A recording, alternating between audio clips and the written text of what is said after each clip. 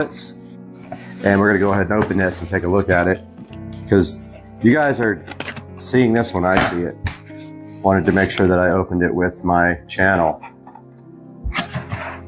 Box is made with less material. You can scan it if you really care. I don't care how much material is made in the box. Honestly, who gives it F? But like, yeah. So here we go. And inside of this, there's this mysterious red barcode, which I don't know what that means. But it's pretty cool and special because it's red. Let me get this thing out of here. And then we have a box inside of a box. So I picked this up the other day on sale, and I'll get you a link in the description, but it was substantially less than normal. And I bought it with a monthly plan for absolutely no reason, just why not? Because it's zero interest. So we're opening this up now, and I love how it's boxed in box, like one of those little, I don't know what they're called. What are the little Russian egg things called where you open one and there's a tiny one and a tiny one and a tiny one? That's what it's going to be like here. And so going inside the box here for the whatever mystery object this is, and we're going to see exactly what this has inside of it. And then inside of this, we have this nice pull-out handle. Wow, Amazon thinks of everything. So inside of this, there's this handle that lets you pull it out of the box so you don't sit there and struggle, which is kind of cool, honestly. That's awesome. And then look right here, peoples. We have the amazing Echo Show 15. Want one of these since it came out. Oh wow, we just got smoked by the local device, but we'll have to be careful when we say this word because the whole house will wake up. Here we have the Show 15. Has a beautiful blue packaging here with it, and on the front you can kind of see what you can do with it. On the back it says that it has household harmony with Alexa, and that's about it. Very simple packaging, honestly, for the Echo Show 15. There's not a lot on it. It's got a barcode with a little nom. So it literally says nom. I wish you could see this. It's like eating on the side of the package. It's got the typical little Amazon condom here. You just rip it off with satisfaction to get into the Echo Show 15. And then we're gonna take a look at what's inside here. And damn, that is awesome. I am so hyped. I'm so hyped on this Echo Show 15. Do you see this? It's literally, wow. Okay, I'm hyped. Look at this thing. Okay, you see how big I am, right? This is me, and look at the Echo Show 15 chilling next to me and taking up the entire width of my body here. So stoked for this thing. Check this out, guys. Wow. And there's the mounting on the back. Looks like it's got a mount with it, which I didn't know. I literally ordered this on purpose without checking anything on it because I wanted you guys to see it when I saw it. It does have mounting on the back. Inside the packaging, we've got this hello, bonjour, hola. And it looks like that comes out in one piece. And inside of that, you have some sort of mount. Guys, this thing mounts like a television. Pretty exciting. Here's what was inside the box, along with this manual. This power supply here. We've got some screws and drywall inserts. And we've got a manual there. So this guy mounts exactly like a television. So you mount this to the wall. Looks like, I haven't read the instructions, with these mounting screws like this. And then most likely the back of the Echo Show 15 somehow hangs from this, and I'm trying to figure out how that's possible.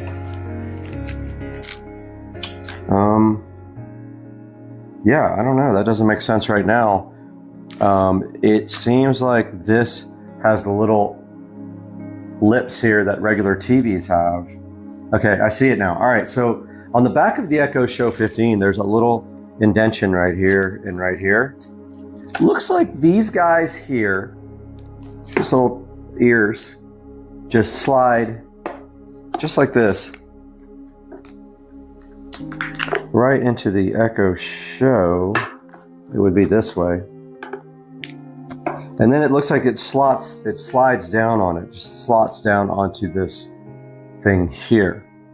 So we are going to now, I don't even honestly want to take this thing out of the packaging yet until we're ready to actually mount it. Now this guy is going to replace an existing Echo Show 5, but taking a closer look at this guy, on the top we have the familiar plus and minus volume controls, the do not disturb control, which is like a silent, and we have a mechanical camera cover. So if you shut this, the camera closes, and I'm assuming the audio turns off too. I haven't really looked into that much. And we have our connector in the back here, which is the standard round connector here, and it has also a USB. It's not a Type-C either. It's the, I don't even know what that's called. It's the latest of the old school USB. I don't know what the actual terminology for it is, but it has it, both of them. Usually you can't use the USB. That's usually for service only. So we just have the round style connector here and the slot for your cord to go into to exit wherever you're going to do it. Now mine is going through the wall, which we will take a look at shortly, and it is going to basically look like a picture frame on the wall. I didn't know how big this was. I'm kind of hyped about it, but we're going to take a look at where it's going here in a moment. But for now, that's all we can do, and then we can get to the setup here shortly. Taking a look at the Echo Show 15 here on Supercar Street Racing, and here is the included power brick. It does look a little bit different from the other Echo devices. As you can see here, it's a little bit kind of longer top to bottom, and we are going to power this thing up now together and see what happens. Now you notice the Echo Show 15 is in a big Echo Show condom. That's how it comes from the factory.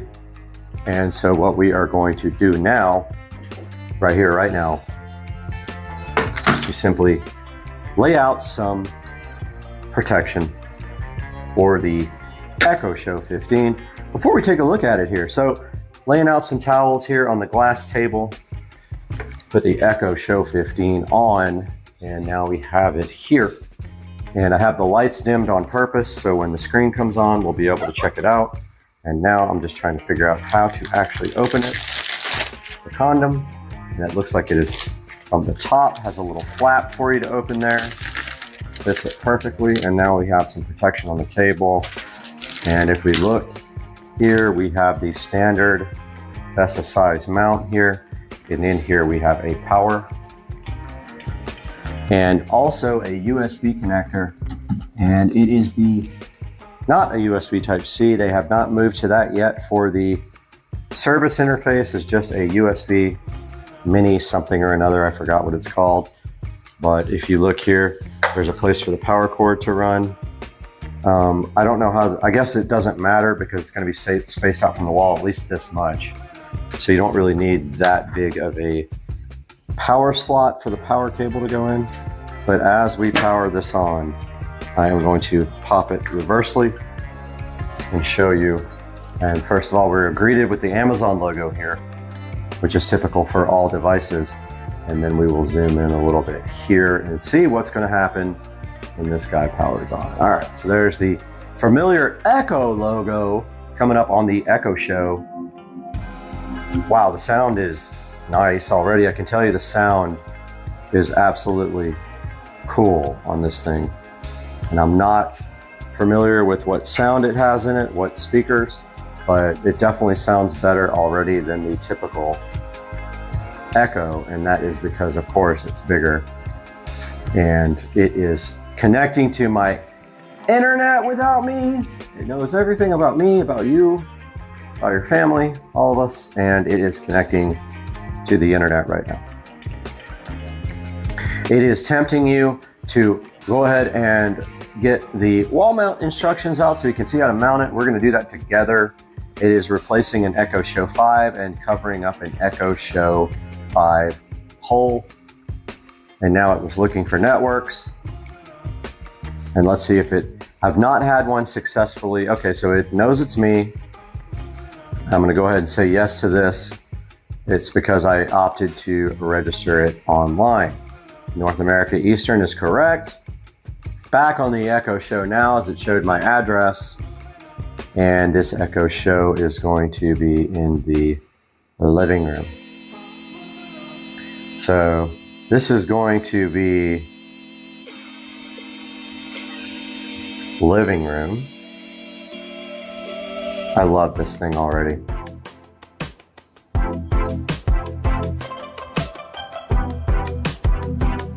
Living room Echo Show. Replace the old device.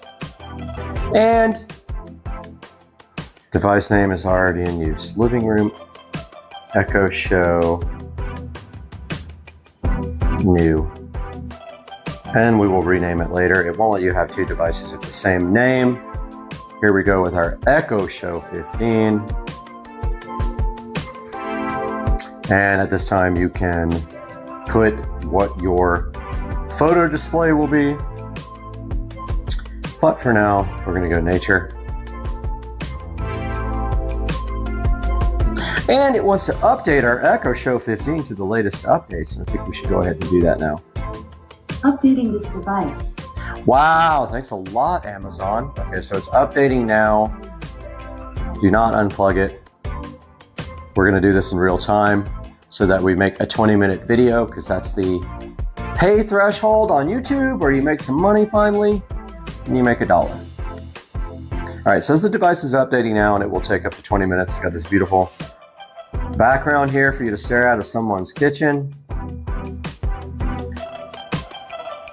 And it's telling you that you can do routines.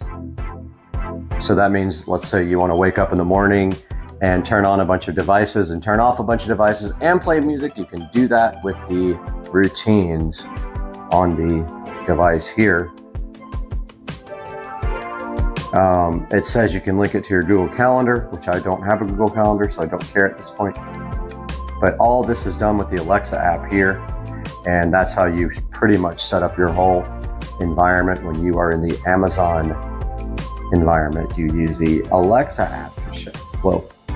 So if I say it, every device will literally wake up. So that's how you configure your environment here in this ecosphere. It's telling you how to manage your smart home here. And apparently in the background, it is downloading and updating. So let's pause here while it does that. Echo Show 15 is booting up to the home screen now for the first time. You're going to see this as I see it.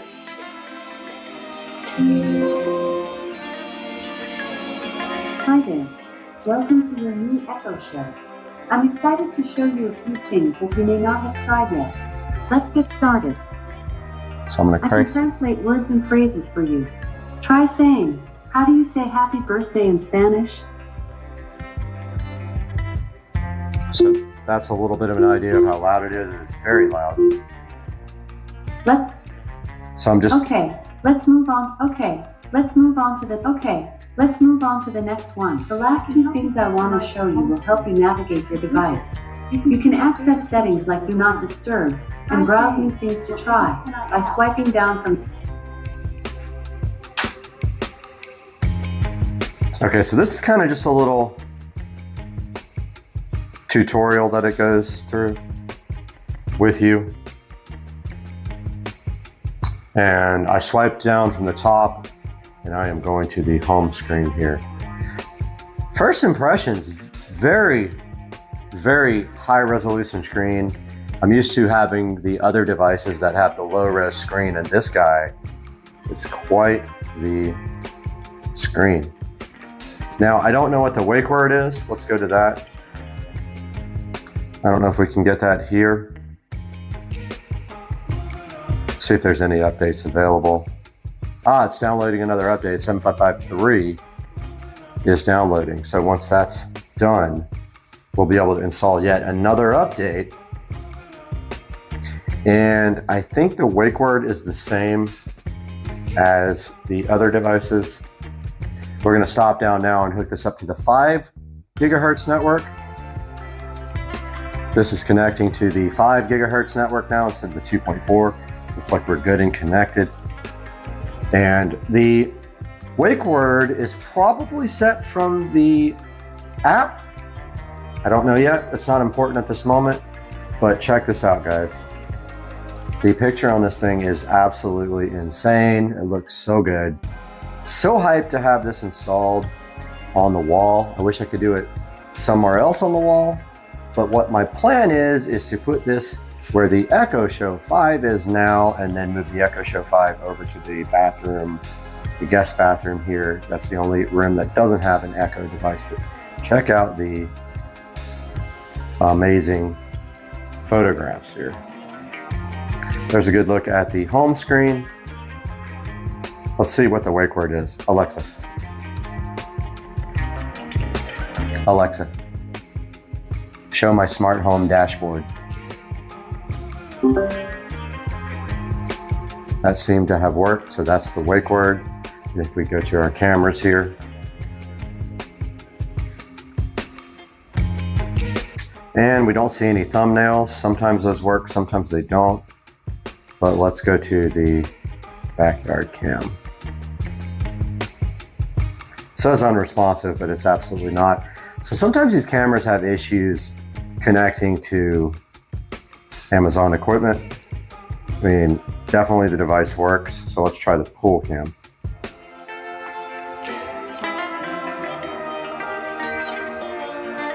And it exited us to the home screen. I was waiting for the Wise cam.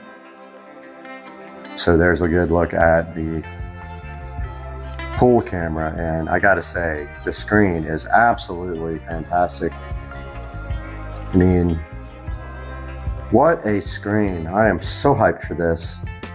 And the next thing we're gonna show you guys is getting this thing installed on the wall. Because, oh, look how it picture-in-pictured. Camera.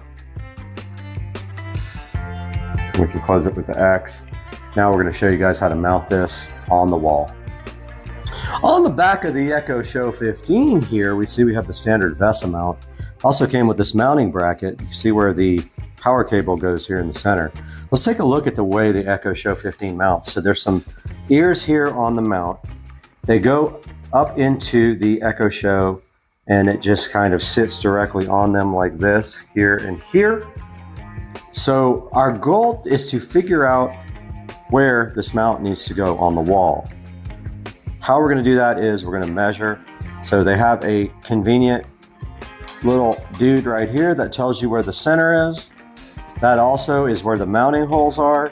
And we want this guy to be replacing the Echo Show 5. It doesn't matter. It needs to sit center on this receptacle or outlet. Sorry, not receptacle. Switch panel, not outlet or receptacle, needs to sit center on this switch plate. So it will sit right here in the center. And then we need to figure out our up and down here to mount the actual plate. So we know that we need to have our center. So it's 6.5 here. So 3.25 would be our center. And we have this convenient little tab right here, which looks like at the center. 3.25 it is as we look. Okay, so our center of our Echo Show 15 is over this tab.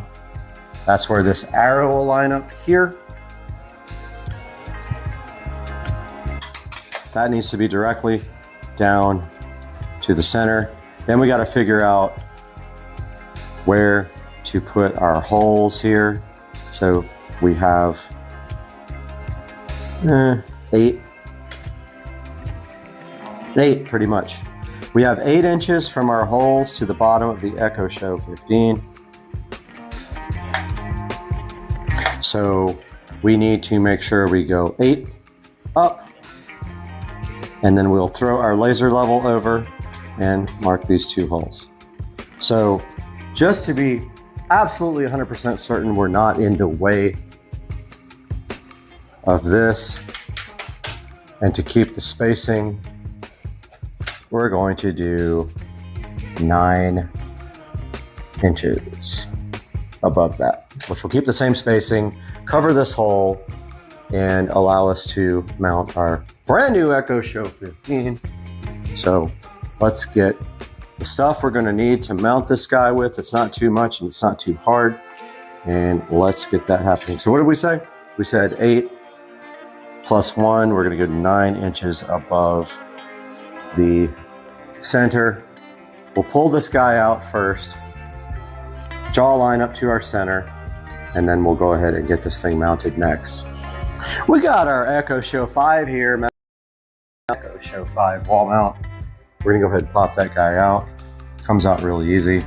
And if you look inside the wall here, we have our power connector, which has been so wonderfully mounted and taped just to kind of keep it from moving. But we can go ahead and disconnect this guy now. This was done amazing over the last year, but it is out now and ready for the next room, which is going to be the bathroom. And then we have little clips here that keep the wall mount in place. We don't need this mount anymore, and it's moving to the bathroom. And of course, like they should be, they're a little hard to get the clips off. These clips are what actually holds the wall mount to the wall, keep the pressure onto the drywall. That came right out. Now make sure you don't lose this power connector if you've gone ahead and run power to your device. And if we see here, this is what it looks like after you remove the Echo Show 5 wall mount, which is featured in another video. Now, our goal today is to get this guy mounted. It's not going to be flush mounted. It's going to be more or less a picture frame mount is what it actually looks like. And we're going to try to mount this guy 9 inches above the center. And doing that, we need our laser level.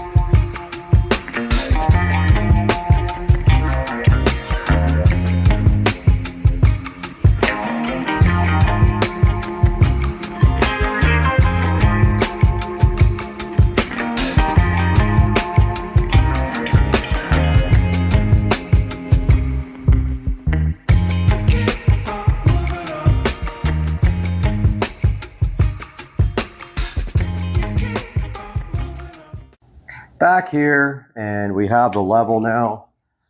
We know our center point, so we can go ahead and get at least one hole kind of level.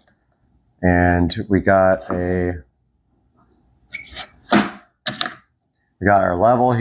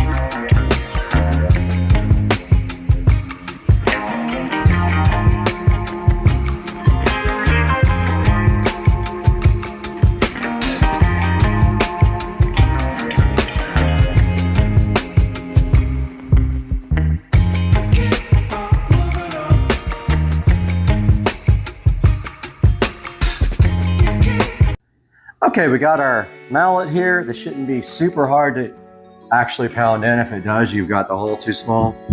So let's go ahead and see all the dust going back there. And notice how that went nice and flush there. And let's grab our other inserts, which I lost. Here's the other one. So I really just kind of wallowed this out with my screwdriver. But if you get close enough, you can get it in there without. So any kind of screwdriver, or don't go too big on it. If you do, it'll be loose. Might work. Let's see. Yep, perfect. Not the best inserts, but they'll work. We got our inserts there.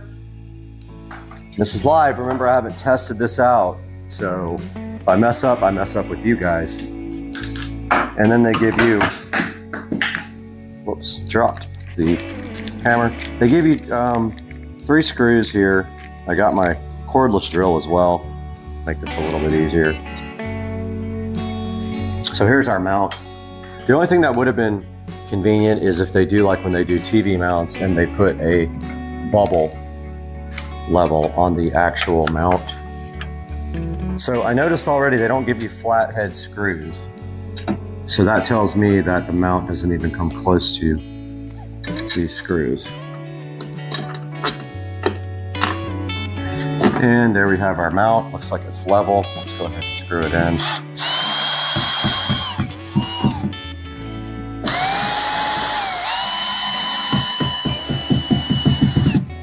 All right, that should be good to go. Moment of truth. Let's mount our Echo Show 15. If we did it correctly.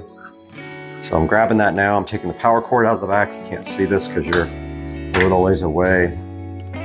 But this should just literally slide right over the mount here. So there's some little ears to line up. I actually dig that. That's perfect. I really got it close to the switch. Wow. Okay, no, actually that's perfect. And it's centered. If you look here, I'm fine with that. I'm good with that. It's a little bit low. You could actually raise it if you wanted to. I mean, technically it could go up an inch or two, but it almost is even with the switch. And I'm gonna leave it like that because when you step back, it looked kind of perfect. Up close, it's weirder, but it's flat against the wall. It's not hitting the switch. It's also covering the top line of the switch. And that's good. So now all we have to do is get our power cable. I would have wanted that a little bit higher in all reality. I don't know how I was off a little bit, but that's live YouTube for you. Go ahead and plug in our power connector. Tuck that into the wall. Remember, this is code legal, because this isn't a permanent installation. We're not covering it. So you can actually do this without being against code. It's when you cover it up and drywall it that becomes an issue.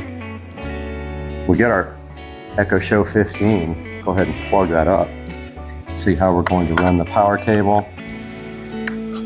We're powered up. And there we have our power. Literally, this thing is mounted. If you step back, you don't see it covering the receptacle so much, so it looks less.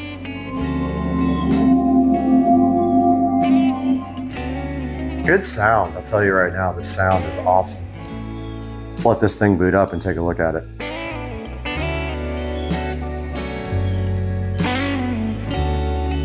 So here comes the Echo Show 15 booting up. And there we have it. Alexa, Show my smart home dashboard.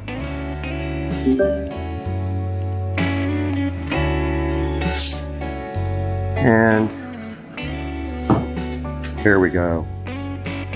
We go to the cameras and we go to the, okay. So it wants to verify my account. I am going to go ahead and do that now off camera. Went ahead and put the password in for the Amazon account. And now we see the lovely, beautiful Echo Show 15 here booted up, and it looks awesome on the wall. The only way it could really get better is to flush mount it. So if you did that, you would need to cut a hole here, flush it into the wall, and then trim that hole out somehow. And maybe that's an option for a later date. Alexa, play some non-copyright music. I couldn't find any non-copyright songs. Oh, really? What other music do you want to listen to? Perhaps classic rock? No, thank you, Alexa. So this is going to conclude our Echo Show 15. What do you want me to play? Every device is kind of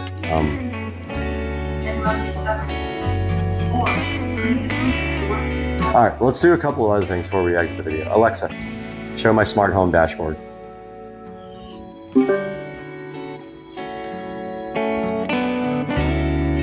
Go to our cameras here, go to pool.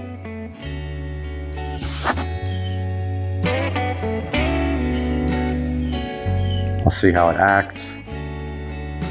And there is a good representation of how the Echo Show 15 works. And of course, it will do everything that any other Echo device will do.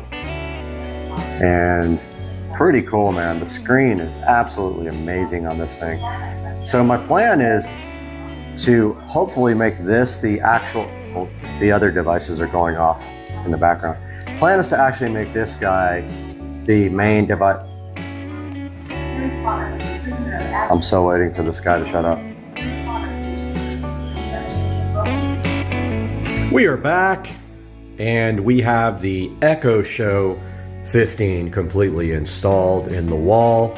I played around with some of the settings for a while, took a look at the resolution, which is awesome, and I was playing with the idea of being able to play videos here, and then they would come out on the whole home audio system.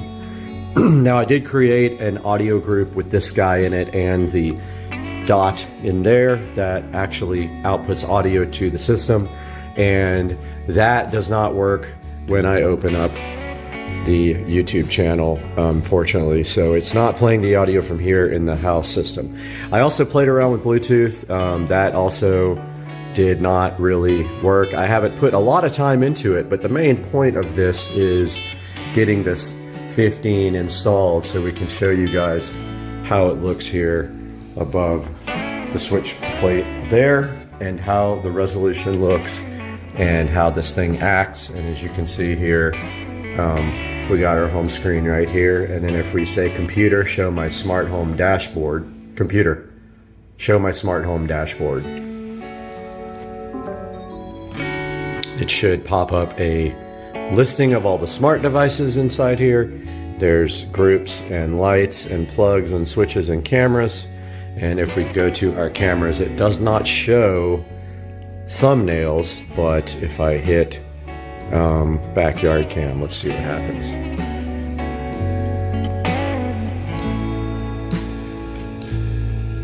So they all are Wise cams, so it accesses the Wise app to, it's actually the skill to open up your Wise cameras, and that's a good view of how the screen looks. And as you can tell, it is pretty high res.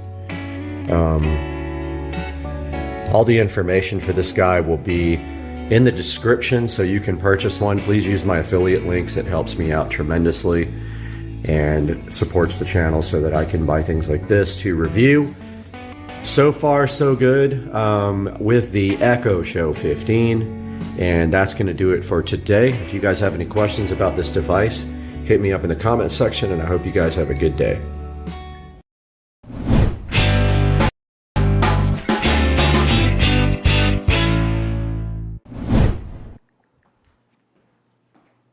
Hey man, what are you doing? Learning calculus again. Why? So I just got a notification on my phone that I think we got a delivery. We might want to go get it from out front so it doesn't get stolen. Should we go out there?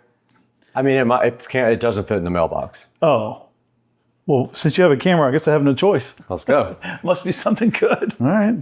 Let's go check it out. They lied. Gotta be here. Oh, wait a minute. There. Oh, what's this? That's a scooter. Big box. This is a nice scooter. Looks like it's a nice scooter. Let's drag it through the house and into the garage. Oh. Get it unboxed. Drag it to the garage.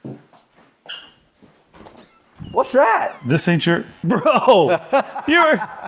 What the heck? What's going on here, man? You got two of these things. We do have two of these things. We have two Navi SC3 Pro scooters to play with. This one's already ready to go, but this is yours. This is mine. We're gonna be able to customize them for ourselves, whatever we wanna do to them. We each got our own scooters. So all we have to do is get this thing unboxed. And to do that, we're gonna need some tools. Wow. Thank you, Navi. When you say my scooter... This is yours. You get to take this home with you. Shut up. Come on. What? That's right, man. This thing's gonna be sick. This thing looks nice. Ready to go. Wow. So I guess today, this is our mission, to get this thing unboxed like this one, and go ahead and see if we can set yours up, get your app set up and all that, and go rip these two things. Wow. Let's do it, man. All right, let's do it.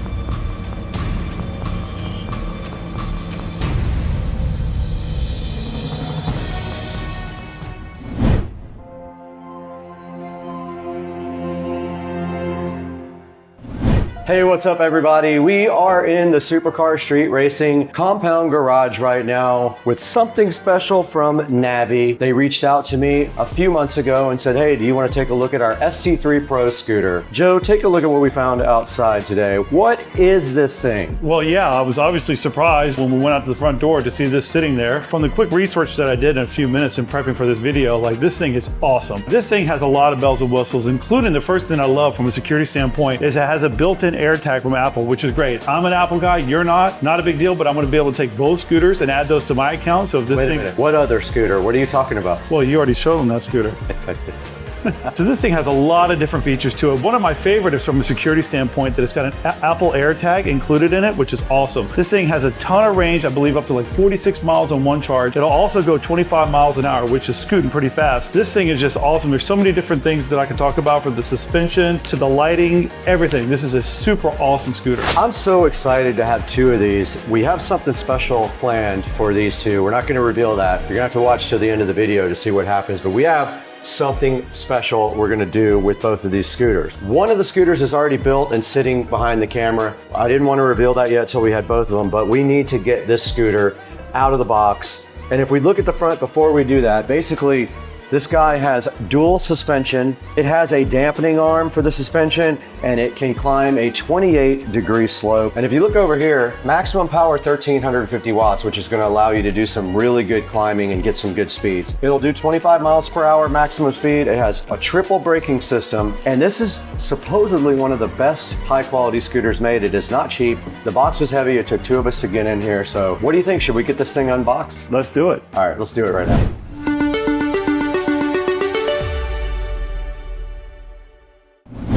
All right, I'm here with Dukes of Duval, and we're in front of the Navi ST3 Pro scooter, the best scooter made, in my opinion. And we're gonna go ahead and get this thing unboxed now. You ready to do it? Let's do it. Get the knife out, let's go, the Black & Decker. Okay, so the first thing is we just had two straps holding them down, and we have now some tape to deal with. Looks like that's about it. We got some styrofoam, and it looks like in this one, Joe, we have a charger. Yep. So this looks like the charger for it. Just like a regular power brick charger, nothing substantial. And then there's a bag here with a power plug for the charger. That comes also with that. A little bag of screws and a wrench. So we're gonna have to assemble this. It's not much. I think it's 4 screws or 3 screws. Wow. I can't remember. And then the actual scooter is now in the box. Another styrofoam. And then the nabby should just come right out of the box. And it does have a kickstand. You can go ahead and put that kickstand out. Man, I tell you, this is really nice to come almost fully assembled. Almost like ready to go, right? Yeah, it really is. All we should have to do from memory is lock the front in place with that lever. Locks right in, that's easy. Should be it. And now this stuff here, there's going to be one wire that's going to go down into the front fork right there. So all you do is tuck the wire in like this, the neck in there like that. All right, so now we're just going to go ahead and install the 4 Allen screws that go in here. They give you one extra one just in case you lose one, but it looks like this is the only screws that you have to use on this entire assembly to get this thing put together, which is awesome. And it looks like there's some thread lock that's put on there. That's the blue stuff that once you tighten it down, these should stay in there pretty nice. So there's 2 in the front and 2 in the back, correct? Correct. Yep. Okay. That is going to be the entire assembly, which I love that. You really don't have to do anything. I got to be honest with you, for something this nice, you know, you'd think it's going to take a while to put together. It does not. It is very quick. That is the fastest I've ever put anything together. Now there's going to be a couple more steps after that just to get this thing completely unboxed. We're going to need to go ahead and cut off your tag here and take off the plastic and the deck down here. So, all right, so we're going to go ahead and take the tag off. Okay. Here, got some plastic we got to rip off. Just underneath the wheels, huh? Yep. Okay. Looks like you're going to have to take off this protective deck cover as well. Rip that off. This thing's unboxed so good. All right, looks like the display screen has a little bit of protective film on there with some information for, looks like maybe downloading the app that goes with it.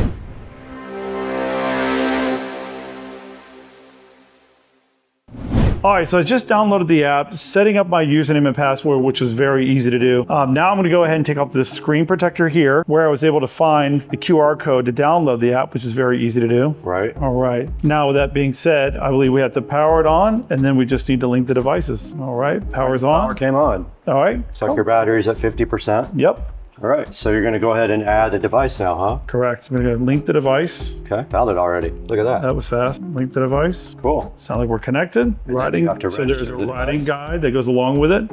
You can skip that. Yep. All right, we're connected. Awesome. So you can see your scooter now and all the perimeters, right? Yep. Okay, we're out here with Joe's ST3 Pro here from Navi. And we did power it on and pair it to the app. What's our next steps here? Yeah, so it's charging right now, which is pretty easy. I think we're gonna let it get to a pretty good charge before we take it on its first official ride. Okay, yeah, and then here's the actual charger. So it's a power brick and it comes with a separate power cable. And basically here, when the bike is charging, it will be red or green when it's fully charged. It'll turn fully green. Now there's some other things you can set in the app, like that has to do with the lighting and the acceleration and the rate of acceleration right off the rip. So all that stuff can be set up in the app, so I'll show you guys that separately. But we're already good to go on this thing. It was literally a 10-minute setup, and now it's just got to charge for a little while. It took more time to get it out of the box than it did to assemble it. That's how fast it was. Absolutely. Now let's go get the other one and put it right next to this one while they charge. Sounds good. Okay.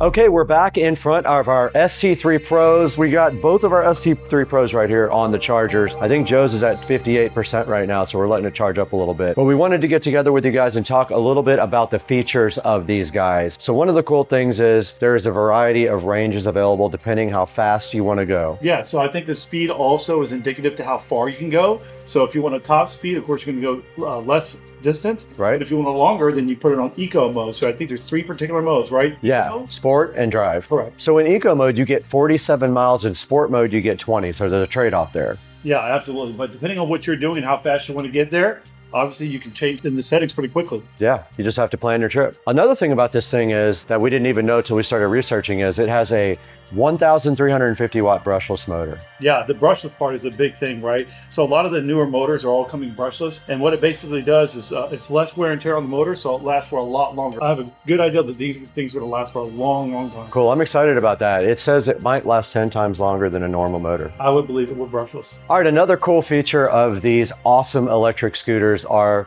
the suspension system. This is not a toy. This has a dampening system that uses a dampening arm. Yeah, and actually there's two of them. There's one for the front and one for the back. That's so awesome. It's so much smoother. It really does. I've ridden them, and what we initially, I think, thought was the bike trying to like pop a wheelie was actually the suspension moving on acceleration, which is very cool. Now these things also have cool lighting effects. Now they have regular headlights and taillights and a reflector up front here, but they also have ambient LED lighting. That's true, yes. I think it's multicolor depending on what you want, correct? It is, and you can control that all with the app. So as long as you have the headlight and the taillight switched on, you can turn on the ambient lighting with the app, and there's this cool stripe on the side that we'll show you guys on video later. And also to mention is that it has a working brake light. So if you apply the brakes, the light is going to get brighter, which is awesome. That is very cool. So, I mean, it literally has street legal lights on it, even though, and another thing we should talk about is these are legal in the state of Florida to be ridden on Florida roads without any kind of registration, and you don't need a driver's license. So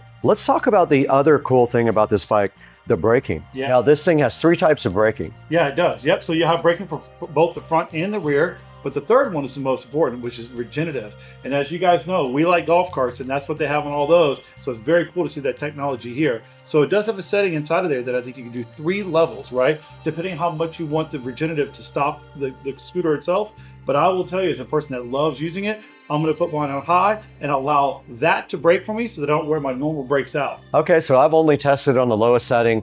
We actually put both of ours on turbo for regen, so I'm excited to see if that gives us any battery. And I'm excited to see the braking because as in our cars, the regen's awesome. We don't ever have to use our brakes hardly. Correct. One of the great things that I love about this, much like our golf carts, is that they're all aluminum frame, which is really, really good for longevity, right? What we don't want to do is to get out in the elements and find ourselves dealing with a bunch of rust. Aluminum's going to stand the test of time, so I'm really excited about that part. Same here also. And also a cool feature of these guys are they have tubeless tires, almost like a regular motorcycle or car, and they are self-sealing as well. Yeah, so in the event that you run over a nail or something in the road, looks like it seals itself back up. We're gonna find out. And also one other thing, they have a set of ergonomic handlebars on each one, and I have ridden this quite a bunch now, and I'll just tell you that it's all about your riding style. If you can get on it and not just go crazy on the grip, you can actually ride comfortably for a little while, but that does help a lot. And it's got a bell.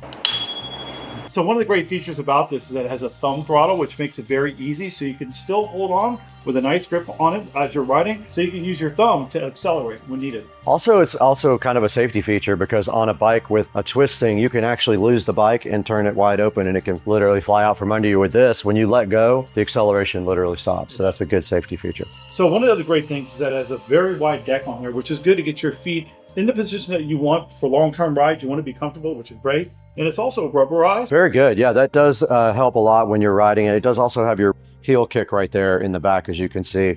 So this thing also has ABS and it has anti-skid acceleration too, so you don't spin the tires, and it's all configurable inside the app. So another cool feature about this bike is the display here. So this thing has all the information you need to ride. It also is interactive, so it can work with the braking system and the power button to set some of the features on the bike and also to unlock it.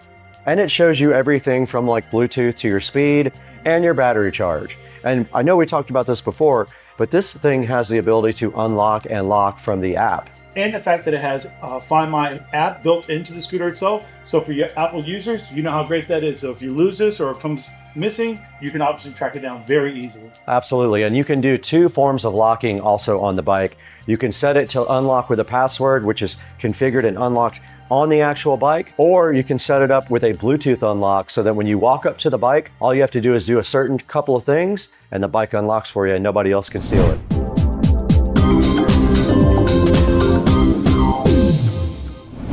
Let's stick close for a little bit.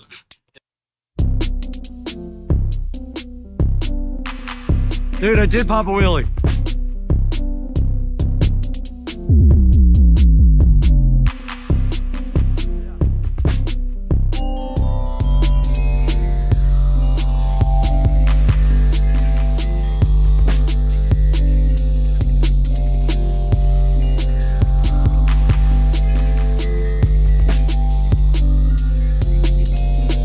something way louder.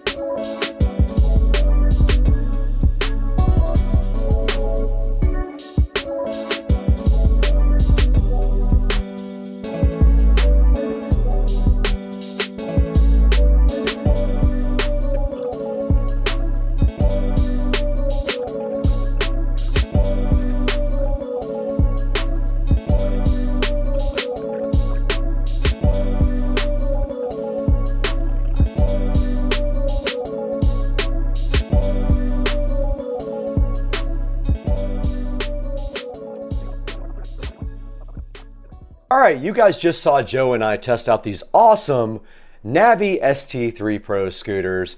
We did a very long trip on these and it was awesome. We had a blast. Now it's time to see what these guys can do off-road. Let's check me out going through the park right now on the Navi ST3 Pro.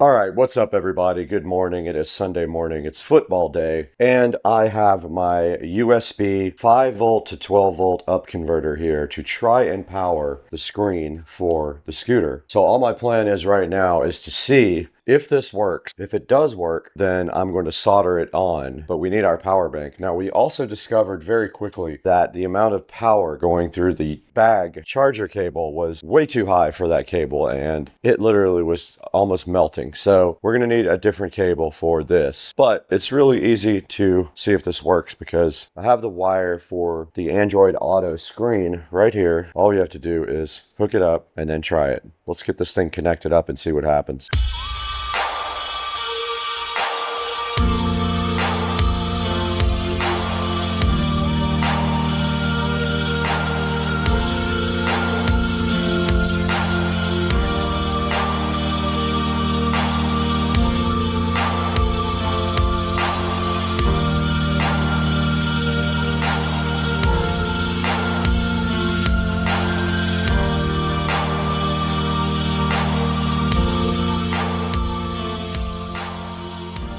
This is our USB 5 volt to 12 volt up converter. So let me see if this will power up our Android Auto screen. Here's our power pack, but I want you guys to see firsthand if this thing comes on.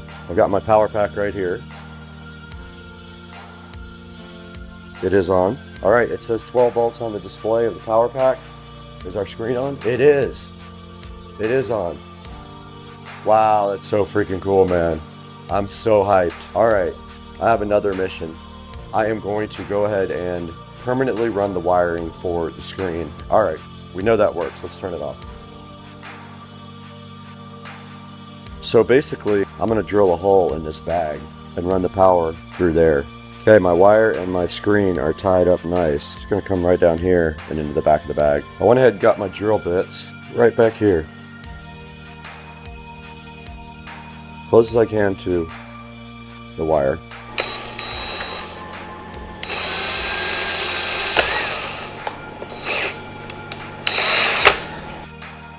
It is very tight, so I like that. I'll just put a little bit of black silicone sealer on the inside around it to keep the water out, just in case I get caught in the rain. But step up converter. Now I'm gonna have to solder this to my other wire.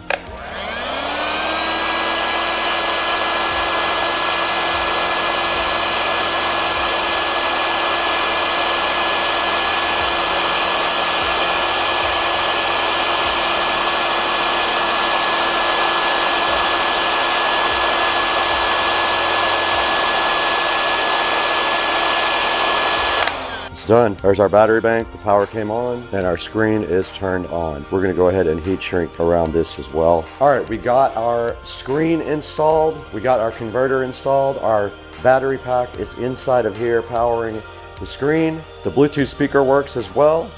And we are using Android Auto from my phone, and you can see Waze right here. Okay, so here's some of the things on the home screen. Android Auto, CarPlay, Bluetooth setup, and then setup of the actual tablet and a calendar.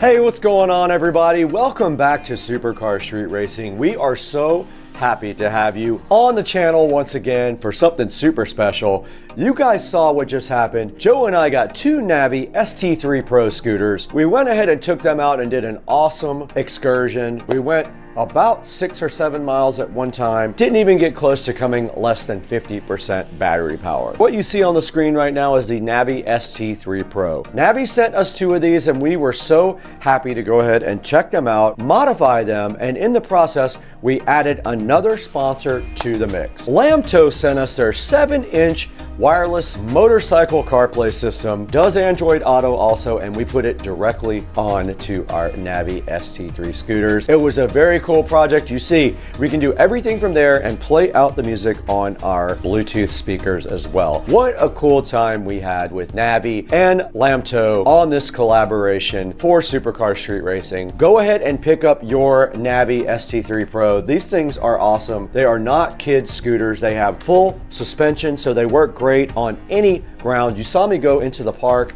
as well. They work great on the road, and when you go over bumps, they do an awesome job of keeping you safe. They'll go up to like 47 miles if you keep the power level down.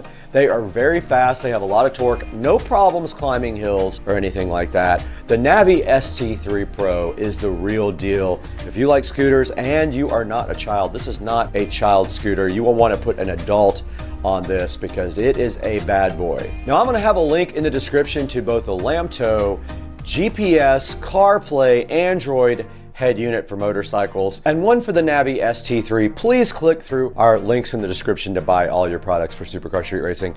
It helps us out greatly. We get a few dollars here and there, enough to keep the channel going. And also, I want to thank you guys for over 225,000 subscribers. That's absolutely amazing. We couldn't do it without you guys. You are our support system. This video was forever to edit, so I got to get out of here. I have to get out of here.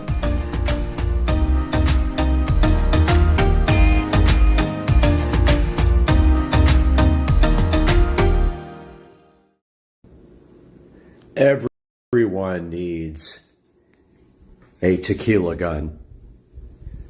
I don't care if it costs $144. You need a tequila gun in your life. Good morning, welcome to the channel, Supercar Street Racing here, and we have another wonderful unboxing today that we are going to be taking a look at these Fit Life expandable garden hoses. These are the 50-foot expandable garden hoses from Amazon. Now the reason that I purchased these 50-foot hoses is because in the backyard on the pool deck I actually have added a new spigot for water to be close to the pool deck, which I've never had before, and it's really nice to be able to have water there. I also ordered two hose pots, so they look like basically big brown pots. They are like the kind of like the plastic looking things, because I read a lot of reviews and the actual metal pots are very prone to rusting and they don't last more than 6 months to a year and they just fall apart. So my plan is now to take these expandable garden hoses, and I've never owned one before. I went ahead and bought two pots because I'm going to be putting one out back by the pool deck and then one on the side of the house where we're getting the concrete laid. There is a spigot there, so I'm going to put one there. If that works out, I actually am going to buy two more, one for my well pump and one for the front yard here where the hose comes all the way out to the front. That's the only bummer, is I don't have water out front of the house. The hose does run from this side of the house over here to the front. So that's one thing we got to take a look at. But we got these Fit Life expandable garden hoses, and I believe these were in the $30 range. I bought two of these at 50 foot, and then we're going to take a look at those and unbox them and get them inside the pot that I bought as well. The pot will not be here till Saturday. So these actually have pretty good reviews, and there's some good information here. It tells you, like, you know, about the water pressure, the expansion, and they also give you it's supposed to come with a nozzle. So inside of here there should be a nozzle. So we'll unbox one and see what's in there.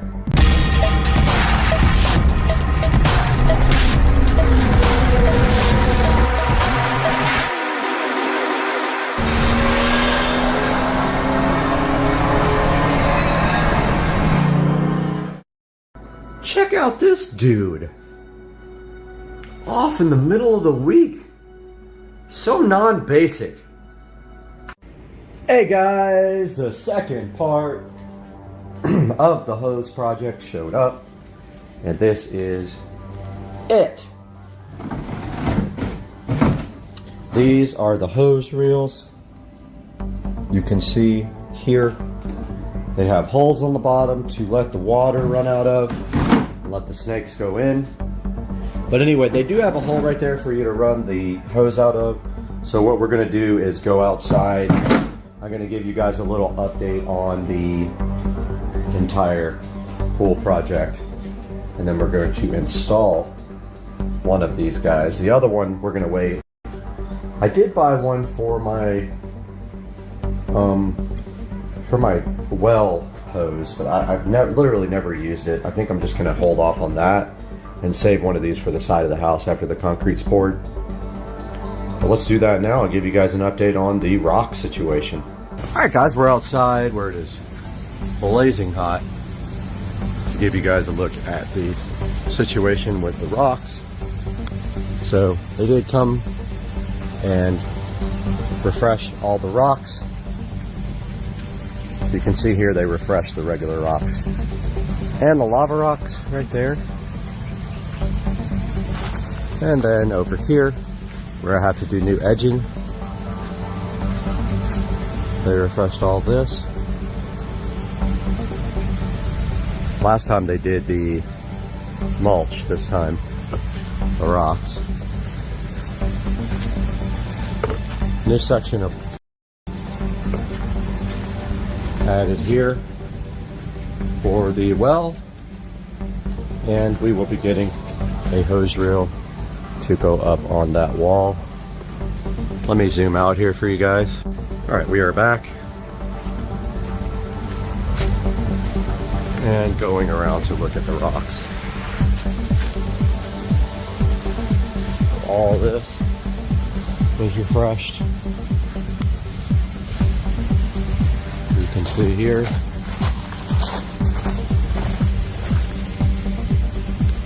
All these.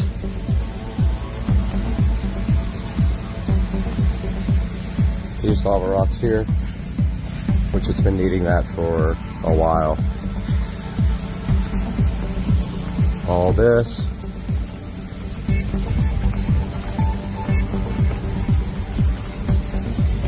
And this is new. Actually not new, but the garden area is new as far as the shape.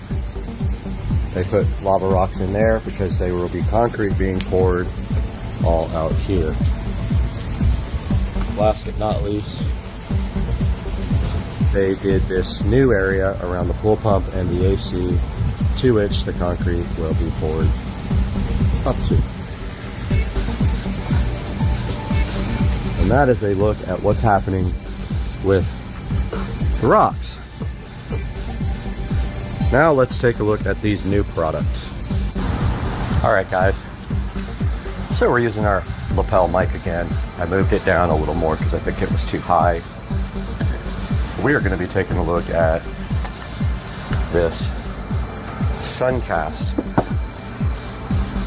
resin wicker designer hose pipe and this Fit Life expandable garden hose.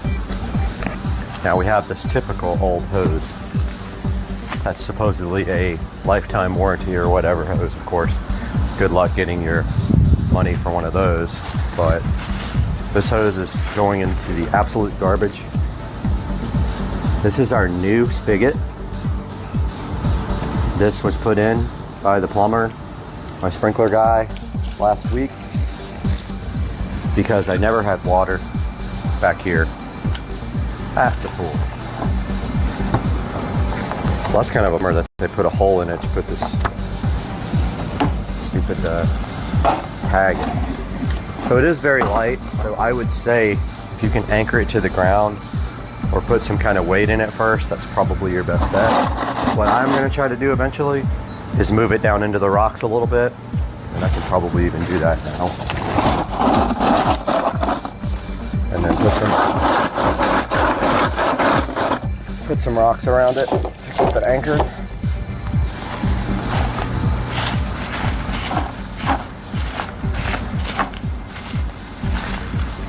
Not a big deal. That's going to work out good. The exit hose for the hose, exit hole for the hose is right here. We got a free little bonus piece of plastic where they molded out the plastic from. And it is supposed to come with a new O-ring. Now this old hose had a quick disconnect on it. I'm not going to use that again. I honestly never used it. I'm going to seal this extra O-ring in case it leaks. Got 2 O-rings in this one because it was leaking, because this is a short Looks like there's one left on this too. Yep. I'll save those two guys for the new hose, which is right here. The Fit Life expandable garden hose. Let's take a look at this guy. So it does come with its own spigot, I guess you call it, sprayer nozzle. I don't expect a lot out of a free, I wouldn't call it free. This hose is a $30 hose, $35 hose. And inside of the box, we see their spray nozzle, and we see, make sure the washer has been put inside of the hose. That's the first thing. Please put the screw side on your faucet. That is what I plan to do. So first we have to run the hose through the hole, like so. It's got one washer in it. I will be adding the second washer. Oh, nope, I won't be able to. This is too shallow. Yeah, it's too shallow to put a second washer on, I think. Let me see.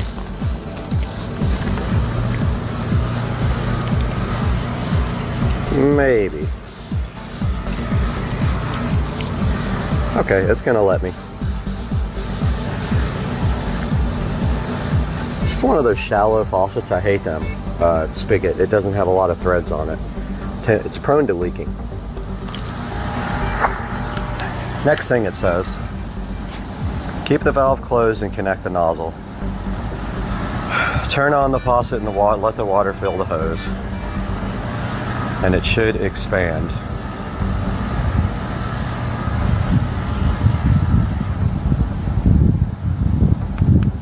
Okay, so doesn't say anything about putting on their end here, but I am going to do that now. But first, I'm going to get my paper, which is about to fly off into the pool.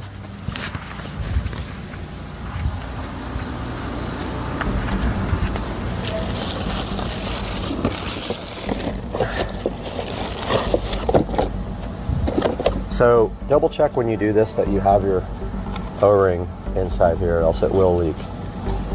This sprayer feels like it's of good quality.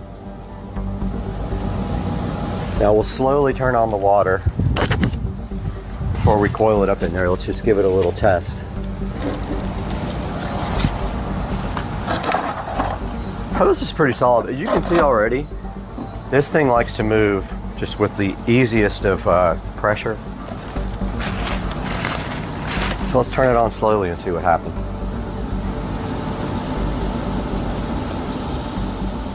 Okay, it's filling up. Looks like it's expanding inside of the bucket. And in my hand, there's no leaking. It's growing, pretty cool.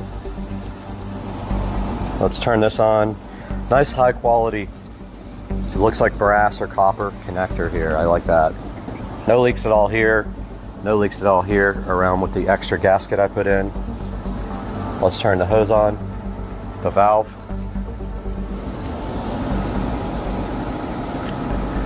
Valve is, okay. When the valve comes on, the hose does expand, and it does say that in the directions. Okay. Well, all right, this is working great. I'm gonna move the camera here. Thunder going on.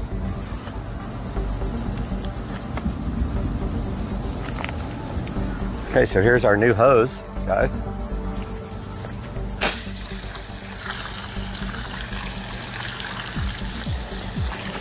Working perfect. I don't have much pressure in this hose. I don't know why it's like that. I think the plumber did something. Okay, well, it wasn't turned on all the way. That's one reason. I thought before there was low pressure, but there's not. Okay, that's better. So there's the expandable hose, guys. Now I did notice one thing already that's going to be annoying and that is my rocks are going to be pulled out of my garden by the hose when I use it. So here's a look at the different on the spray nozzle.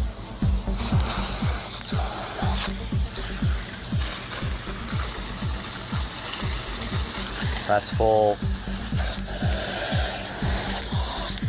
Shower.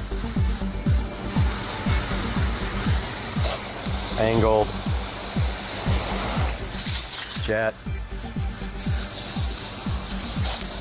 Cone. And soaker, whatever that is. So yeah, guys, this is a good setup. There's no leaks at all from the hose. I like the way it expands. I like the quality of the ends here. And I like the fact that it has a shutoff valve there. But here's a look at the quality of the ends on the hose and the FitLife sprayer nozzle. And a look at the way this expands. Now remember, guys, when you are done with your hose, always turn the water off at the valve and run the water out. This is 99% of the reason why hoses fail. You leave them with pressure. So I'm turning the actual hose valve off. And then I'm going to run all the pressure out. And the hose is shrinking.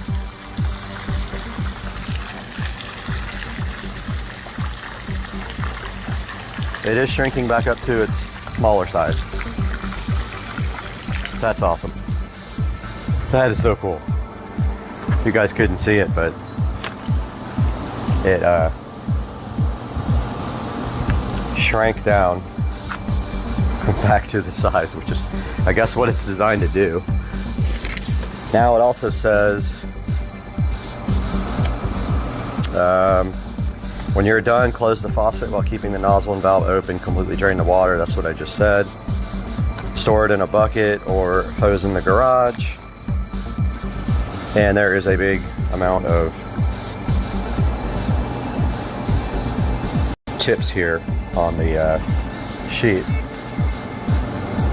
So I'll take a picture of these and put that up on the screen, and then there's a 15% off code I will also put up on the screen. So that is the FitLife garden hose. Now let's get it put away. Oh, that was good. Perfect for the video. The wind blew over the tripod. And the tripod went right into the water. That was awesome. Perfect for the video. There, now you guys are ready. All right, let's put this thing away. Now you can see what some people were saying on the forums, that this bucket moves very easily because it is made of plastic. However, all the metal ones in the forums had bad reviews because they would rust after 6 months to a year. They would be basically ruined.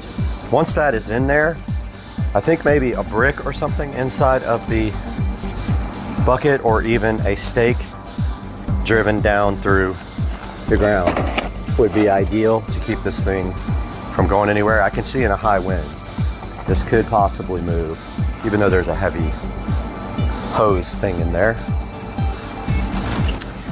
So yeah, guys, that's going to do it for the review of the Suncast hose pot and the FitLife expandable garden hose. Highly recommend both products. I'll let you know in the future how the hose pot holds up, but I'm thinking some garden stakes, those screw-in ones, straight down the center with a big rod on it to also kind of make a place for you to loop up your garden hose. I think I'm going to order and then hope I don't put holes in any pipes or wires when I go straight down. So this is what it looks like with the hose coiled up. I didn't even show that.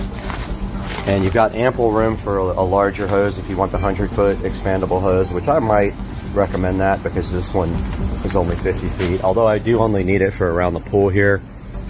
you might opt for the 100-foot, seeing as how little this takes up now. Probably would do that if I did it again. But there you go, guys. That's going to do it. Thanks. It is absolutely pouring out here, guys. This is why you live in Florida. Dinosaur down. This is torrential. Look at this rain. This is amazing. Guys, today we have gotten rid of the furniture on the porch, and we have this whole entire load of IKEA furniture to put together today, right out here in the beautiful Florida sunshine. I'm so happy to have you guys with us today, but we got a lot of work to do, so let's get busy and stop talking on Supercar Straight Racing. Let's go.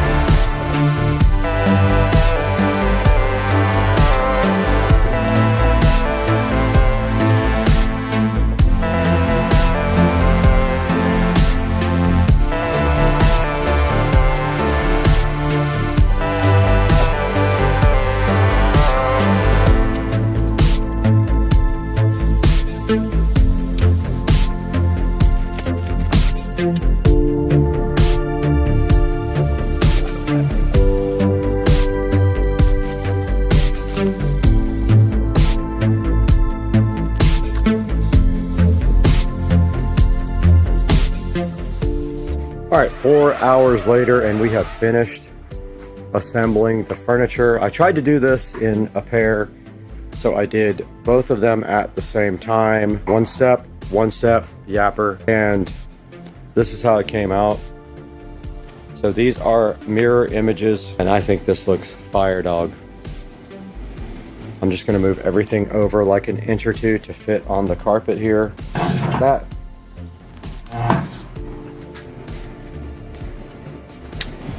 This one here. Let's go!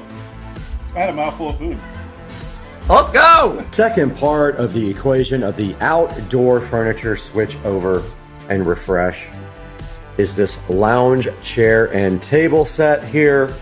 We got to get this out and get it put together. One of them is a table and chair. The other one is just a chair, and it is from Hdmi Outdoor Living with very good reviews. Let's get these outside, get them unboxed, and have probably the most fun ever by building more furniture that only took 4 hours to do the other set, guys.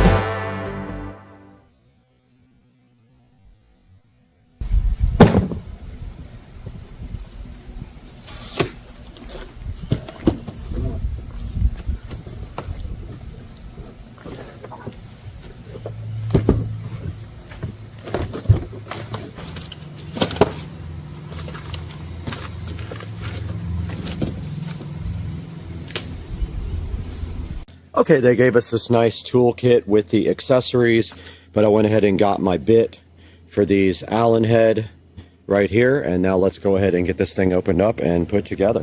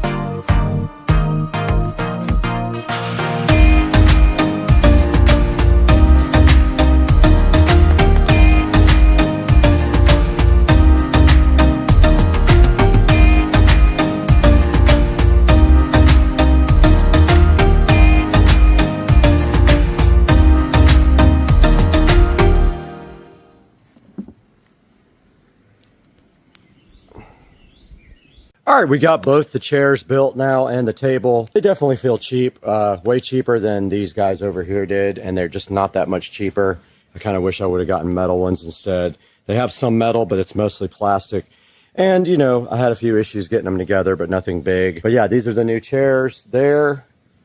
That rounded off the new patio furniture there. And now let's throw it into Supercar Street Racing and Brad to see how you can get both of your sets of these on Amazon and IKEA.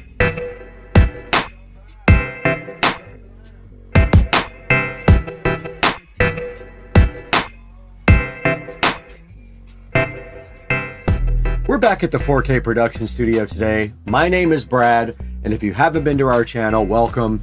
And I'm so happy for your support and for your subscription and your like. And we're taking a look today at this IKEA furniture that I bought, and this is the Rev Scar, along with the Duvholmen seat pads, Duvholmen cushions, and the Frozen covers for the IKEA furniture. Now this entire order was $1,487, and it comes with everything you need to go ahead and build this set for your patio. Now it is made of metal, there is no wood except for the table part that looks like little slots. And then the other furniture was ordered from Amazon. Here's a look at the Hdmi Outdoor Living Patio Shea Lounge. It has good reviews, but I'll be honest, it does feel kind of cheap. I like my metal furniture way better. But this guy has a 4.7 star review, so not too bad. Guys, please support the channel by liking and subscribing. Now, I don't get any money from IKEA if you buy from them, but if you buy this set from Amazon, I will get a small amount of money for the purchase or anything else that you click through any of my links to buy. Now, I don't have time to hang out here all day and talk to you guys. I have to go assemble 1,000 furniture.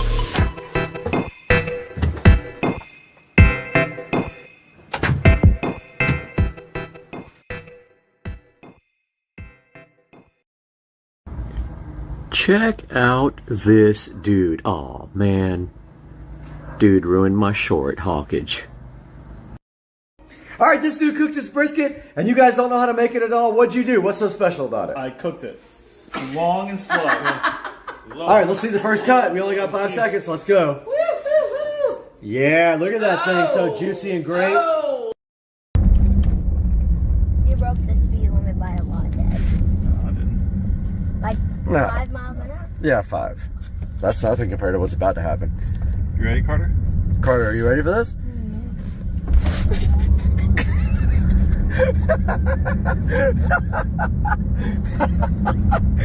Oh my god. Dude, what?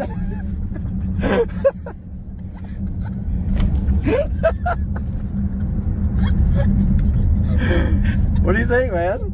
Is it sick? He thought that other one was fast. I know, right? Carter. That was faster than the Yankee Cannonball. Oh, this is Carter. Fastest car made, dude. Come on. It's faster than the Yankee Cannonball, and the highest drop is like 65 feet. Absolutely faster. Oh, no.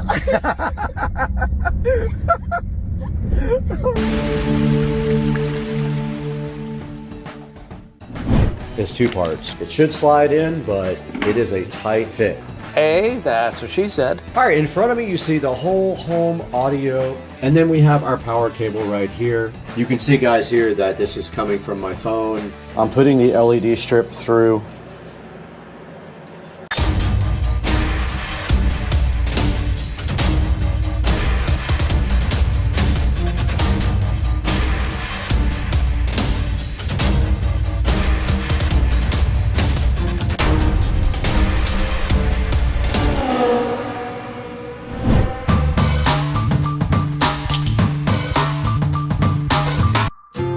The last piece of the wiring puzzle did come in. Now this doesn't mean that we can crank it and do everything because our WIM has not arrived yet and it won't be here until the 24th to the 27th, I think is the delivery date. We have the wiring ready for that. However, everything else can be wired and hooked up right now. This stuff that came in is 2 parts. One is for the output of the Behringer Ultra Bass to feed the distribution amplifier to feed sub down to the subwoofer in the closet and also to the subs in the house. So basically we're gonna come out of the Behringer here. It's got a single output. We got a male mono 1/4 inch phono plug to dual female RCA, but we have male to male RCA couplers right there. So let's get this connected up real quick.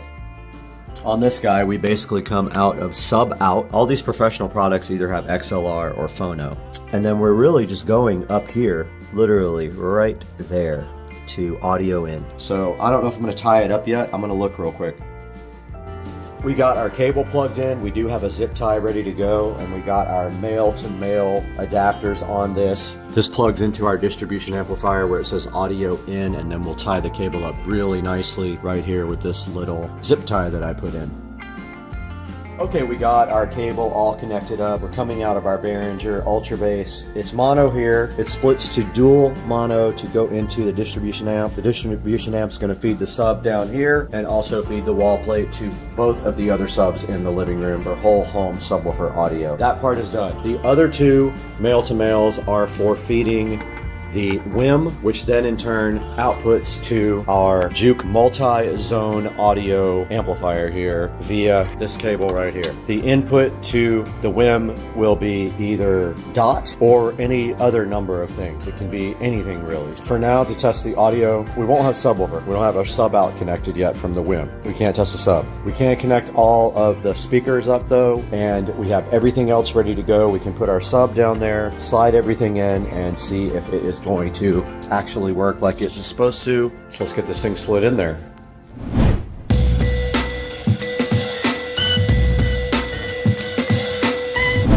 So this thing barely fits.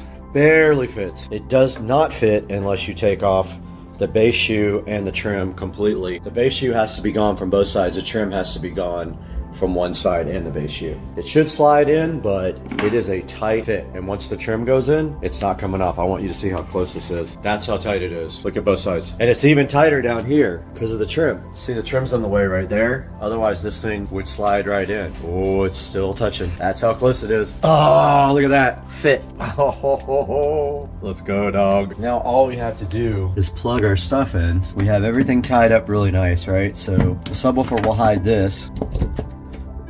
We have power. Now this is network. Our switch is not on, so let's fire up everything. Make sure our switch links. We got power there, we got power there. Switch is booting up. Looks like we have 2 out of 3, which makes sense because our WIM is not connected.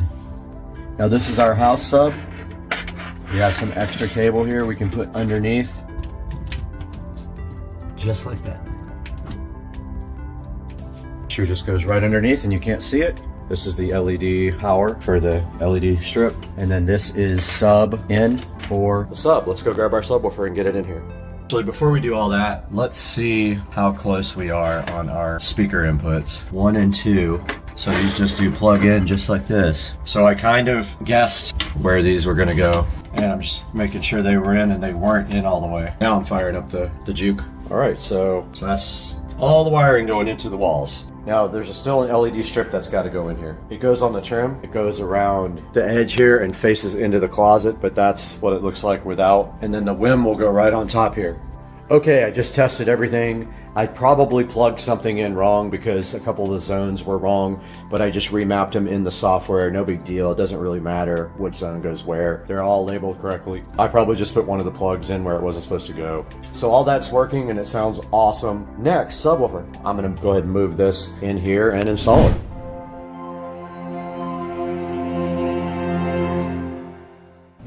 The Polk audio sub installed at the bottom. The only thing I'm worried about is rattling.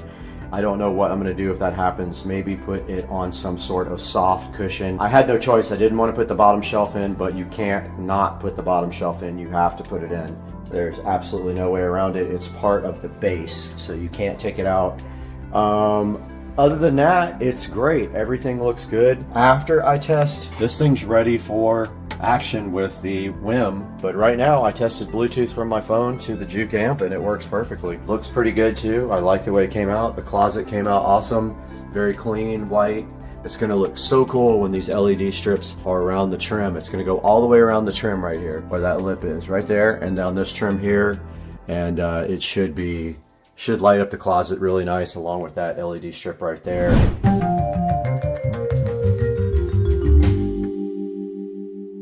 Guys, we got the WIM Ultra in front of me, and I hope it's pronounced WIM. It looks like WIM or WIM.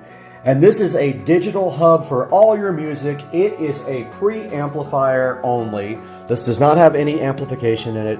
It does high-res audio, Spotify, Tidal, Chromecast, and of course, if I say this, it'll wake up, but you know what that is from Amazon. And then on the side, it says it looks good, sounds great, your magic home theater, and it's simplified and it does effortless multi-room audio. I am super hyped for the WIM Ultra sitting right here, so fresh and so fly in front of me on the table. And on the back of the box, it just says Dolby Audio and HDMI, and then tells you what actually is included in the box. Now this is for the whole home audio closet to wrap up that project right here. I've been waiting on this, but this deserves its own video. It will have both. It will be in my audio closet video, and it will also go into its own video for the WIM Ultra. So let's get this thing unboxed and see what's inside. I am super duper hyped for this. Unboxing the WIM Ultra is as simple as just pulling on this little plastic tab right there, and the box is now open. Now I have pre-wired everything for this, even power, so that I don't have to pull my audio shelf back out. I will show you that, guys, that momentarily, but this box should just lift off now. Let's see. And now the WIM Ultra is looking so fresh and fly in front of you with no box on top of it. It is completely naked. It is gray, as you can see right here with the peel set. It is inside of a entire condom here. Let's get it out. First thing I notice is the weight. It does have some weight to it. It came out of the box just like that, and you can see how stylish it is, and the connections on the back and on the front. There looks like a headphone jack, a control knob, and there is a screen there. But anyway, that is the WIM Ultra. You can see there on the bottom it says Dolby and HDMI. There's nothing on the side. It's just a nice, I think it's called space gray. And on the back we have input, output, just regular analog RCA cables. We have a phono input, a phono ground. We have a subwoofer out, which I'm super hyped about. We have a coax out, so this is digital coax. We have a trigger out, not sure what that is for. We have optical toslink out and in. We have HDMI ARC in. This is an input, not an output. We have a Ethernet jack here. We have a USB jack here, and then we have our power right there on the back. So that is what the inputs all look like on the WIM Ultra. Deeper inside of the box, there is a WIM Ultra manual here, pretty thick. It is also available for PDF download, and then right here they give you some sort of cables. We need to open up and see what's inside. Now they didn't even have to do this, but they provided an HDMI cable, a very nice one actually, a nice RCA cable as well, and also a Toslink cable. Unusual for them to include an optical cable, but it is right there. Now this is labeled power cable, voice remote, and phono ground adapter. Let's get this thing unboxed as well.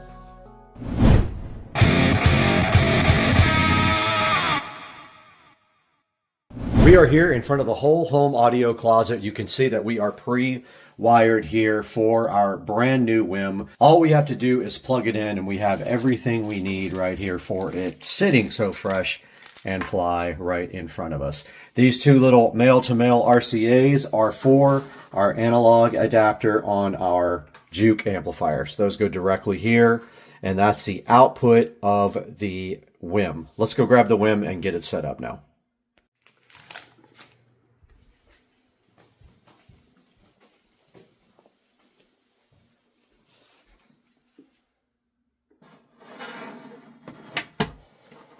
Okay, we did get our WIM connected. Everything worked perfectly. We have our output of our WIM feeding our Juke whole home amplifier. We have our output of our dot here feeding the input of the WIM in case we want to use that. We have the subwoofer output going to our distribution block right there, which feeds that sub and also the house. We have our Ethernet plugged in here. It is a Cat 6 cable, and it goes to a 2.5 gig switch right down there. And then we have our power cable right here. This thing is connected. All we have to do now is hide the wiring, and we're good to go. We can test it. The WIM is fully booted up now. You can see the screen cycling with the nice screensaver in the back. You can see the button lit up there. Look how good it looks. It may not be quite centered there. It's just as deep as the Juke. So there's a good look at the finished product here with my shelf all done. This is the remote for the RGB lights that go there, and once this trim goes back on, there is smart Govee LED strip to go around the trim, which should look fly. But now we need to go into the app and see if we can look at our WIM on the app. All right, we're back in front of the WIM, and you can see right here that we are playing Soma FM, Sinfera, and I love this station, but I can't play it for you guys. I will get a copyright notice. So we're listening to Sinfera, and we do have an audio volume control right here. We also have our remote that we can work with to raise the volume and do other things, or command by voice. We could do voice commands if we want to. But yeah, we can't play any of this music because it's copyrighted. We will have to play some no copyright music for you guys. Okay, when I start the video on the camera, it does mute the volume on the playback for Bluetooth, but you can see, guys, here that this is coming from my phone, and it was playing the audio in the house from my phone. So that's how you do Bluetooth, and so far so good. I'm going to show you guys a lot more of the features of the WIM when I have a few more minutes to keep videoing.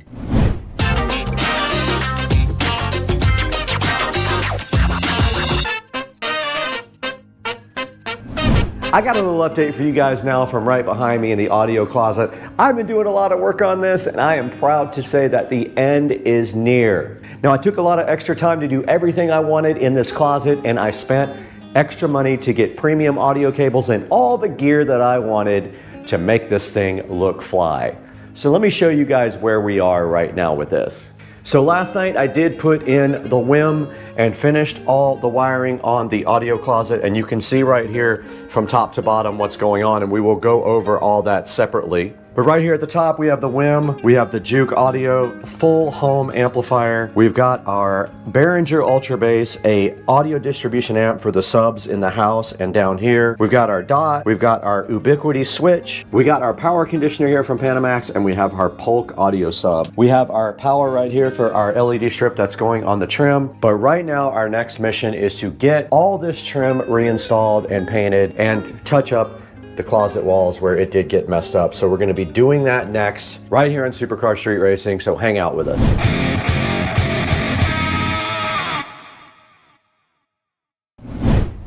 All right, today we have a couple of things to do. The trim is not all the way in. We're going to be putting the trim in. We did mess up the paint on the walls a little bit, so we're going to be patching that. And we have to caulk and paint this trim as well. We're going to go ahead and paint this whole section right here. Since we're going to paint this one, we might as well paint that as well, I think. Go ahead and get this trim reinstalled, get it nailed in with my brand new nailer over there, my finishing nailer, and then see how we touch this up and make it look good again.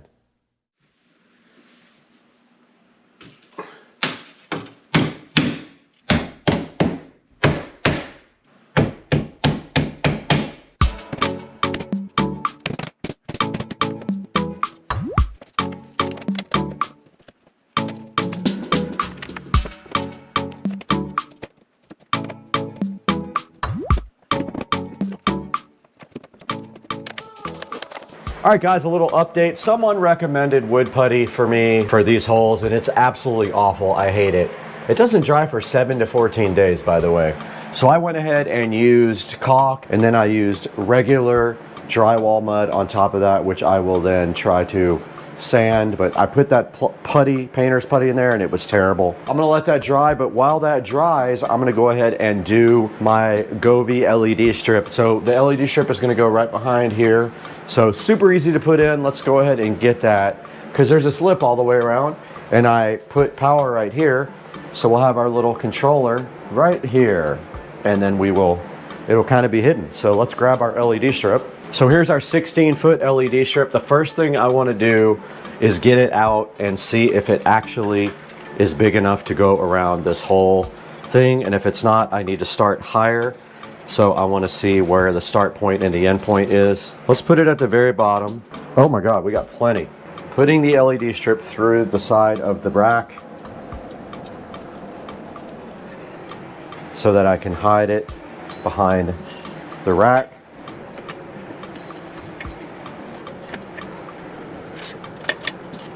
Okay, here's my plan. Power's right here, so strip's on. I'm gonna put the controller at the very bottom, tie the wire up nice behind here.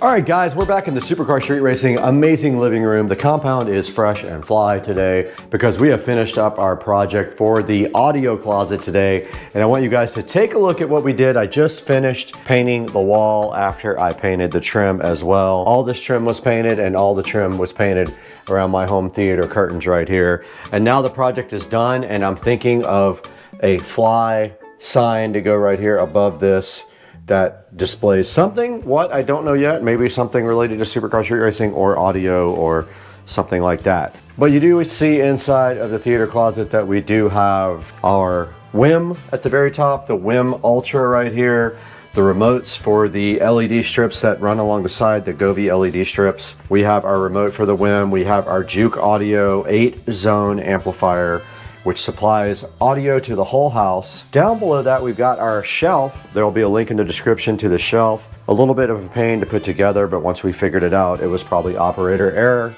Underneath that, you can see the shelf comes with its own LED strip that is circulating into different colors. We've got the switch right here, the Ubiquiti switch. We've got our DOT. I don't want to say the name because it'll wake everything up. We have a 4-port audio splitter for our subwoofer signal. One goes down here and one goes to the rest of the entire house. We've got our Behringer Ultra Bass EX1200. We have our Panamax power system here, though this does do conditioning and keeps the voltage steady and all that. It has some cool lights on the front as well. And we've got our Polk sub down here, and that rounds out our project for the audio closet. It came out awesome. The closet looks so much better. It's so clean. There's room to do, if you wanted another shelf up here, you could do a shelf. There's a lot of room left in here to do whatever you wanted. But I am so thankful to have you guys on Supercar Street Racing. To support our channel, you have to do a couple of things. You need to like and subscribe, and you need to also buy all of your products through our Amazon affiliate links. And there'll be links to all this. Look at this, it's touchscreen. How cool is that? We'll do a whole video on the WIM, but this is awesome. Like, I love this thing. It's a preamp. It's high quality audio. It's very nice. It does Bluetooth and internet streaming and all that stuff. And so you need this in your life ASAP. Guys, please like and subscribe. Buy all your links through us. And we're going to have to get going now. We have a lot of stuff to do today. We got to watch football. Jags are playing today from Las Vegas, but we got to get out of here. We're going to go straight out that front door and just keep walking as far as we can.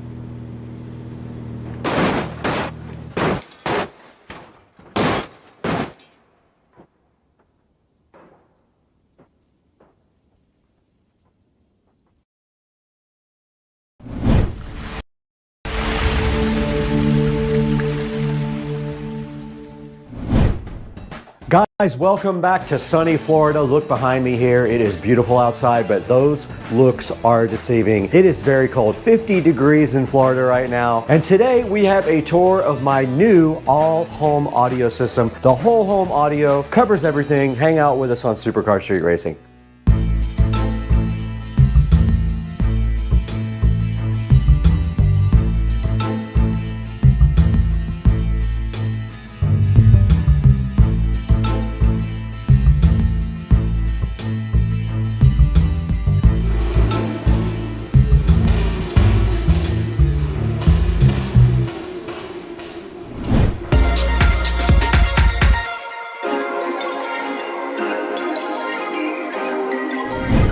Welcome back to Supercar Street Racing. Brad here, and right behind me is my whole home audio system. Today we're taking a tour of the house. We're going to show you how that works in the entire house today, and it is all going to be brought to you by Juke, who was kind enough to give us a small discount on something for this whole home audio system, and hoping we get to work with them in the future with the Juke Plus, which is their other model. This is the 8-zone Juke whole home amplifier, and we have that today to look at, and my whole house on the channel. We're gonna go through everything. I'm gonna show you all the speakers, talk about the brands, talk about this whole home audio system that is done and complete, and we're gonna go over all that right now, so hang out with us again today on Supercar Street Racing.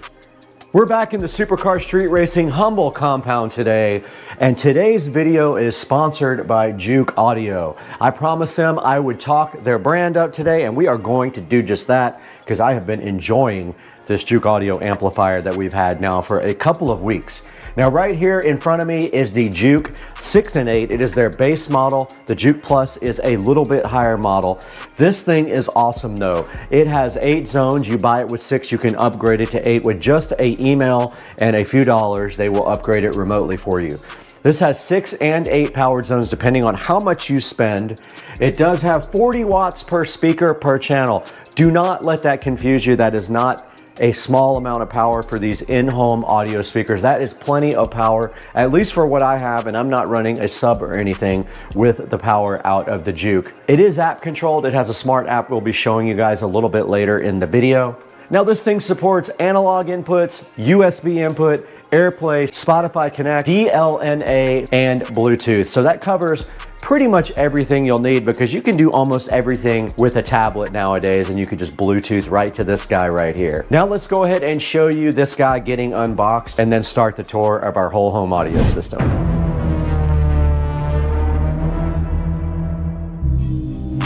We have been dealing with crappy whole home audio for years, but today we have a solution for that. We have finally spent the money to get a proper whole home audio system. Now this Juke audio amplifier is a whole home smart system. We're gonna get this unboxed here on SCSR and see what's in the box and how it works. Let's go, dog.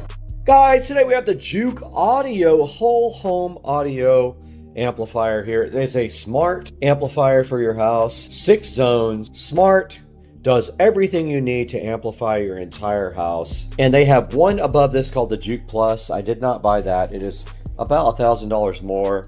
I probably could have just done that for $2,400. I got this for, I think, $1,400. So today we're gonna get this thing unboxed and see what's inside. Get it hooked up, get the app going, and see what that's all about, because we are redoing the whole home audio system in the closet, and this is an integral part of redoing everything on Supercar Street Racing. Patented SCSR knife is here opening up the box. We need to get this thing open right now and see what's inside, because I'm hyped, guys. Juke Audio, so made simple right in front of us. The whole home audio amplifier is 6 zones, smart, capable amplifier. And inside of the box, with the presentation level being elite, this Juke audio package right here. Don't know what it is, but let's get it out of there. I like it. SCSR knife is patented. Do not try to make one like this, because it actually came from IKEA. Inside of the Juke audio box, looks like some rack mount ears here, which we're not using. These look like rack mounts. A standard, maybe 2 or 3 pin power cable, some breakouts for the speakers, and also a Cat 5 cable, Cat 6 cable, and a Sound Made Simple diagram here. It does do Wi-Fi or Ethernet, and there's a start there. I already got the Juke app downloaded, but that is a good look at what's inside of the box before we get to the meat and potatoes. The Juke is so fly with the charcoal padding inside. Let's get that out. All right, now Juke did say that the optimal connection is Ethernet, which we will be using. There are 4 breakaway boxes in the back here for speakers. Literally nothing on the front here. It just says Juke Audio. No lights or anything. And then also in the back right here, there's 2 USB ports. If you want to do analog audio, you have to connect to these USB ports with an adapter that I will put in the description. It is a USB to audio adapter. I ordered that. It will be here tomorrow. They give you an Ethernet cable right here. We don't need that where we're going. We have an Ethernet cable. We're gonna put this into the SCSR closet, power it up, see if we can update the firmware and all that, and then see if we can interface with this guy, the Juke audio on Supercar Street Racing. Let's get it into the closet.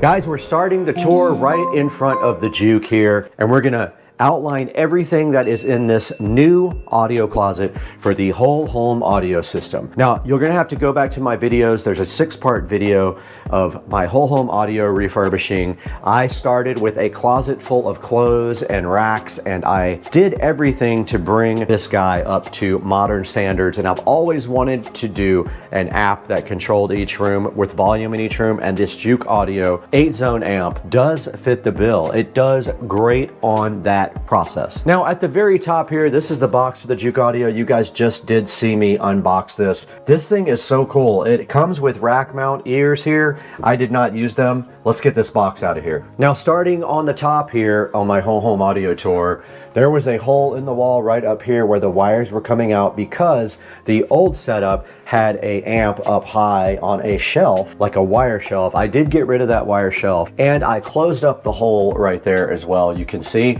And then right over here we had a wall plate with RCA jacks that fed subwoofer preamp output to the whole entire house. And then up here we did add an outlet where we have some power going into the bathroom. This is a good future expansion if we ever need power up high. Let's say we want to add another shelf right here. We have the capability to have power right next to it here on the back. Now moving down in the closet, we have our WIM here. This is our WIM streaming audio player. There is a dedicated video up with this, so I'm not going to get into too much detail about this, but this actually can do everything streaming wise that even the Juke does not do. It can do a lot of cool things like internet radio and things like that, Spotify, Pandora, you name it, this guy does it. It does have subwoofer outputs as well, which is awesome. It's very high quality. It does accept optical ins and outs. It has RCA level ins and outs, and it has coax ins and outs as well. So this is the WIM streamer. Go see my video on the WIM if you want a more detailed explanation about this guy.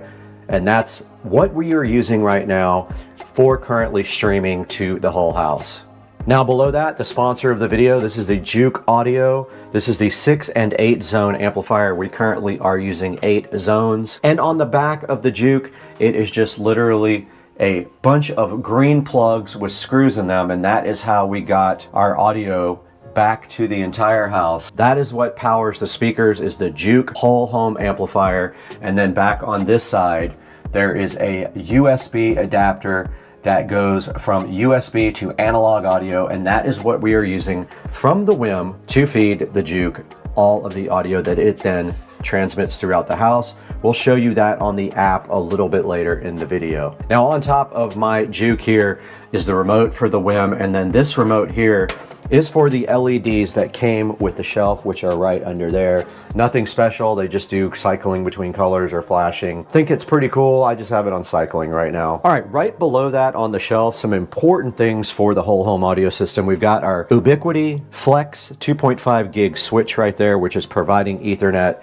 to both the Juke and the WIM there. We've got our dot right here. That is providing smart home. If we want to use that, we can. We don't necessarily have to, but we can feed that to the analog input on the WIM. Next to that is a 4-port RCA splitter. That is taking the output of this Behringer Ultra bass processor and feeding it to both the sub down here and to the house via some wall plates, which we will show you momentarily. Underneath that, we have our Panamax MR4300. This is a power conditioner surge suppressor for the whole system, and it does keep the voltage steady and also suppresses any lightning or anything like that if we have surges in the power. All right, right below that on the very bottom, we have our PSW10. This is a Polk audio subwoofer that I actually got off of Marketplace. The screws are a little rusted. I never touched those up with black. I'll probably have to go back and touch those up to make it look better. But what you can't see behind that, you'll have to go back to my video, is we have wall plates back there for sub. We have wall plates for Ethernet, and we do have power right behind this sub right here. And that was all put in my video, so please refer to my whole home audio closet refurbished video. There will be links for all this in the description. Okay, that is gonna round out the tour of the theater closet. Let's go into the next room here, which is the home theater.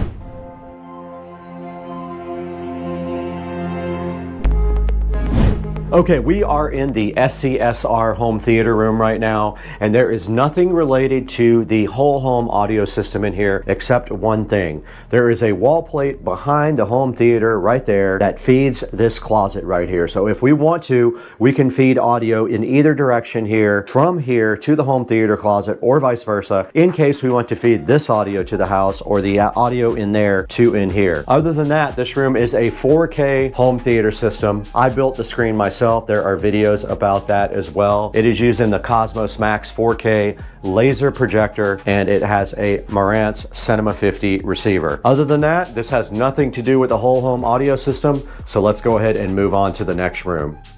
The next stop here is a familiar one if you watched all my videos on my bathroom remodel. This is my guest bathroom here, and it does have two 6.5-inch Mica in-ceiling speakers, which are fed from our Juke whole home audio amplifier. There's not much to say about this room. I always wanted to put audio in here. I finally was able to do so when I remodeled the bathroom, and I did seal this audio zone from my bedroom because my bedroom is no longer connected to the whole home audio. It has its own audio independent system in there. So we did not need to have that zone. Since we only have 8, that precludes us from putting another zone into the bedroom, and it's pretty unnecessary as we have a nice 7.1 audio system now in the bedroom with Dolby Atmos and everything like that. So this is the guest bathroom, guys. Guys, welcome to the forum. I like to call it the forum because this is where all the magic happens. No, it's pretty dead most of the time, but this is the Supercar Street Racing bedroom,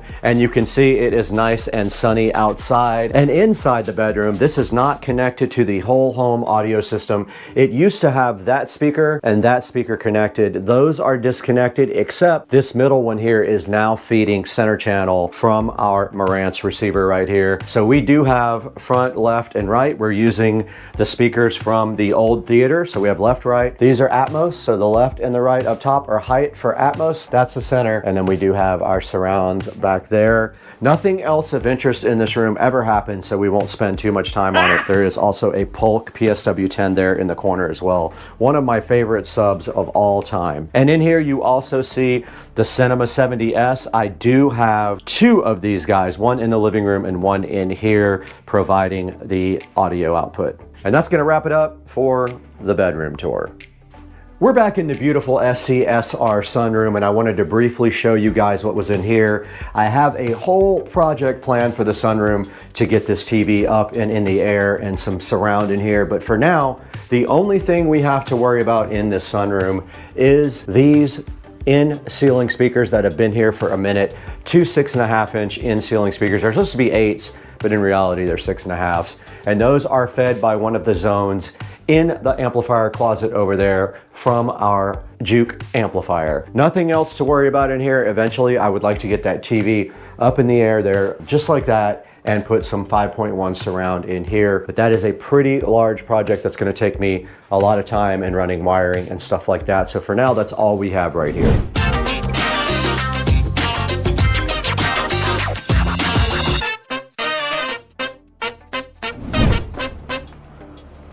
All right, pay no attention to that huge bird over there and this beautiful pool.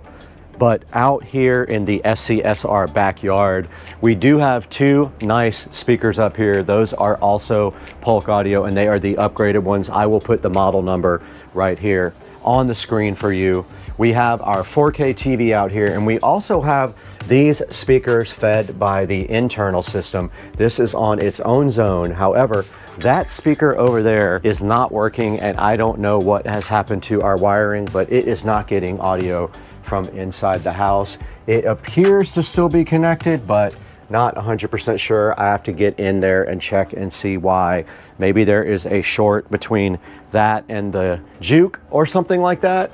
But this all comes from inside the attic, and I thought it was connected when I checked. I'll have to get up there and try to figure it out sometime. But yeah, this is the outside. I plan on actually putting another amplifier out here, back up here to power these outdoor speakers, because I don't really need to use the indoor stuff. I just want to get audio from this TV onto these speakers, and right now I can't even do that. So that's going to wrap it up from outside in the SCSR backyard. We are in the supercar street racing compound kitchen right now, where you can see we have all these beautiful Samsung appliances just chilling. We have the nice Samsung stove, which we can wake up right here. Yes, it did come on. We have this nice Samsung microwave. We have our Samsung dishwasher and our Samsung internet fridge. Here we are in front of our internet fridge with the supercar street racing channel up, and that is going to go ahead and play right here and be loud. All right, go ahead and pause that. So in this room, we do have two 6.5-inch in-ceiling speakers right here. They're actually 8s. They're marketed as 8s, but they actually come down to 6.5, which is annoying. So those are fed by one of our zones on the Juke, and then down here we have a amplified subwoofer here, which is fed from the outputs of these speakers. So there is wiring running up. There is a project for that on my channel if you guys are interested. And that is pretty much it. We do also have an Echo device in here if we want to do anything smart-wise. Supercar Street Racing living room is looking fresh today, and we are in here with Brad. And in the living room, we have a bunch of speakers in here actually. We have these center ones up here, which are fed by the whole home audio Juke in the closet right there. These other ones in the back are for surround, for the Dolby Atmos system up here, which is not quite Atmos yet, but it will be. We have a Cinema 70S, a center channel, front, left, and right. We are about to add front, left, and right there and move Dolby Atmos up to these height speakers. It has its own Ultra Bass Pro as well, and also our DMark for our fiber and our Eero 7. I am going to be redoing all of this wiring back here again when I do the speakers. I'm gonna do front, right, front, left, right here in the wall. We do have a Polk subwoofer right here, and we do have my Cerwin Vega CLS 15 right here. So we have two subs in here, and that is pretty much everything in the living room related to audio. We're back here in the Supercar Street Racing office slash guest bedroom, and in here we have two 6.5, they're really 8s again, in-ceiling speakers being fed by the Juke whole home audio system, and then also we have this nice PSW10, another Polk audio subwoofer, which adds some bass fill to this room. There's not a whole lot to be said about this room, basically the same thing. This is a zone from our whole home audio system right up there in the ceiling. And this room actually sounds pretty good with the sub going, and you would love the way this sounds. And then of course we have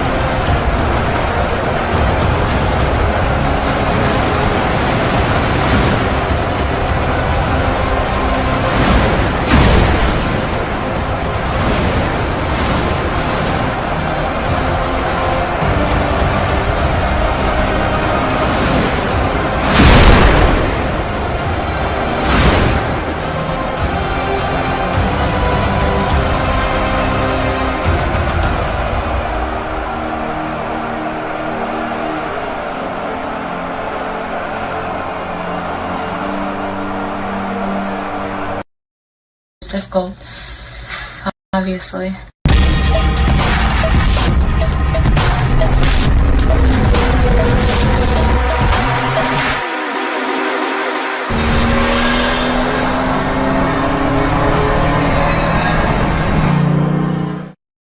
Hey guys, and welcome to the channel. Supercar Street Racing here, back again for another exciting video. And today I got something here that I've been really looking forward to, and this is a smart outdoor landscape lighting power supply and control panel, I guess you would call it. And I have not even opened it yet, so you and I are going to be taking a look at this for the first time. And got silicone all over my hands from doing some stuff outside that I didn't think would stick to me forever. Okay, so this is a 200 watt power supply. This is going to be controlling all the lights in my backyard, where I currently have 2 timers. I'm going to be replacing it with just this 1 timer. And also, I do have some AC landscape lighting. I would like to eventually get rid of that completely because it's a problem when it rains with the GFCI breakers all breaking the connections. But yeah, let's take a look and see what we got in here. So this is a smart landscape lighting timer, which is intriguing since everything I have is smart based. Opening it up, first thing we see here is we've got an instruction manual, and it looks like some screws and drywall inserts. We are not going to be using these. We actually have some concrete screws that we're going to be using to mount this to the stucco on the side of the house. We got a nice little instruction manual here for this guy.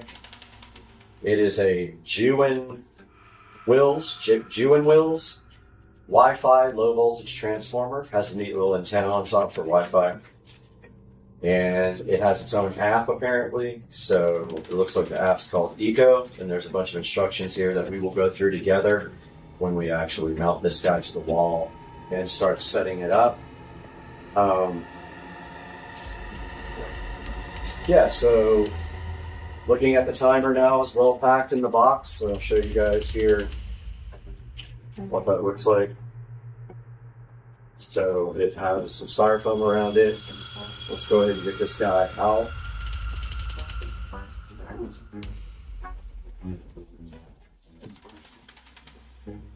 And unbox it. Try not to mess up our table in the process.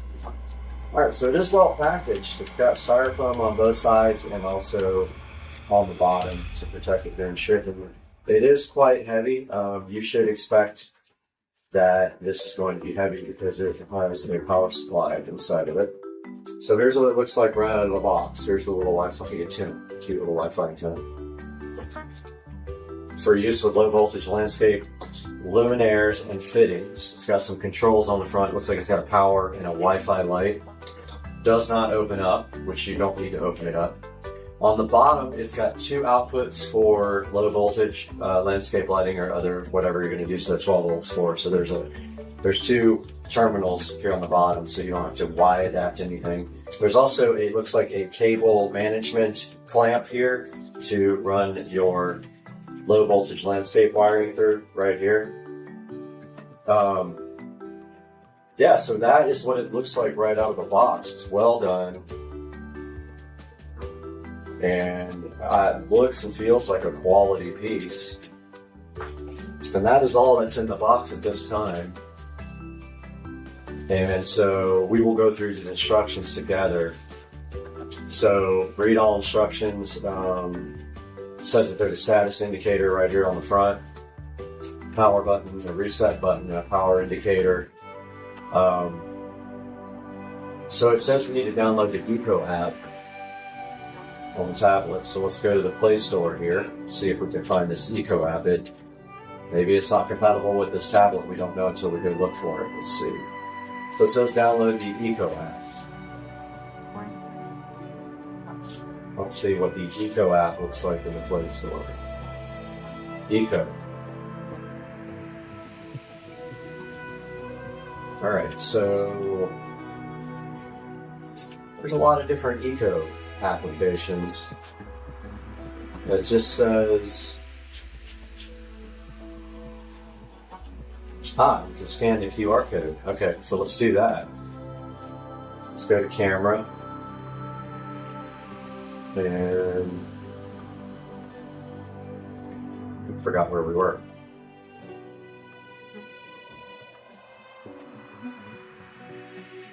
If we can ever get this thing to pop up a... it doesn't want to pop up the scan.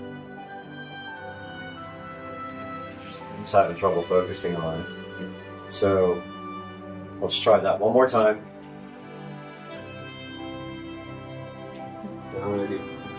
Eco Plug, it says on the App Store. Let's do that. Let's go to the App Store, Play Store, and do Eco Plug. I think I just saw it actually. Eco Plug. Aha, I found it. Eco Plug. If you guys are looking for it, it is a little... It has the word ECO on it with a little blue symbol. I'll show you guys later. Go ahead and installing that. It says to reset this. I think we could go ahead and maybe set it up in here. Alright, we got the app open here. So it wants me to go ahead and log in. I don't have an account. I'm going to create an account.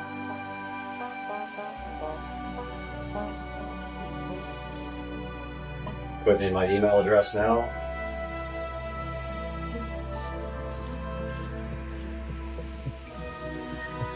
Making a password.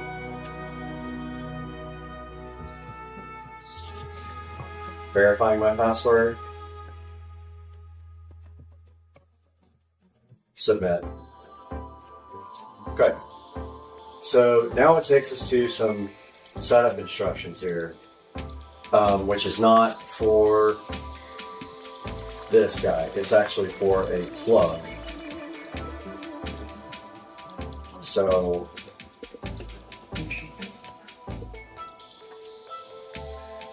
yeah, it's literally telling me a bunch of instructions that don't look like it's for this guy. So it says we need to plug this guy in first, so actually I'm going to go ahead and do that, and we'll be right back if you guys need to grab an extension cord. Alright everybody, so we did get an extension cord rigged up. I have a flashing Wi-Fi light now, so let's go through the setup here. So it says, if you decide to connect this to a new router, try resetting the Wi-Fi low voltage transformer. Press and hold the power button.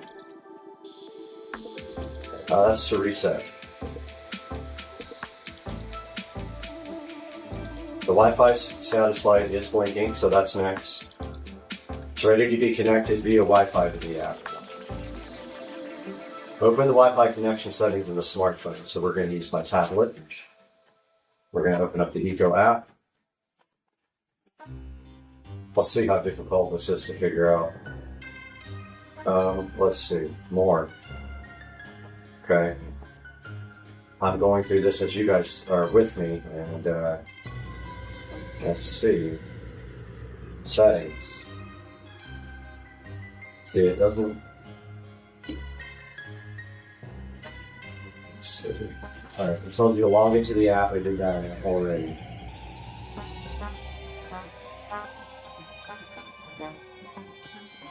Okay, it skipped a whole section here. It said that there's no settings there. Setup instructions.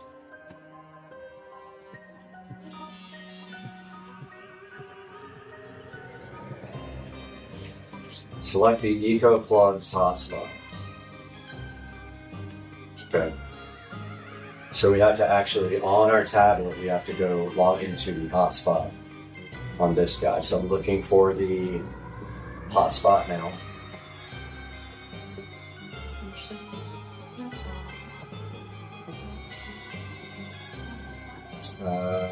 Eco, I found it.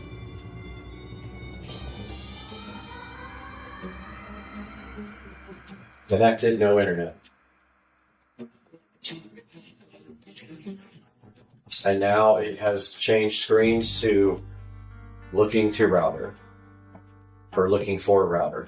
Okay, so now it's got a list of all my Wi-Fi networks, and the closest one to that wall is going to be my main cable modem. That is my main Starbase. Let's see, Starbase. That's funny, I don't see my main router on here. Interesting.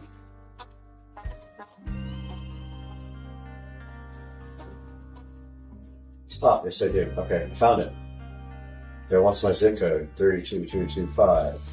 Name device. Let's call this landscape.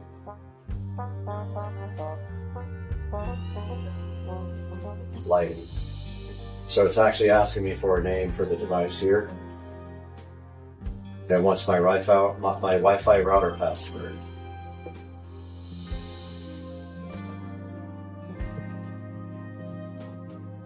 And you click save. I would record this, but I had massive problems editing the video yesterday when I had the tablet overlaid. I tried about 100 times and gave up. Okay, it says it is connected. Okay, it took me back to the setup instructions. Okay, it says it's complete.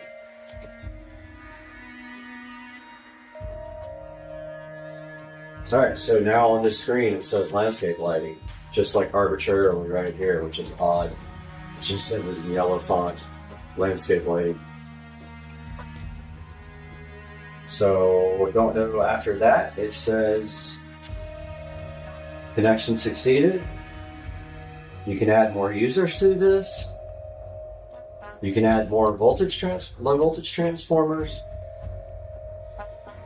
And I'm assuming there is a skill for this, but it does not really say. Maybe you can't use this with Alexa. It has to have a skill to be able to be used with smart systems. I thought it had one, but if it doesn't, it's no big deal. Smart vehicles average 65 feet. Just tell me about smart vehicles. Features for individual smart vehicles vary by model and year. Try asking about a specific smart model. Alexa, cancel. Okay.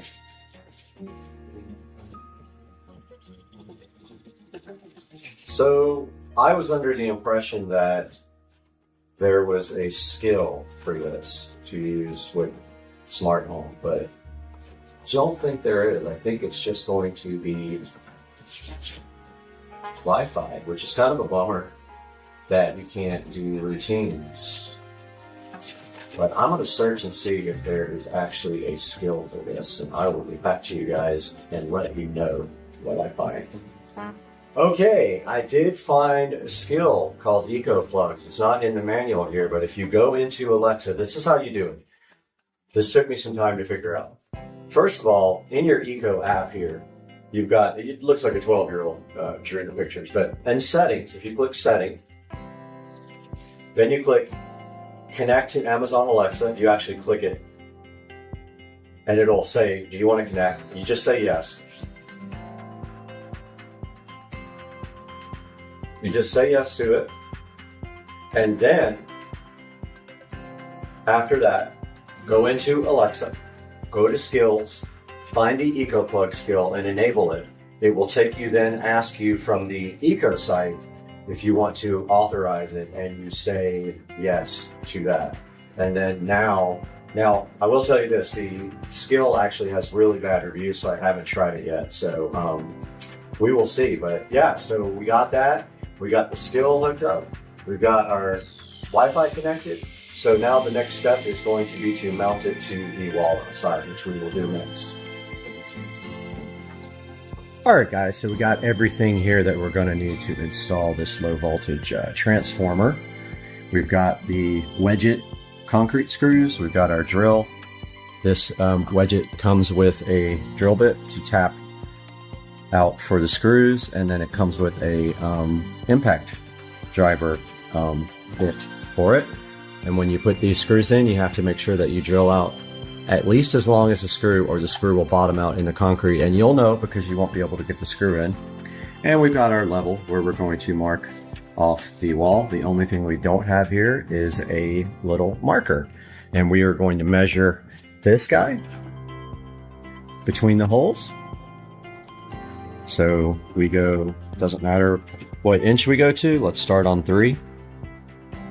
So it looks, wow, they made this like not even close to being the certain distance apart. This is actually, I don't know, that's weird the way this ruler is. Oh, because I'm on millimeters, that's why. 0, 2, 4. It's actually 4 inches apart, I think. Let's see. Nah, not really. It's, I mean, I'm right on the 2 there. It's 1, 2, 3.75 wide. 3.75 there. Let's see, because that's not 0. Yeah, it is. Okay, now I see it. Now I see it. Yeah, it's 3.75 between screw holes. So that's what we're going to go outside and drill once we figure out our mounting location.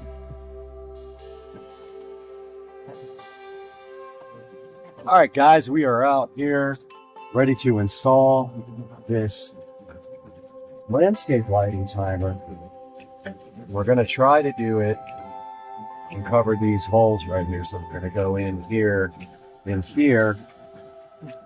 and double checking my measurements here. 7 to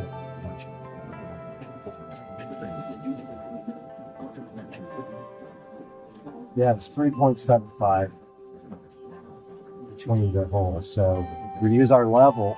You can use your laser level too for this if you have one. I do have one of those, but I didn't bring it out because it's something easier. So we're going to start here. We're going to make sure our levels, bubble is right in the center. And we're going to start right over one of the existing holes, which is right here. So 14 will be here. And level it out again. Bubble's right in the center here. 3.75, so it'd be 14, 13. So 1, 2, 3, 7, 5.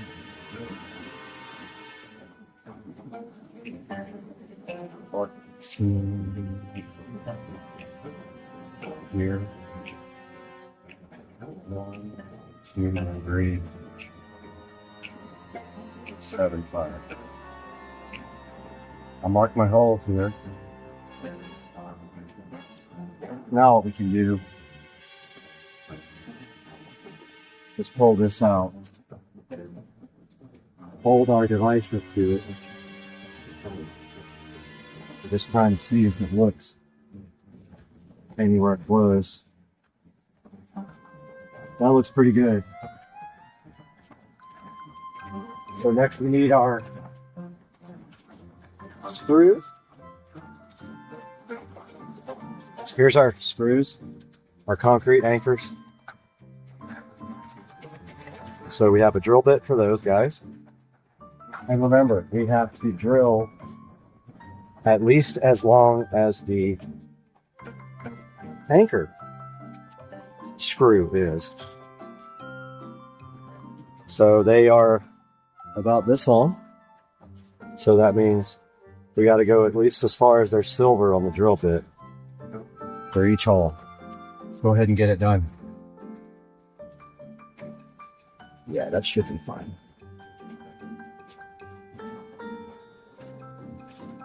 Okay, so the drill bit tried to walk on me. That happened. You could be off a little bit on here. All right, drill bit's loose.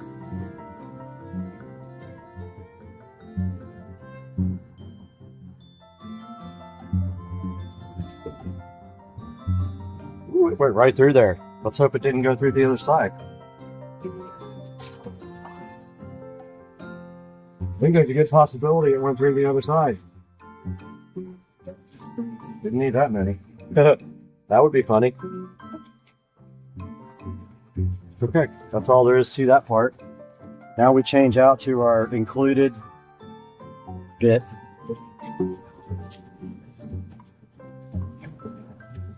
It comes with its own nut driver. Now we don't want to go all the way in because it has to hang on these.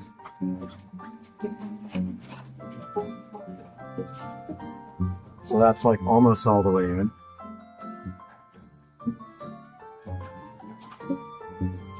And if we have any issues, we'll back these screws out a little bit.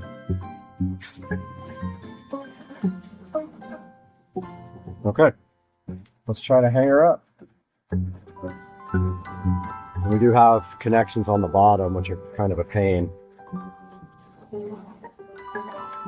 So we'll probably take it off again to do that. See how good we did here, if we messed up or not. Okay, there's our new box. It looks level. I think we did a good job on that, guys. I mean, honestly, now we can run the wiring over and up the wall here. But first thing we're going to do, looks like we got enough wire. We'll probably have to extend it once we do concrete down here and put a tube in for it to go through, like a PVC pipe. But these are different kinds of screw terminals.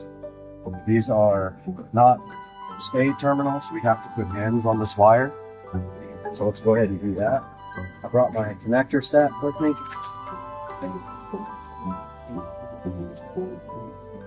We're going to cut these ends off as close as we can, which unfortunately makes the wires even shorter.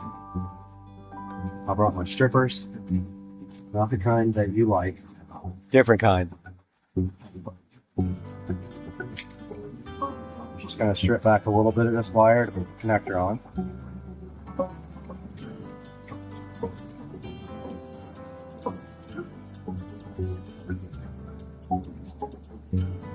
Wow, you can see this wire is already getting oxidized.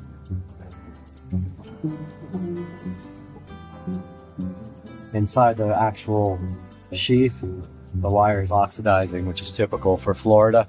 So sometimes I use shielded wire, like the speaker cable. It has an extra shield on top. And that keeps the wiring from getting oxidized. Now we need a spade connector, not a.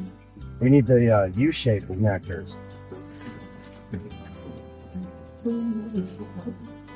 So I think the red is our size, but I forgot to bring the crimper.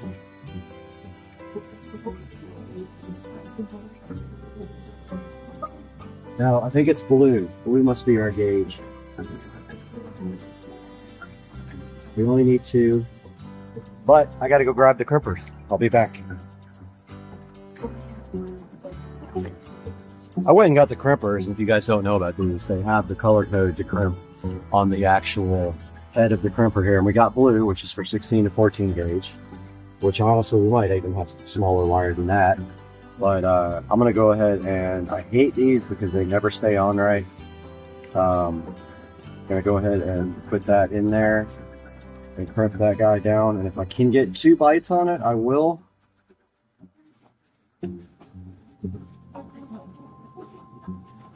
I know it feels like it's tight, but I promise you.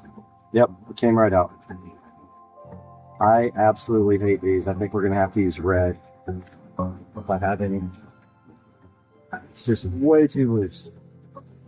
All right, there's one red. Yeah, these fell one time, and of course they all got jumbled up. There's another red. Let's try red. Those are for 22 gauge, and I believe this wire is very, very thin. Guys, it's always worth it to buy better quality wire for everything you do. Don't buy cheap wire. You're going to regret it down the future when you have to replace things. One example is the speaker wire for outside. Always buy shielded, so it has the positive and the negative inside of a shield like this stuff does. Amazon Basics makes great shielded wire, and I use it outside now because my other wire has broken down over time due to being in Florida. The moisture and the heat breaks down the wire. Man, thing came right out. I absolutely do not like using these things, man. I'd all help not using crimp-on connectors like these. Do yourself a favor and avoid them at all costs. Get some soldering connectors or something like that, but these things, they suck. They're the cheapest, crappiest things in the world. If you try to go too hard on them, they'll just break right in half. Alright, I mean, that's good enough for now. So now what we gotta do is get these guys connected to the power supply. I mean, they give you a wire management ring, but it's like 100 times too big for landscape lighting wire because this is a small gauge. Ooh, head rush was good up. Alright. So I don't want to put this thing on the ground. Brand new. So I'm going to go ahead and wire this guy up. I'm going to pass it through the loop, the cable management loop, which won't do anything because I'll have to zip tie it in. So one of them says common and one of them says 12, and I don't know which one is positive, and I'm not sure if that makes a difference, if they'll still light if positive is reversed. But I'm going to try it anyway. I'm going to try it anyway. We also have a light over here that's missing because when they were putting in the pavers, they upset the light and we didn't. I just took it out. But I believe the wiring all works besides that. I don't think they actually punctured the wire. Hopefully, I don't want to have to run all new wire. But we do have this first part wired up. That should be it. Let's rehang our box. There we go. Now we're going to require some cable management here. Of course, this wire is not long enough. That's going to have to be extended. I got to wait and see what's going on with the concrete first, but we can get our power situated. So what I'm going to do with the power is just run it like this, and then put a little clamp there into the concrete, and then I'm going to zip tie it. Since I can't get into this clamp, I actually could remove this clamp and run it through there. I think I'll do that. And then we have to punch out these little things in the box, electrical box, to be able to plug, to be able to run the wire down. Make sure you guys are in frame here.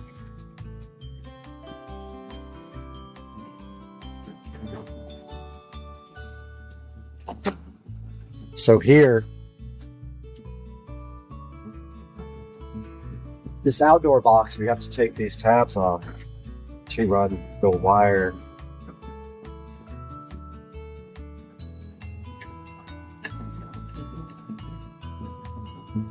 This is so you can run the wire and shut the box. So you have to pull these tabs out.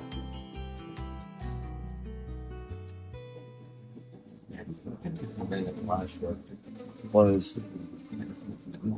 Gotta do more than that, but these pliers are too big.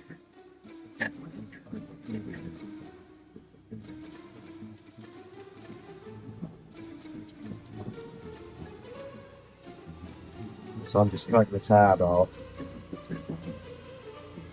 It's a little plastic removable tab.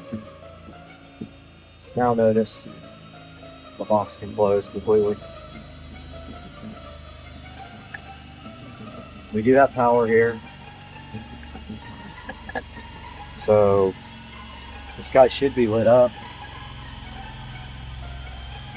It is not lit up. Why not? Maybe I just can't see it.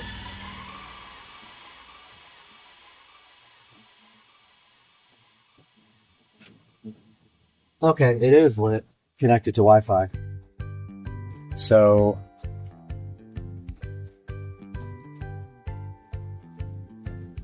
I can't see. Okay, now it's on. Red is lit up on the power.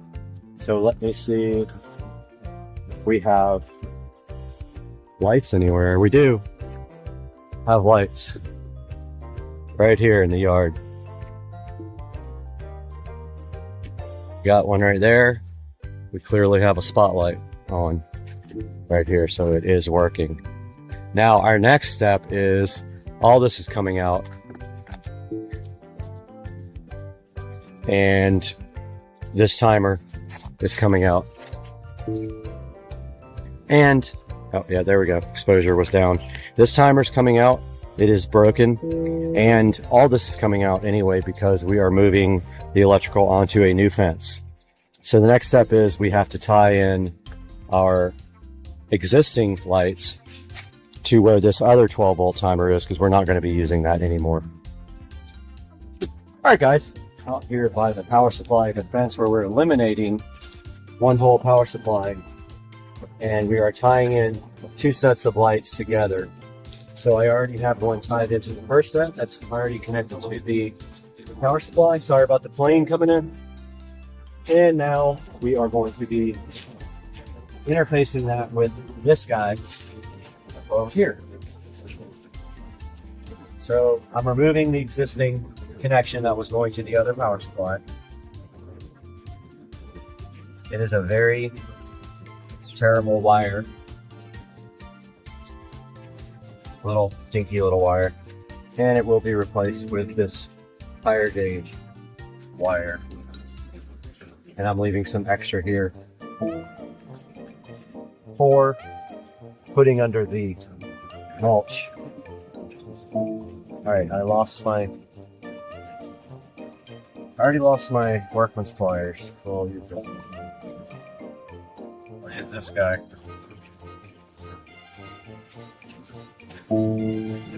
Alright guys, so here's the end, splicing into the existing landscape lighting. Yes, I use my teeth a lot when I do speaker wires. Got my strippers here.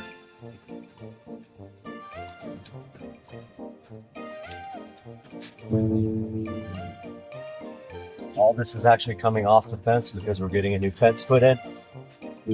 But for now, this can be wired.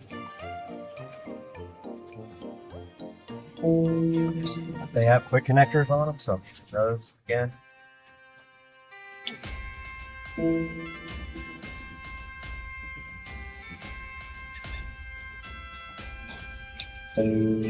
That's that. And all we have to do later is just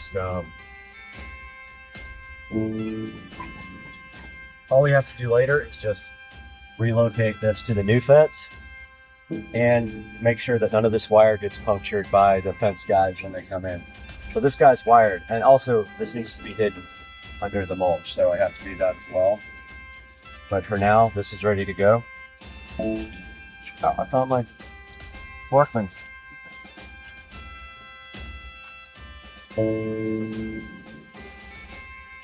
I've lost so many tools out here, guys, would not even believe it.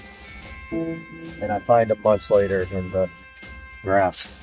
Okay, time to test. I'm gonna go turn on the power supply.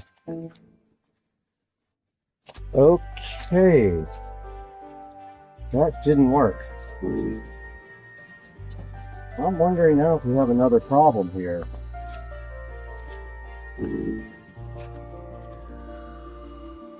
of these lights came on. My wires in there good.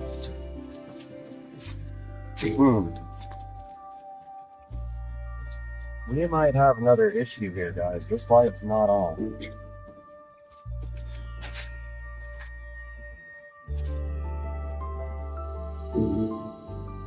Yeah. That's very interesting. Unless I totally did this wrong. Shouldn't be wrong. Alright, I'm gonna do some investigating. I don't know why these guys didn't come on.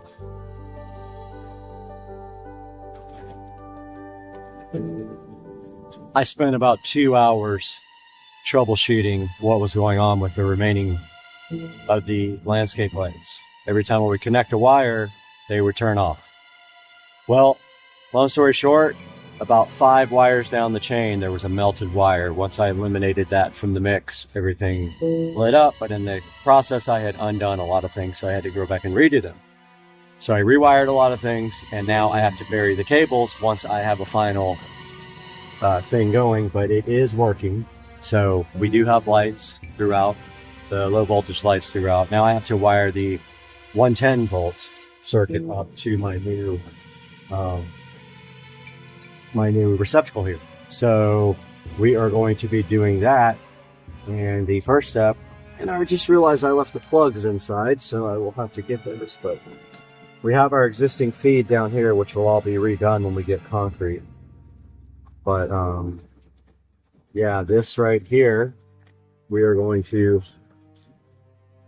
put a plug on and extend the wire. So the first thing is we're going to cut that. Man, the flies and horse flies and like everything are bad today. It's not even that hot. I think it's like 85. So we are going to use this full light wire for now, or maybe forever, who cares? And we are going to splice into this guy to extend the AC wiring out to my garden. The way we're going to do that is with wiring nuts and electrical tape. Once it's final form, I'll redo all this, put a box in and all that jazz. But for now, it's about getting the power back on in the garden. I've been off for a little bit due to this whole area over here being redone. So I'm wiring nutting these guys together to extend this wire. Then we're going to throw a little electrical tape on that guy. This will be laying or buried for now until we redo everything.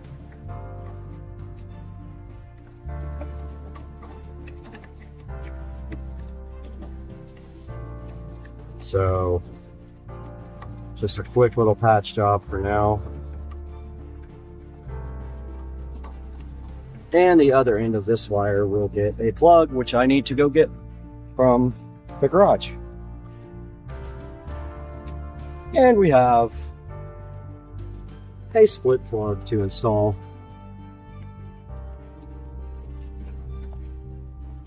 So this plug just has a screw here, and it comes right apart like that. It's got 2 wires on the inside, 3 if you use the ground. So you just run the wires to these screws, tighten them down, close the plug, and that's it. First, we got to figure out how long we want our cable to be. So let's leave a little bit of slack on the ground for burying it. We're going to go up this guy, up this guy, up this guy into there. This should be plenty. Go ahead and splice this wire. Splice it, I mean cut it. Take your razor knife and splice back a little bit. This is a plug end. I don't want to do too much. I only want enough wire going into the plug where it looks clean on the other, on the end of it when we close the plug up. So I need to see how much that's going to be.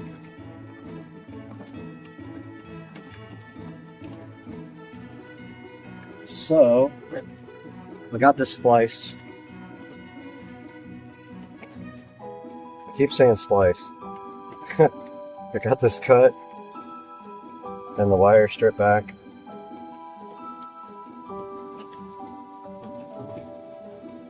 Oh, oops.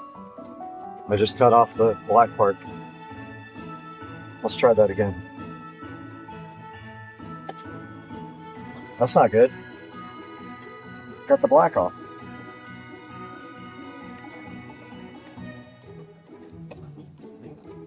Probably won't work like that. What do you think?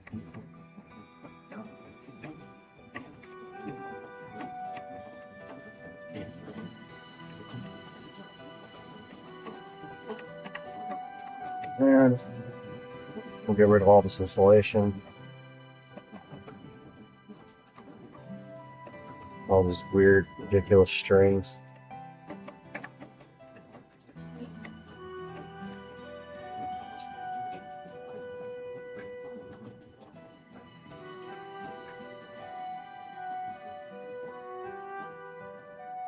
Part of the insulation or whatever.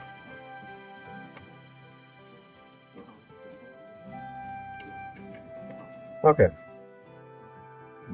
We got our bare wire here now. Now strip it back. Don't need much. Oh. I swear I'm brain dead. I'm an idiot. Why does it keep...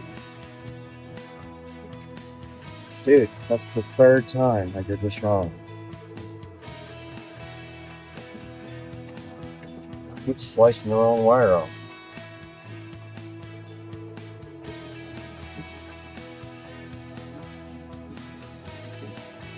I wouldn't believe it if I didn't see it with my own eyes, but I just did that twice. First I sliced the black off, then I sliced the white off. Trying to take the insulation out. An idiot. Stupid. Green can come off.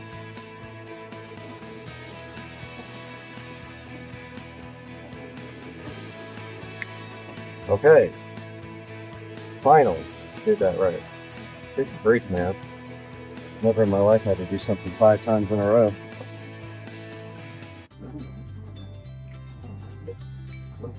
Now, slice.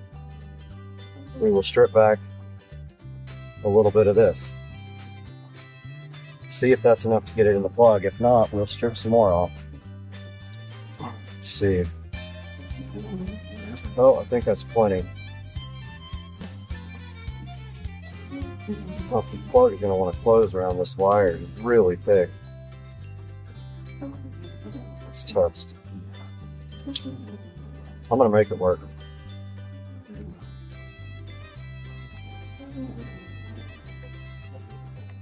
So I'm just going to get rid of all the rest of this insulation and try not to cut any more wires like an idiot. I'm going to make it work, man.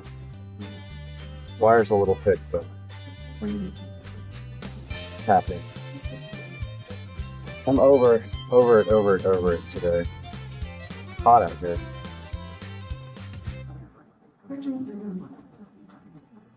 Okay, one thing I noticed immediately. Well, okay, we're going from this side. Yes. Okay, so... That's interesting. The screw to close it is in the way. You have to strip more back. Man. This thing's a pain in the ass. So, the screw to close it is actually in the way of the wires. And so if you don't strip enough back, it will not close because you'll be blocking the screw. So you have to navigate around the screw to close the plug. Like this. That screw will take those wires around it when we wire them.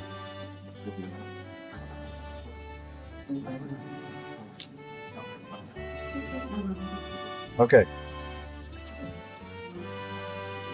Doing the actual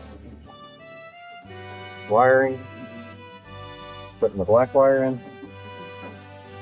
So actually, okay, so facing the outlet, the white neutral wire always goes to the left.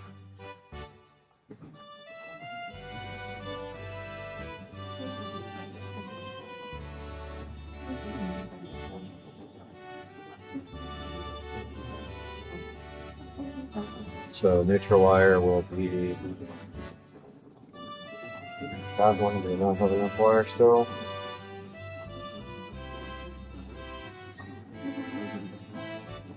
And this is going to be tough to put together.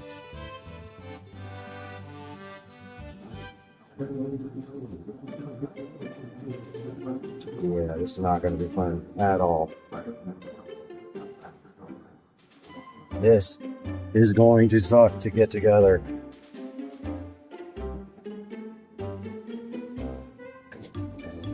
If I can even get it together.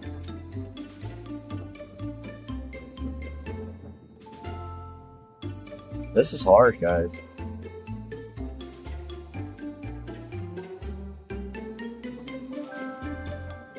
There's not much room and this thing has to fold together.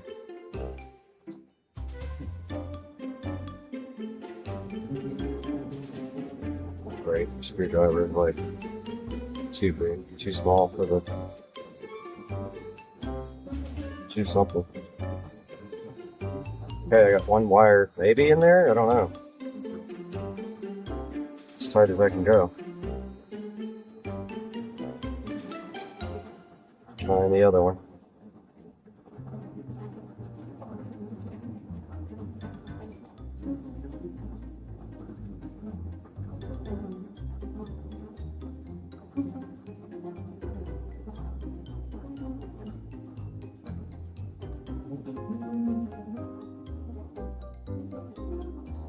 Pretty tight.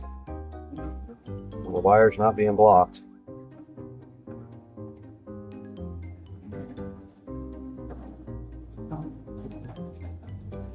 So let's try to close this thing.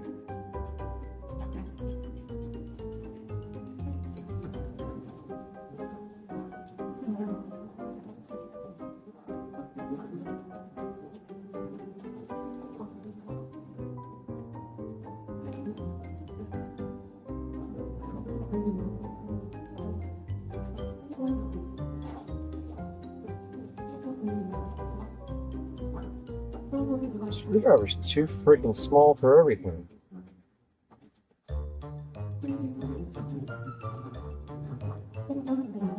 They're too big. One or the other just sucks. Okay, got the plug finished. All ready to go. Now I'm just going to wrap an electrical tape around the end part where it doesn't have any insulation.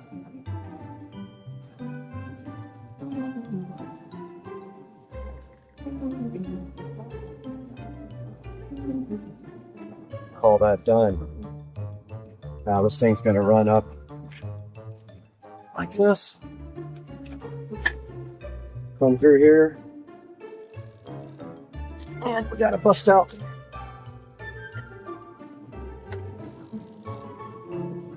the heavy plastic.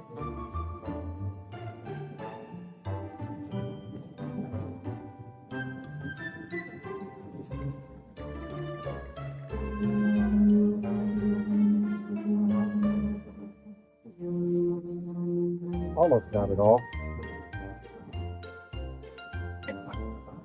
Could be enough. Oh, ouch. Have lubricant.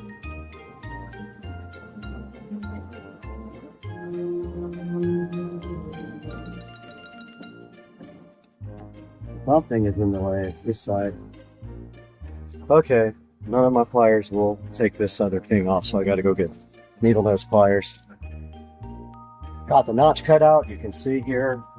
Got about 10 minutes till I have the meeting for work. So can't go too crazy, but got both the wires in there. Now we just have to tie them up.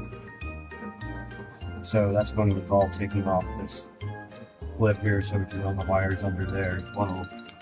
For now, we'll get our zip ties. I think I left the black ones. Let's see if these guys will go around it.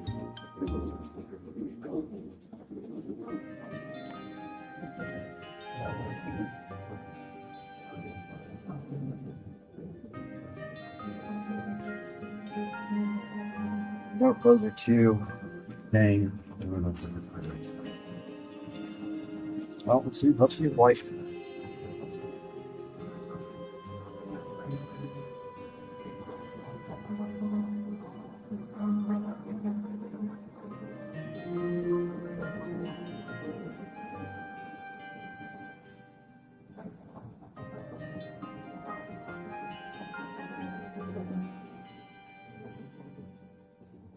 So I'm dressing the cables,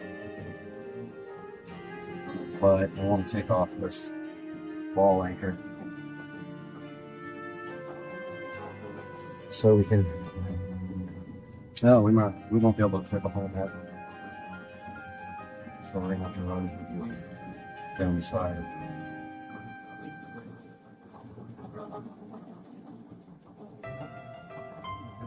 Oh no, please not.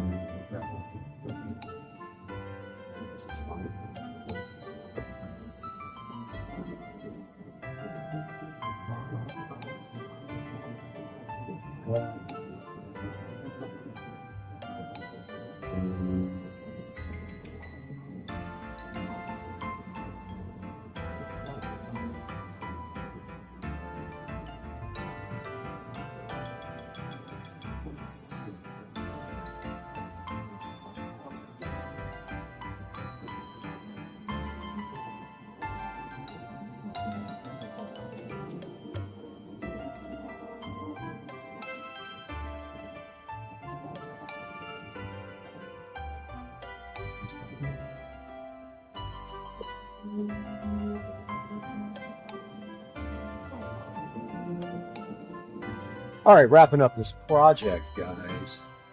We're just doing the wire cleanup down here and getting this wiring all tucked in behind this pipe. Just for now, when we do concrete, we're gonna have to come back with some conduit. So this will just clean it up now. Make it more good. That's what we were doing. And we'll clean up all the tools.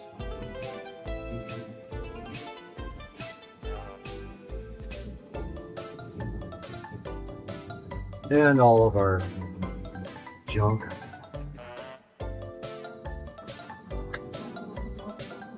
Careful with those zip tie ends, they will cut you.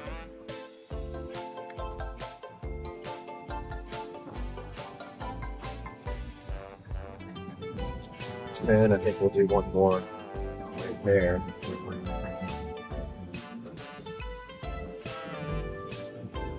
Really weird about like the wiring being perfect.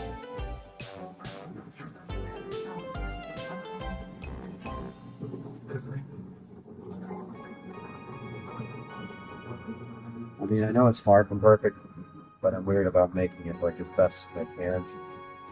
I don't like it when you can see these zip tie ends either.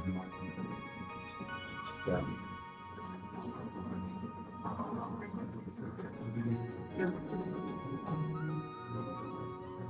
But yeah, guys, unless I need more power here, in which case I'm going to have to put a power strip there. Also, I did not test the power going to the fence over here, so let's do that real quick before we wrap the video up. Here's a good look at the pool, by the way. They're still working on the chemistry. So we've got to check and make sure we have power here.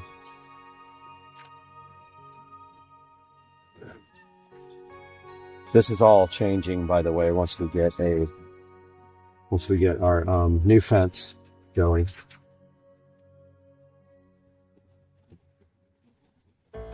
But yeah, for now, has a timer on it.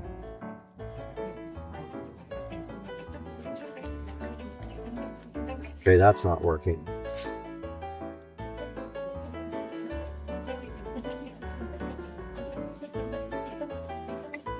For some reason this is not working. Oh, there it is. All right, we do have power.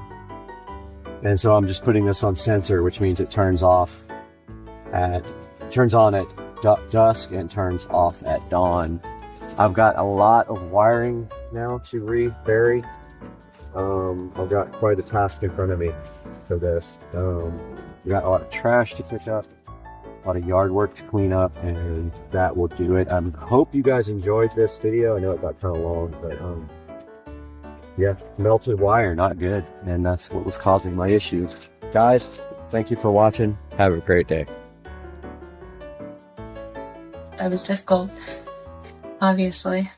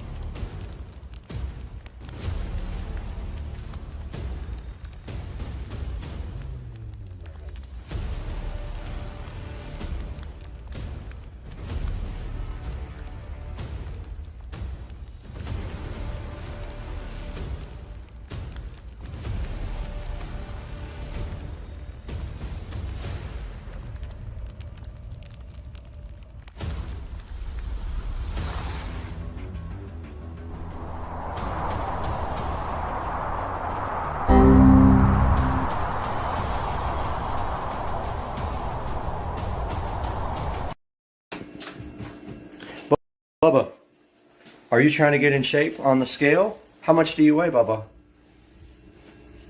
I can't see your weight if you block it with your big body, Bubba. Are you on keto? Amazon decided to disable a certain feature of another device I have, and inside this box might be the flagship of all of the devices that Amazon sells. But we're going to open it up today and let you know, because it doesn't have a screen on it, but it does have some other cool features, and inside this box hopefully is the answer to a problem that we have, and I didn't even know it was a problem until a couple of days ago when I got my new 65-inch 4K TV outside on the patio. So what do you guys think? Is this thing going to solve my problems or just create more and get returned? And also, this is a refurb, so this is from the Amazon refurbished store. Let's get right into it today, guys, on Supercar Street Racing and get this product unboxed and out on the table and have a look at it.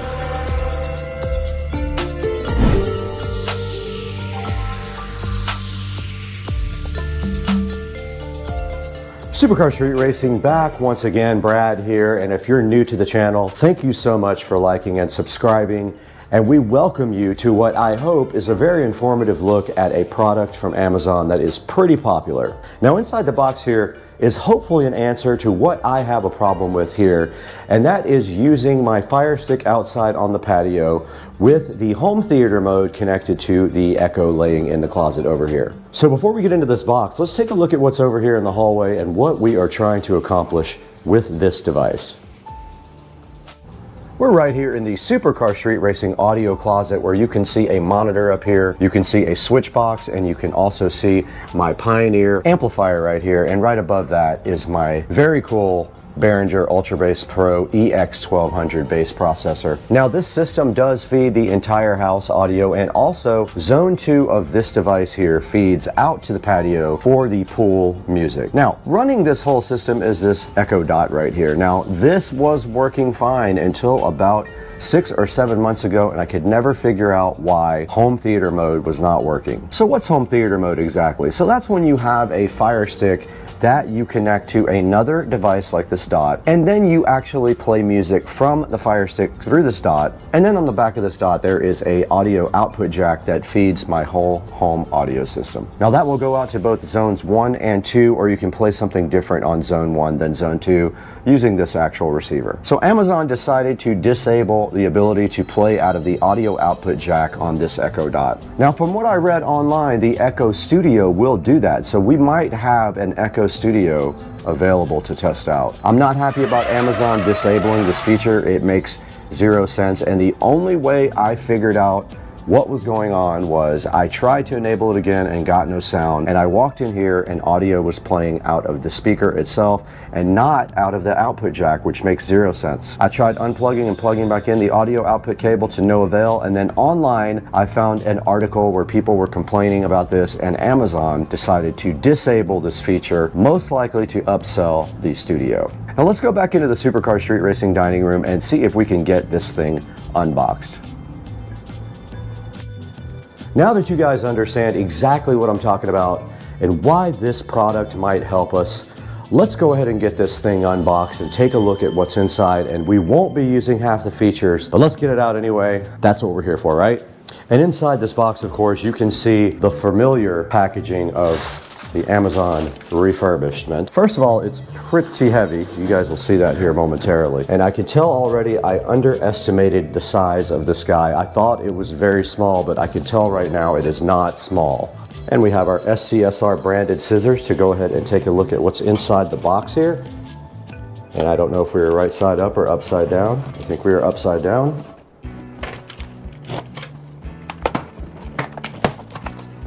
And they do provide you with a little handle here to get this out, which is very cool. That is bigger than I thought, and that might be a huge problem for me. Let's go ahead and get this thing unboxed. That's all you have to do to unbox it, is just pull that little sticker off. And then inside the box, it comes in a nice cloth. Unlike all the other devices, this has a dedicated power plug. Wow, this thing is massive. Okay guys, so right in front of us here, we do have the Echo Studio.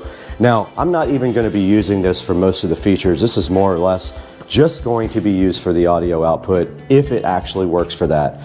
Now, I do have a problem already that I see. This is absolutely huge. I thought it was a small device. This may not be able to be used, but as you can see here on the back, we do have the proprietary power plug with that appliance looking connector. We do have an audio output jack, and we do have a USB port, which is not used except for maintenance. Now inside of this, supposedly there are two speakers, one subwoofer down here and a regular speaker up top here. And on the top you can see what looks like maybe lights, and then you can see the power button, the plus and minus button, and the mute button sitting right on top here. And this right here is the port for the subwoofer, and then on top you can see the smaller speaker there, which would probably throw audio up for higher frequencies. Now I'm putting the scissors next to this so you can see kind of how big this is. It's about as tall as my pair of standard scissors and about 3/4 as wide as a pair of standard scissors. Now they did also give us this instruction manual with it, and on the first page it shows you exactly what's on top. There is a light ring, there's an action button, volume up, volume, and microphone off and on right around the top, right there. So you will need to go ahead and download, gonna wake up everything in my house, but works off the Alexa app. So there's not much else to do at this point except go ahead and get the power cable out. Here's the included power cable. Again, the packaging is done really nicely. And if we look on the back there, it does just have a standard appliance type connector. I forgot what the name of that connector is, what that is called. Okay, we're back in front of the audio closet here, and we have very limited space. It will not, most likely not fit right here. We can try it. We can try to slide over the receiver, but I don't think that's going to work. I think we're going to end up having to put it down here. It also needs its own power plug. So let's move some stuff around in here and get this thing in here and see if it actually does what we bought it to do.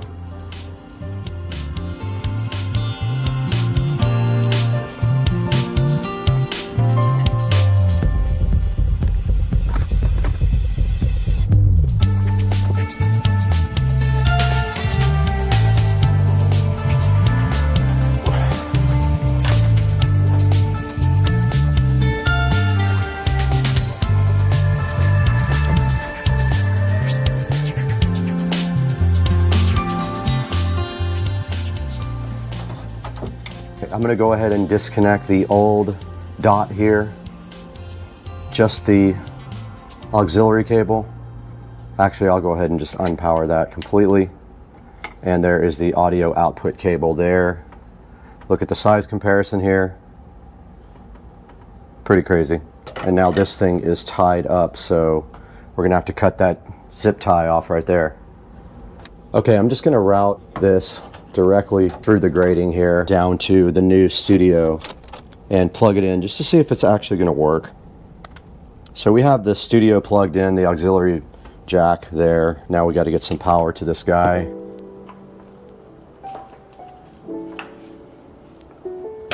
Let's go ahead and plug this in and see what happens.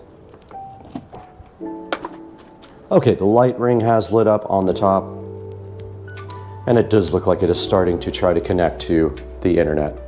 Now I pre-set up this on the app. They sent me an email and I was able to get everything set up ahead of time. Let's see what happens when it boots up.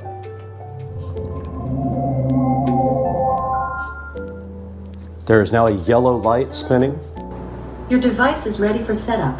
Just follow the instructions in your Alexa app, bringing your device online. Just a moment. To continue setup, go to your Alexa app.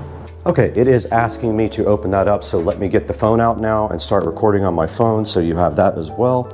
All right, we did lose the audio for that part of the shot there, so I wanted to go ahead and go over some of the settings inside of the device when you put it into the app, which I can't say because it'll wake up the one behind me. But here in front of me, we see a picture of the player settings here for the Echo Studio. And at the top, I already changed the name to Audio Player because it was defaulting to Brad's Echo Studio, so I already got that changed. Now these are the speaker settings here, so you can select to connect multiple speakers at the same time or any of the Echo devices. You can see a list of all mine right there on the screen right now. And right here, you can actually set up a regular remote to use with your Echo Studio. It shows you how to pair it right here in the instructions. So right here is the sounds menu. This is where you can actually just use the regular volume control up at the very top to control the volume. So it also has things like alarms and notifications. And if we go in right here to the settings, this is where you can actually set up tones. Now it didn't work the very first time I went and I had to back out of the app setting and then go right back into it, and they were actually there. So there's the regular tones, and then there are premium ones, but they all said free when I clicked on them. So I guess you can just add those at no charge. See there, they're all free, so you don't have to pay for those. And this is just the kid parental control settings here, and it is disabled on mine, as you can see. So this is Do Not Disturb. It just lets you pick a schedule or either turn on Do Not Disturb so that the thing doesn't bother you at a certain time of night. And there we got the time zone and the wake word. Now here's where you can choose the voice so that you can have your pick of American, Australian, British, Canadian, or Indian right there. So you can set your voice however you prefer it. And then you can see adaptive listening and local voice control right below that. English and then the measurement units. And that's about it for the settings in the Echo Studio. All right, we have gone into complete and absolute fail mode. Apparently this is an audio input. Even though I did my research before, there were conflicting results as to whether that would output audio, and absolutely not, does not output audio whatsoever. So this will not work for my possibilities either. So this is going back to the Amazon refurbished store, and I have to look for something else. And I did just wake it up just now. Now let's go ahead and test the sound quality.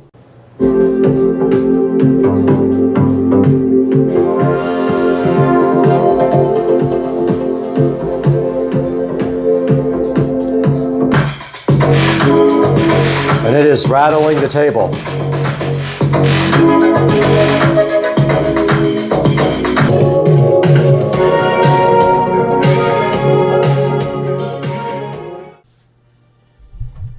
All right, we're back in front of the Echo Studio here, and just some closing thoughts on this before we go any further. This is going back to the manufacturer because it does not have audio outputs. Now, what did I really like about this? I definitely like the fact that it had pretty good sound.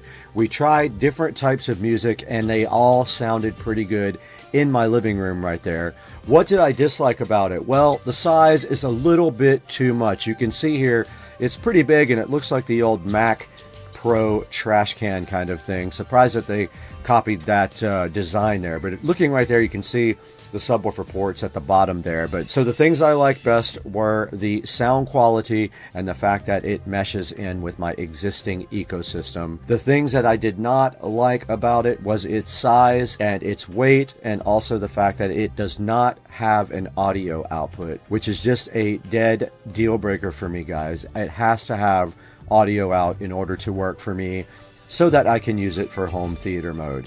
It did not work for me. It is going back to Amazon, and we'll be packaging this up briefly and getting it back on the road with UPS, guys. And we want to thank you for supporting this channel and watching the reviews and paying attention and buying things through our affiliate links. It really helps us out a lot if you do that. We really appreciate you guys.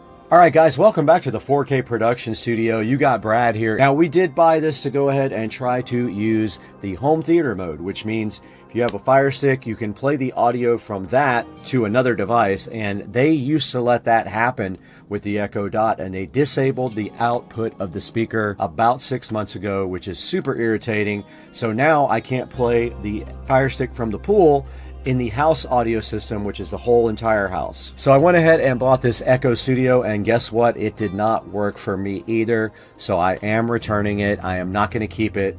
But if you want something like a speaker that sounds really good, this one actually does sound really good. It's got a nice subwoofer inside and then a full range speaker as well. And we had some sound tests for you there that you also heard, so you could see just what that sounded like in my living room. Guys, thank you so much for the support. Go ahead and click through the link in the description if you want to pick up an Echo Studio or any other thing from Amazon. It does help out the channel greatly, and we really do appreciate it. But we got to get out of here because we still don't have sound out by the pool.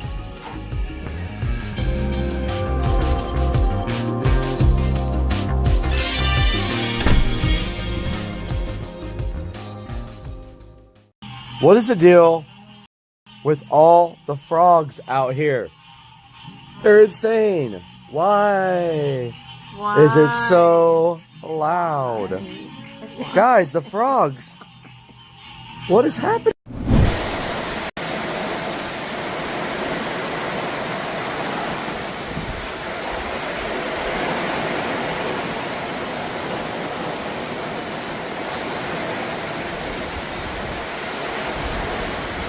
There is something strange in this room that is out of place, and it is right here.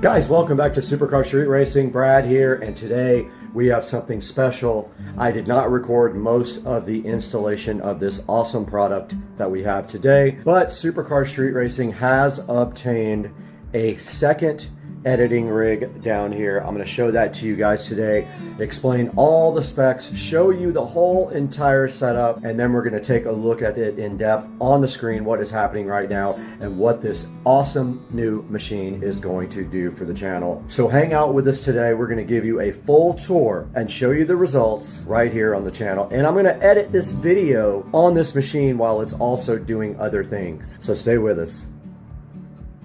Alright guys, we are in the Supercar Street Racing office right now, and you can see right in front of me here as I move this dumb chair out of the way that we have obtained a brand new editing setup for the SCSR company, and it is right down here. We did buy this used, and I did have to drive quite a ways to grab it. I drove about an hour, which is unusual because I think it's the longest and most miles I've ever put on the car, except for the day that I bought it. So we did pick up this rig, and it is perfect for what we are doing, and I went ahead and used some of my older equipment to set up here on this. Actually is a kitchen table that we have reused as a desk. I had it set up before.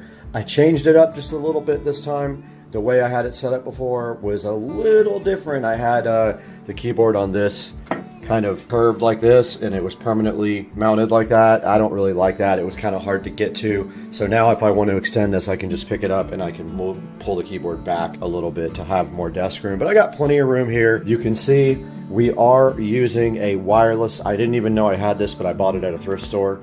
It looks brand new to me. It's a Logitech wireless keyboard and mouse setup. We are also using my Rockville powered studio monitors, which are really, really awesome. I highly recommend these if you're looking for something. They are USB, or they have regular audio inputs, and they have RCA inputs, and they're really, really high quality for doing audio production or anything like that. But for this computer, they are just being used for editing and other things right here on the PC. And you can see right here, they do have a headphone jack as well, and they are on green. If you look at the light, the green means USB. So basically all the audio is coming through a USB cable connected to the PC down here. Now for our monitors, we are using these HP monitors, but yes, we are using HP. They are 24 inch. They are only HD. They are not 4K. They do not have 4K support, but they do have Bang & Olufsen speakers. These are E243M HP monitors. Nothing super amazing. They do have built-in audio and also a built-in USB 3 hub. So I have a USB cable running from here down to the actual PC right here, providing USB 3 there, and also one on this monitor running to the PC. They're both USB 3 ports, and now this guy has a hub on the side where the mouse and keyboard were gonna go, but I don't need it anymore because I got the wireless stuff and it is much better and takes up much less room. Right next to that, you do see that we have redeployed our Keener eye care lamp. Very cool lamp. I love this. There's a review of it on my channel. Go check that out if you haven't, but here we have the capability to dim and brighten the lamp and change the color temperature as well by remote if we want to. And now it is wide open right there so you guys can see. So that's the Keener eye care lamp that we do have on the channel for your consideration to go ahead and buy. All right, I just wanted to give you guys a quick look at the back and some of the ports that are available. It does have Wi-Fi. It does have 2.5 gig Ethernet, USB-C, and every other connector I would need on the absolute planet Earth. And there is a look at the video setup for the dual monitors there. They're both using HDMI. And there's the audio outputs on it. It does have optical audio out. It has plenty of USB ports, as you can see right there. So that is the back of the motherboard there, the Aorus.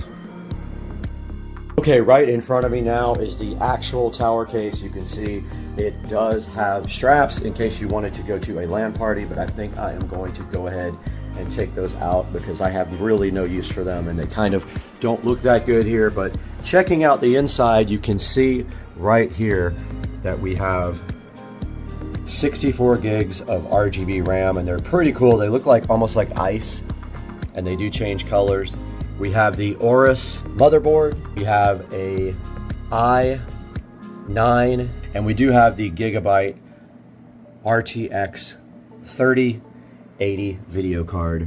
And you can see that the CPU is water cooled there, and there is a rear RGB fan as well. So that is a look at the inside. There's an EVGA power supply as well in there. No, it's hard to see. And of course this side just does come off if you take these screws like this. I'll let you guys get a little bit closer on the inside of this.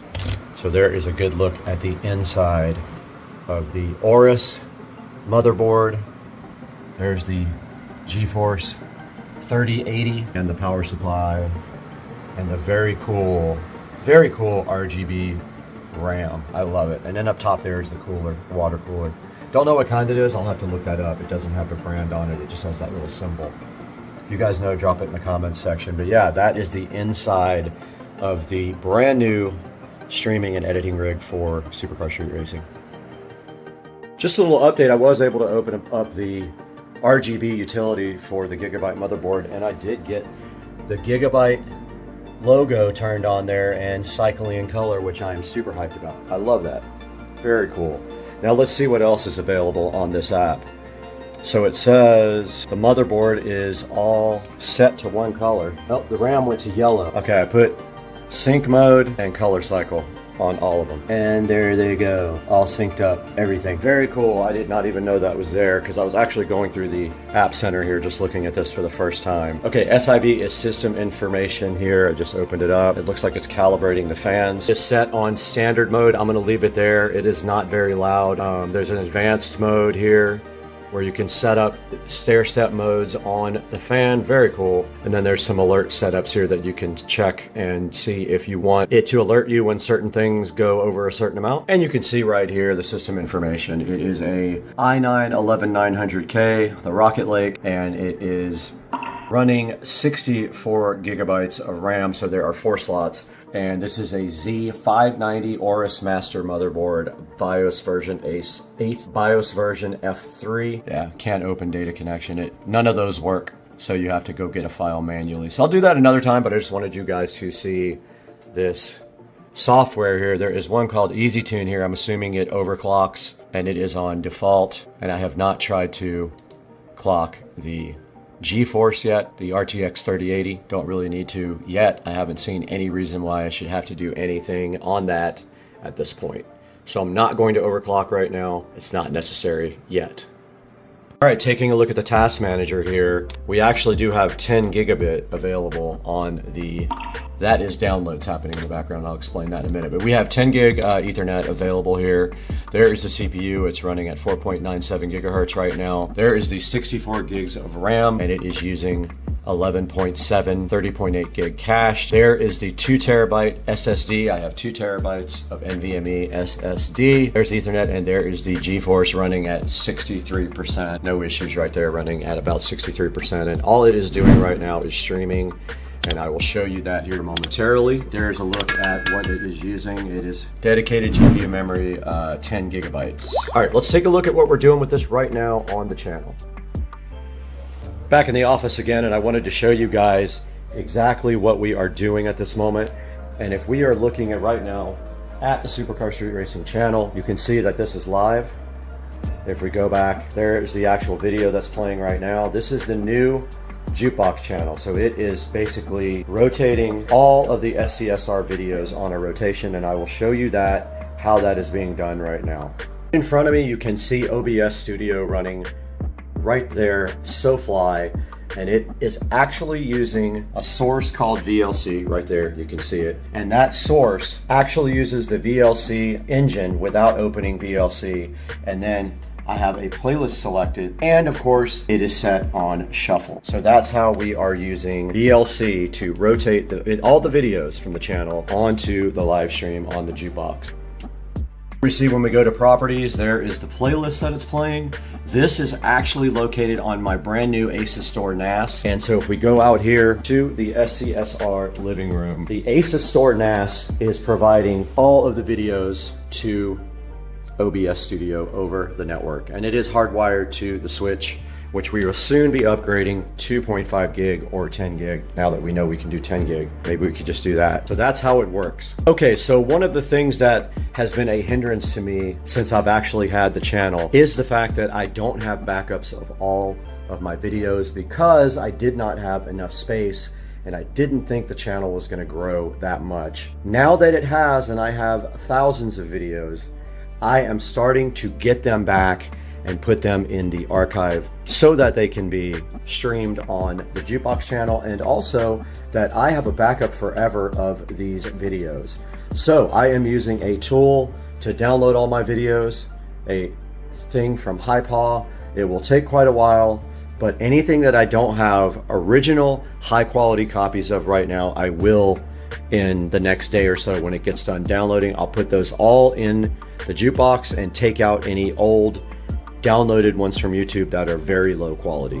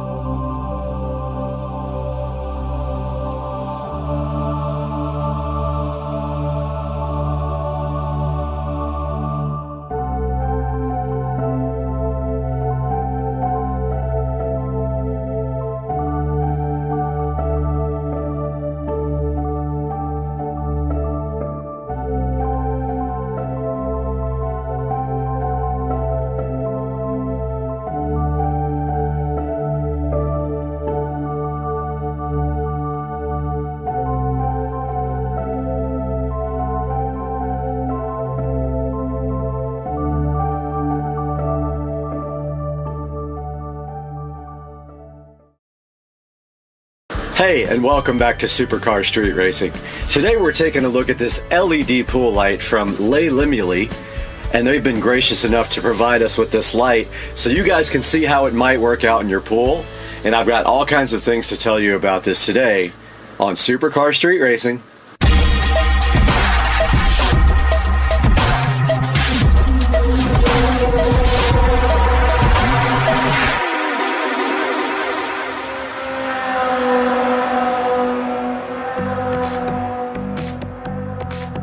So the first thing we want to talk about for this Hdmi beautiful pool light here is that it comes with super strong magnets, and that allows it to stick very well to any type of metal pool. The second point about this thing is that it doesn't take any type of tools to install it, and it is compatible with all types of pools, meaning you can put it anywhere you want in any part of the water. So this pool light here also uses an app for Bluetooth control, and that means you can do so many things with it. You can change all the colors, put it on a schedule, or sync up music to it with the Bluetooth app, which we will show you guys here in a little bit. So if you guys have ever tried any solar powered lights for anything, then you know how weak those can be. And this is amazing because it has a 26-foot cord, meaning it can reach almost anywhere, and if it doesn't, you could just simply add an extension cord because that part will not be submerged in the water. All of that is waterproof as indicated in the manual. So yeah, this thing has a long enough cord where you can put it pretty much anywhere in your pool.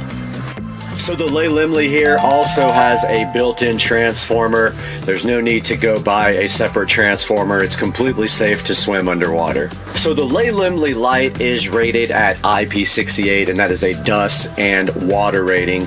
The IP just simply means ingress protection on the light, and the 6 means that it is dust resistant, with the 8 being that it can survive long periods underwater being submerged. So completely waterproof with the Hdmi light. Here we have the Hdmi LED pool light, and we're going to take a look at what's in the box right now. And here's a good look at the front of the box. Shows you that it's a 20-watt pool light, and it has an 8-meter cable, and it is IP68. And there is Hdmi there, and the barcode for it. And right here, it's showing you the app that you use to control it. And on the back, I guess they also must sell some other besides RGB, but this is an RGB color LED pool light. And taking a look inside of the box, we have what looks to be some sort of mounting bracket, and on the back it says to glue it. We have a instruction manual, and we see who this is made by right here, and that is in China. And then there is some instructions here on how to install it, which we will be taking a look at here momentarily. And it looks like here we can put it in 3 different types of pools: steel wall pools, soft-sided pools, and then I guess where's the third type of pool? And okay, yeah. So the third type must be the glue type pool, which would be for any other type of pool. And then inside the box here for the Hdmi pool light, we see we have quite a long cord here with a built-in transformer. They do give you some, looks like some glue. Not sure how well that will work or not, but we will give it a check out. And here is the actual device here, sitting so beautiful. And on the back it says Hdmi there. 20-watt RGB color light. And that is all that is in the box for the Hdmi LED RGB pool light. So as usual, we're not just going to tell you to buy this product. We're actually going to see how it performs and how it installs. So once it gets dark out here, we're going to go outside and take a look at this at the pool. Alright guys, we are in the phone, and the first step to getting the app for the Hdmi LED pool light is to go to the instruction manual and scan. And let's put it on photo there, and it already shows that it wants to open that link, and we install the Duo Co-Strip app, as you can see here. And there goes the app installing. And let's go ahead and open that now. And that is how we will be using the Hdmi LED pool light. We have to allow it location access, and Bluetooth has to be on. And that is the first step of getting this light working. Okay, now that we have the app installed, the instruction manual says to connect to the light, we have to do the following. We have to tap the settings icon, And we got to find that.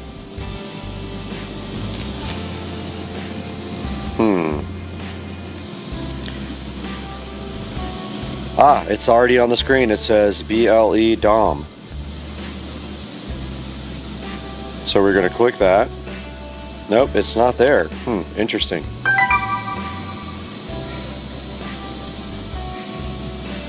Tap setting icon and refresh icon. Okay, hit the refresh icon.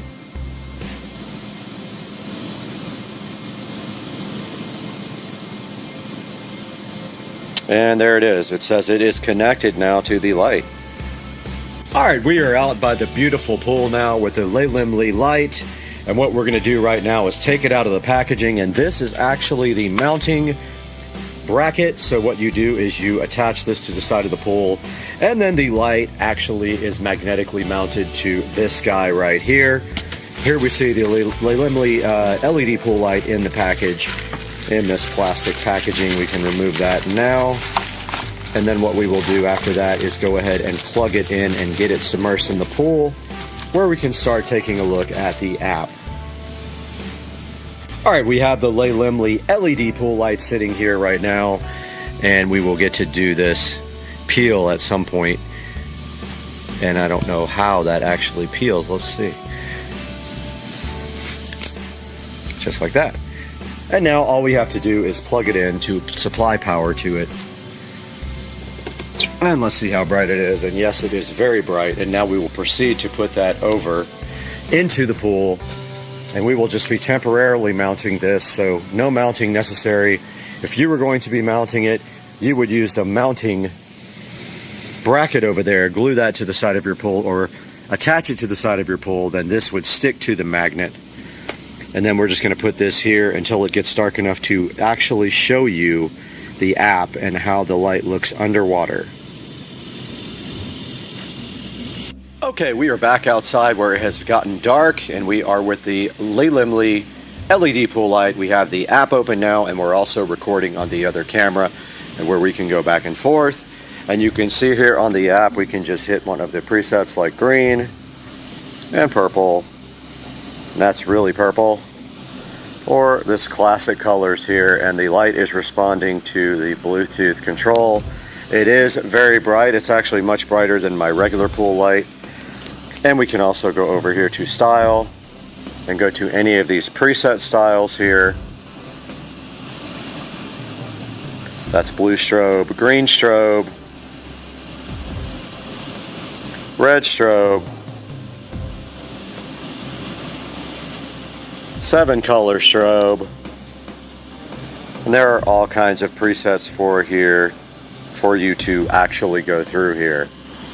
Those are gradual changes. Then of course you can do music.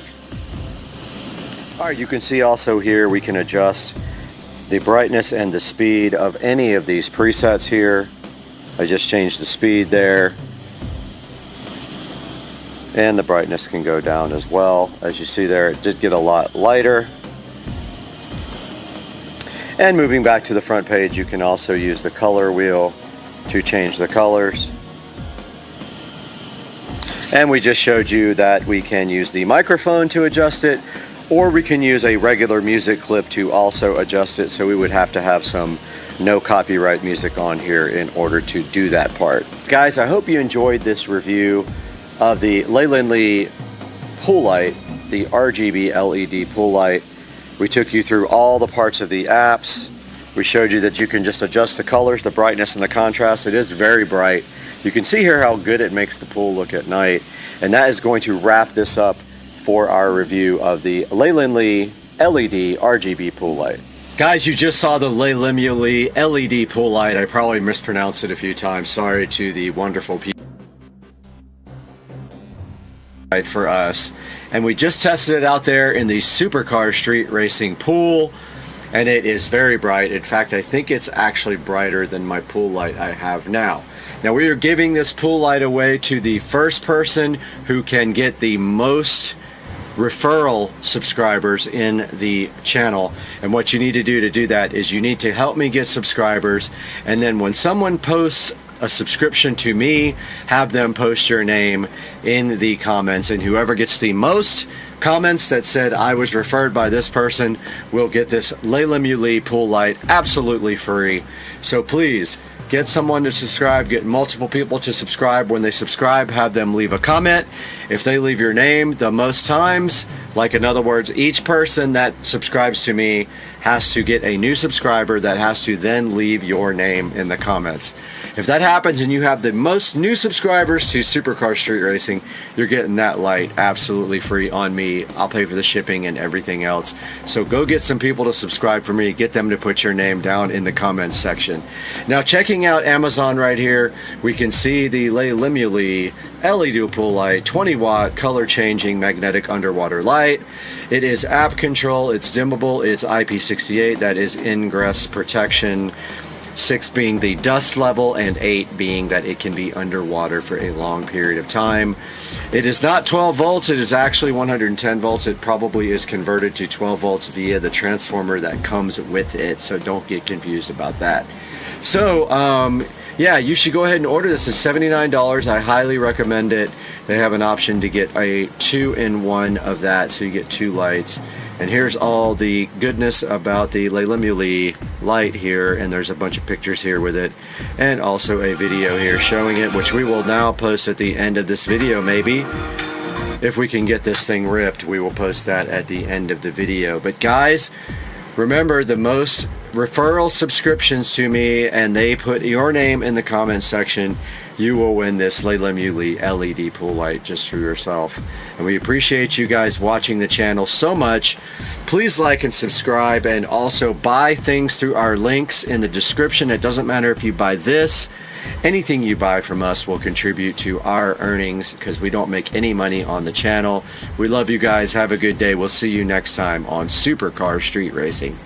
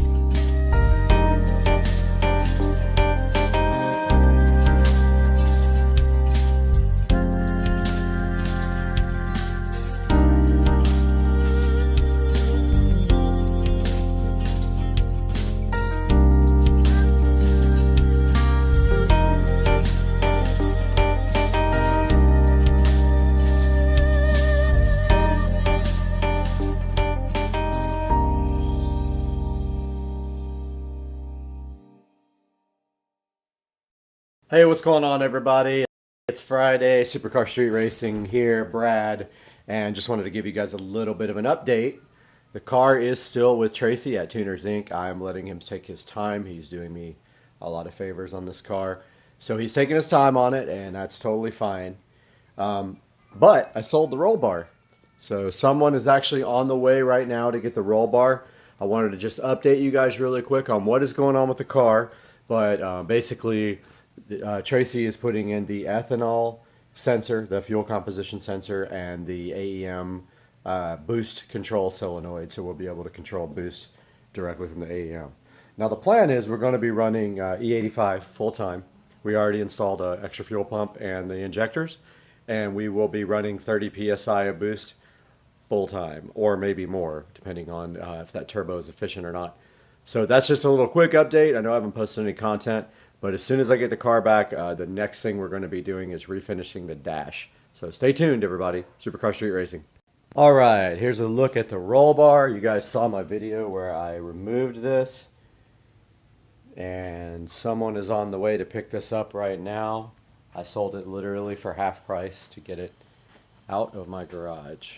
There's a roll bar, shift light, and any minute now somebody should be pulling up for this thing to get it out of my life. Hopefully he'll buy this strut tower brace too, but I doubt it. Anybody wants an IS300 strut tire brace, let me know. All right, we got this little tiny toothbrush, and we got this tape, and we have this peel satisfaction. Oh no, it didn't actually work right. Oh no! Alright guys, welcome back to the channel. You're at Supercar Street Racing. You got Brad here and Joe. And today we are going to take a look at this project that we did on Joe's golf cart. We're going to go through everything with you, tell you why we did it, and then explain everything about both of these carts. Yeah, so obviously you were given an opportunity to work with Masasor Batteries. They contacted you to ask you a little bit more about your channel and had some interest in providing you one for you to obviously do a nice video on. Masasor reached out to you, obviously had a battery that they wanted you to showcase on your channel. The opportunity was great because I was in the need for new batteries on my golf cart. Simultaneously, there was a lot of things that we wanted to do to make the golf cart better in regards to the radio and other things. So the timing was perfect. I was elated because it was such a great opportunity to get this battery, and it was a great project. So right after this, we're going to go ahead and start this look at the two golf carts and what we did with this project, so stay tuned.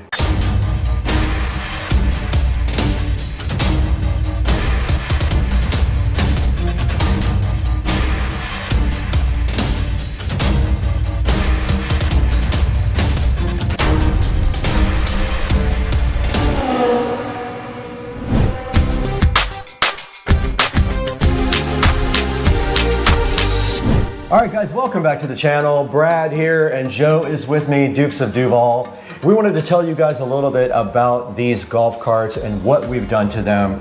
This all started with Masasor reaching out to me and asking if I'd be interested in looking at their 48 volt, 105 amp hour lithium battery. I said I would love to, but I already had one in my carts, but Joe actually needed one in his. So I reached out to Joe and said, what do you think about maybe putting the 48 volt, 105 amp hour battery in your cart? And what was your answer to that? Well, that was a simple heck yeah, because I had been running on some older Trojan batteries for some time, and I knew that their lifespan had started to lessen more and more, and to be able to put this newer technology in and be able to get all the bells and whistles that come along with it, I was super excited. So the answer was very quickly yes. Right when we decided to do this, we also wanted to maybe step up his cart a little bit. We had the opportunity to tear your cart apart and maybe do some improvements on it.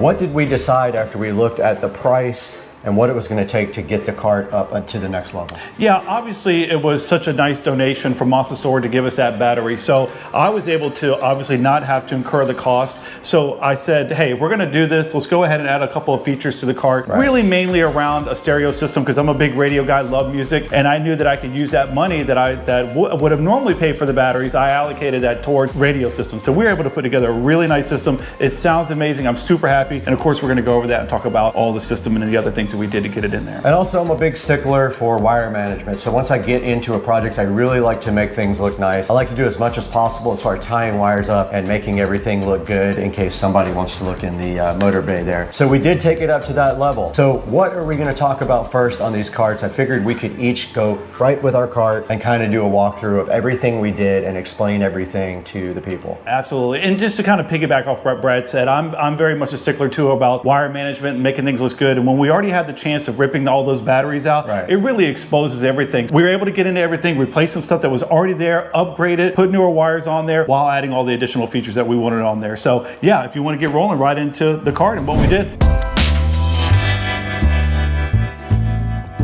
All right, so we wanted to take a couple of minutes to just talk about the golf cart itself. Particularly, I wanted to kind of break down what are the things that were already existing on the golf cart, some additions that I did prior to the battery install, and then we'll talk a little bit about the things that we did after the battery was installed. So with that, one of the first things that I put on this golf cart was I added this front light kit that comes from Madjax. This is a very simple kit, easy to install, and I added some additional lights to it, some aftermarket lights I should say, just to make it a little bit brighter. So it's a nice feature on your golf cart, especially if you're going to be riding around at night. Highly recommend it. There are some golf carts that have some fitted lights that you can install on it, but these come with a front bumper that's easily removed, and then you can add this in, and then some very easy plug and play wiring that goes along with it. Additionally, as we go towards the back of the golf cart, I added a couple of things. Mind you, this golf cart came directly off of a golf course, so it was bare bones, did not have a lot of the features that you see on it now. So I had to add a front windshield, rear view mirror. I added a back seat to match obviously with the material that I have on the front seat, so these seats are original. And then of course I added the rims and tires and did a little bit of a lift on the golf cart, about 1 inch, because these are 14-inch rims with low profile tires. However, they're just on the brink of when you put them on, if you did not raise them up a little bit, they will rub. And then if you have additional folks on the back. So I added some leaf springs that are heavier duty to be able to support the weight of the back seat, I should say, as well as any additional people that I want to add onto the back with the weight. Along with the front Madjax light came a turn signal kit that we installed as well. So that was all the things that I did prior to the new battery that was installed. Additionally, there was a radio that was up here with speakers built in, very simplified setup. We removed that right after the battery install to make way for the new system.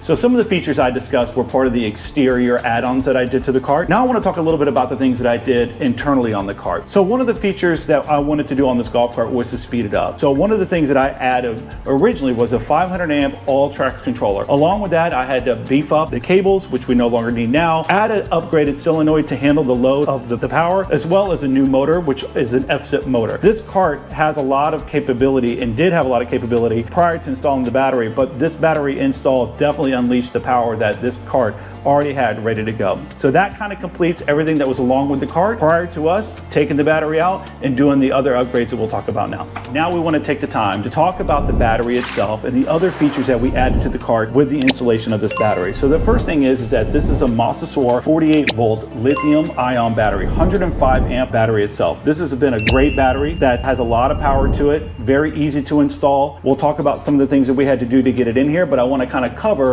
some of the things that we installed, and then we can talk one by one about what we did. Along with the battery, we added this voltage reducer. So what this allows us to do is to step down the power that's coming out of this 48 volt battery and convert that to 12 volt. That's very important when you want to run a radio and additional items on the cart. You're going to want to step that down because most things run off of 12 volt. So from here, we went to a little fuse block right here, which makes it simple for us to come off and be able to run other features on this golf cart, which include this inverter that we have here. This is very helpful for us when we want to have lights put on the cart, additional USB ports. It's very functional for the holidays. When you're running around, you want to put Christmas lights on. It's a very nice feature to have. We have this tar amp here. This is an 800 watt tar amp that has 4 channels. So what we decided to do is that we were going to run the 4 speakers that are 6.5 that we installed. We put 2 in the back, cut those out, installed those, and then we put 2 up the front on a new dash that we also installed as well. Along with that, there is the onboard charger. This is probably one of the nicest features that I like about having this new battery,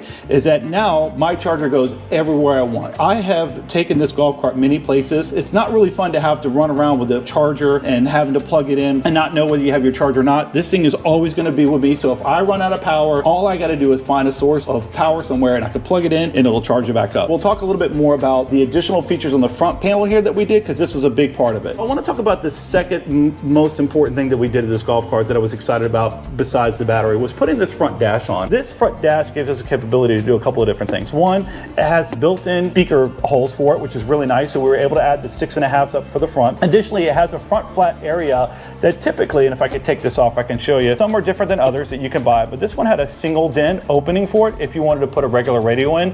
What we decided to do, and we mirrored Brad's golf cart, which was a great idea on his behalf, have is to find an iPad or a tablet, add metal strips to the back, and add some magnets to the background. This is probably one of the last things that I got to finish up here to get this all cleaned up and ready to go, but we're pretty much close. We're doing some testing to make sure it holds on. But with this, it just simply snaps in place, which is really great. Right now, when I get in the golf cart, the nice thing is that I have a full tablet here that's going to allow me to do a multitude of things, from watching movies or to play music, which is going to be the most important thing, and having internet and availability at any point in time, which is really nice. Along with that, on the bottom here, we added a subwoofer to the back that we'll show you in just a minute. But part of that I wanted to have is the ability to turn the subwoofer up and down. So if I'm coming into a neighborhood or somewhere that I don't want to be loud, I'll be able to adjust the volume down tremendously on that, which is really nice. As well, we decided to add this external USB port, which is really nice, and it's weatherproof, so you can open it up and it gives you your voltage indicator for your 12-volt convert. Along with these other features that we added here, we have the LCD display screen for the battery itself. This is a nice feature. There is a Bluetooth setup and an application that you could, software that you can put on your phone, which is really nice, which will eventually go onto this tablet as well. So what I will end up doing, we'll end up adding that application to here. So all I need to do at any point in time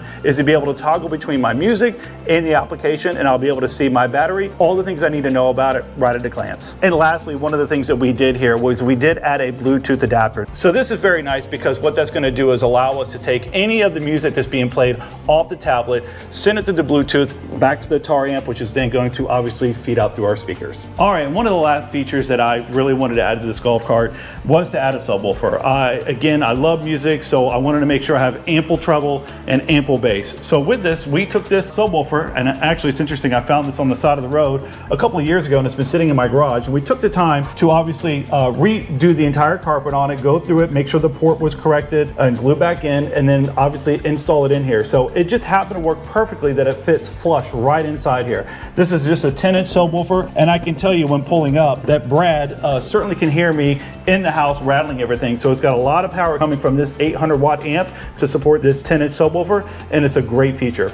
So as you can see, we got it in here from the back. Right now, we're still trying to figure out how to permanently mount this thing so that it doesn't move around, but I got it tied off pretty good so it stays pretty still. Overall, this subwoofer's been great. Sounds amazing off that amp. I don't think that I'm going to upgrade the amp any higher. I think it's the perfect amount of bass that we need to enjoy a nice ride on the golf cart. All right, so that was a quick overview of my golf cart. Again, I just want to say thank you to Masasora for such a great battery that they gave us to obviously talk about and install, and it's been fantastic for the week and a half that I've had it, and it's really allowed me to make this golf cart so much better because of the power that it has and all the capabilities. So thank you for that. Now we're going to pass it over to Brad's cart to give you a little bit of comparison of the things that he did to his cart versus the ones that I did with mine.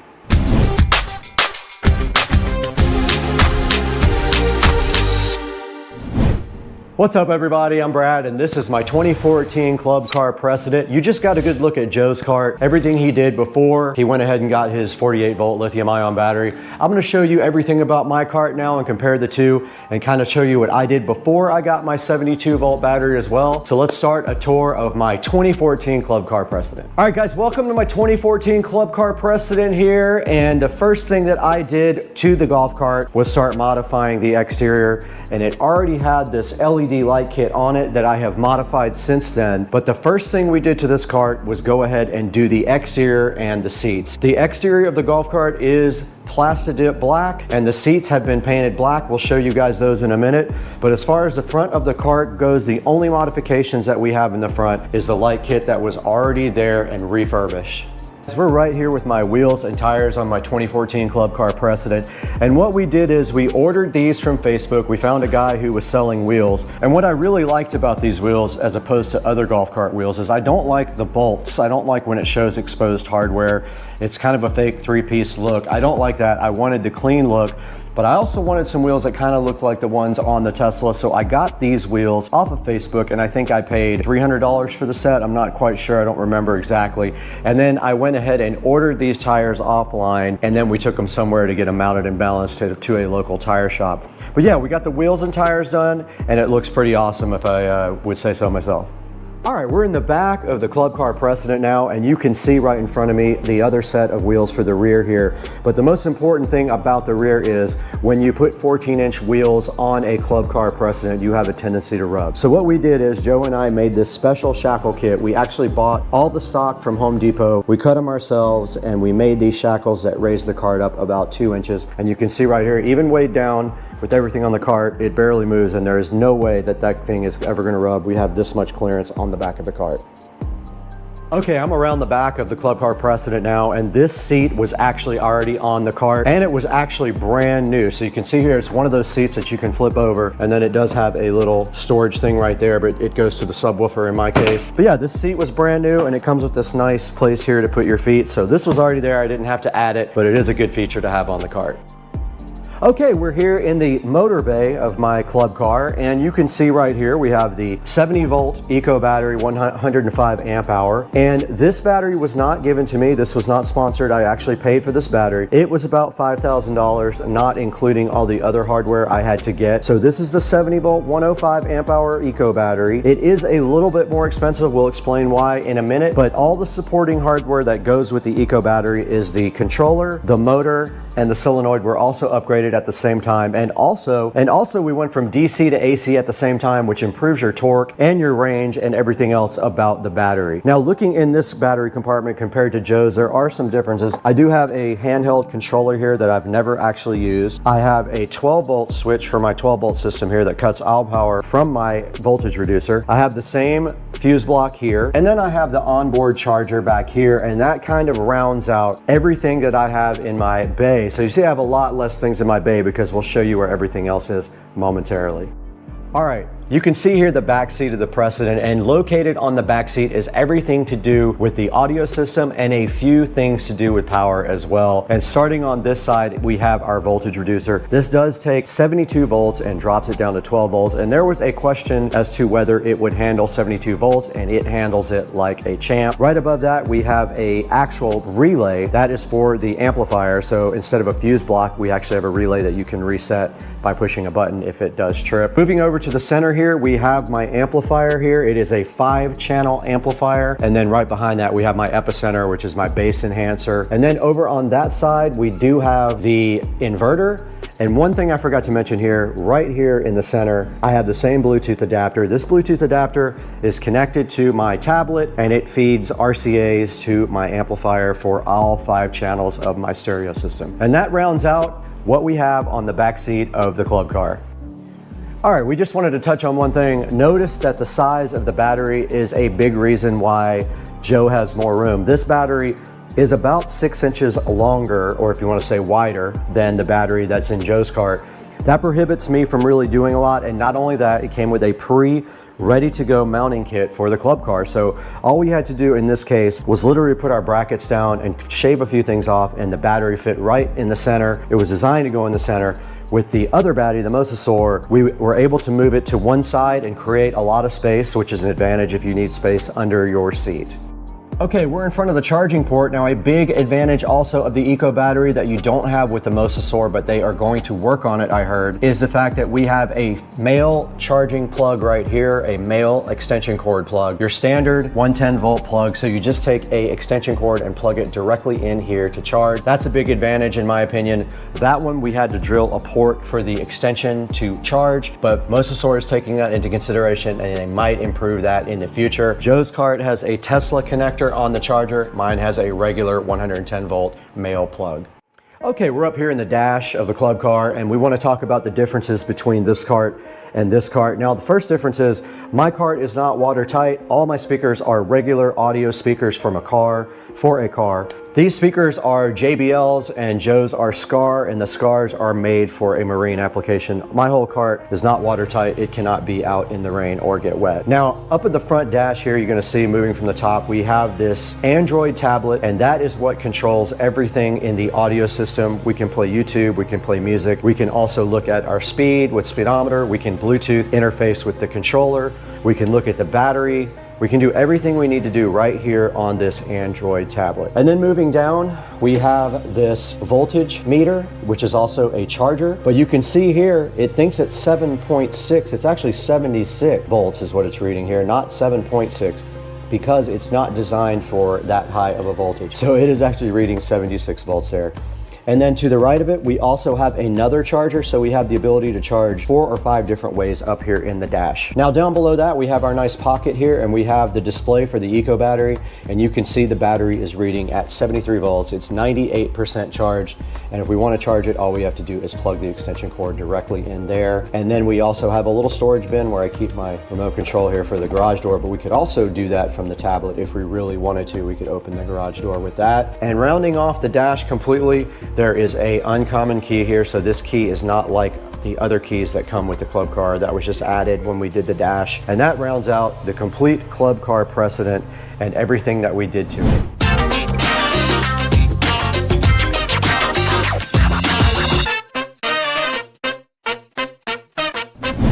All right, guys, we are back in the Supercar Street Racing garage with Dukes of Duval. We've got both of our carts right here, and you guys just saw a complete walkthrough of both of the carts and all the modifications that we did to both of them. And I gotta say, the carts look amazing, they sound amazing. What is your final thought on the Mousesaur battery and these two carts? Yeah, I tell you, we did Brad's cart first. That was a great experience to really learn more about the cart, all the things that you can add to it. We learned a lot from that. So when we jumped over to my cart, it was much easier of a process because we knew where everything was, what we needed to do. And then obviously with the Mousesaur battery, it was amazing. This cart has a lot of power. It's a lot of fun. The music blares. So very happy with all the work that we've done. And I thought it went very smoothly overall. So very easy process, especially when it came to putting in the battery. Very simple. We could have done this whole thing in probably 4 or 5 hours, and we decided to take it to the next level. And luckily I had a lot of the connectors and wire that we needed. We only had to order a few things. We had a lot of the tools and everything we needed right here in the garage. So we were able to do everything right here. You saw this is a 10-part video. It took probably 40 hours worth of work to do everything, and I had that much video to sort through. A little bit of a pain to edit, but it was worth it in the long run because we had everything on video. Absolutely. Yeah, I think the process would have went a lot faster had we not wanted to capture every part of it and give you guys as much information and video footage so you can get your eyes on what we were doing. Correct. I know there's probably things that we didn't capture, but we really tried hard to get every detail of it to make sure you have a good understanding when it's time for you to upgrade yours. Correct. There's a fine line between having too much and not enough video, and we tried to just split that right down the middle. But we want to really thank Mousesaur for supplying us with their 48 volt 105 amp hour battery. Absolutely free, proud sponsor of Supercar Street Racing. They hooked Joe's card up, they hooked us up. We'd like you to go ahead and go onto our affiliate links down below. So we've got a link in the bottom in the description. If they order through our affiliate links, it helps the channel out just a little bit and gives us a few dollars to keep going. Absolutely. And just to give you kind of an understanding, I've been running this battery now for about a week and a half after install, and I have been completely happy with it. It's very strong. There's been no technical issues with it. Once we installed it, it was good to go. So very happy. Great to hear. Mousesaur, thank you once again. Guys, thank you for liking and subscribing. If you're new here, go ahead and hit like and subscribe. And we're glad to have you if you're new. We're glad to have you back if you're an old subscriber. And we'll see you on the next one. Let's get out of here. All right.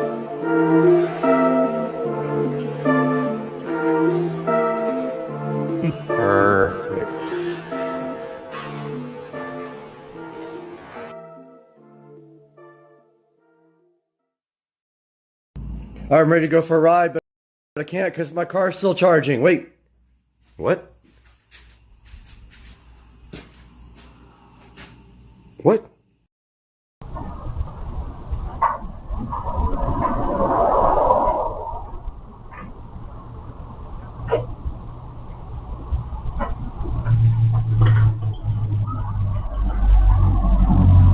Hey there. 24? Yes, sir. Thank you. Yeah, that's pretty because you go on. Yeah? Thanks, man. You did. If you go out, it may come down, but I'll send it back up. That's cool. No problem. All right. I was going to close it anyway. All right.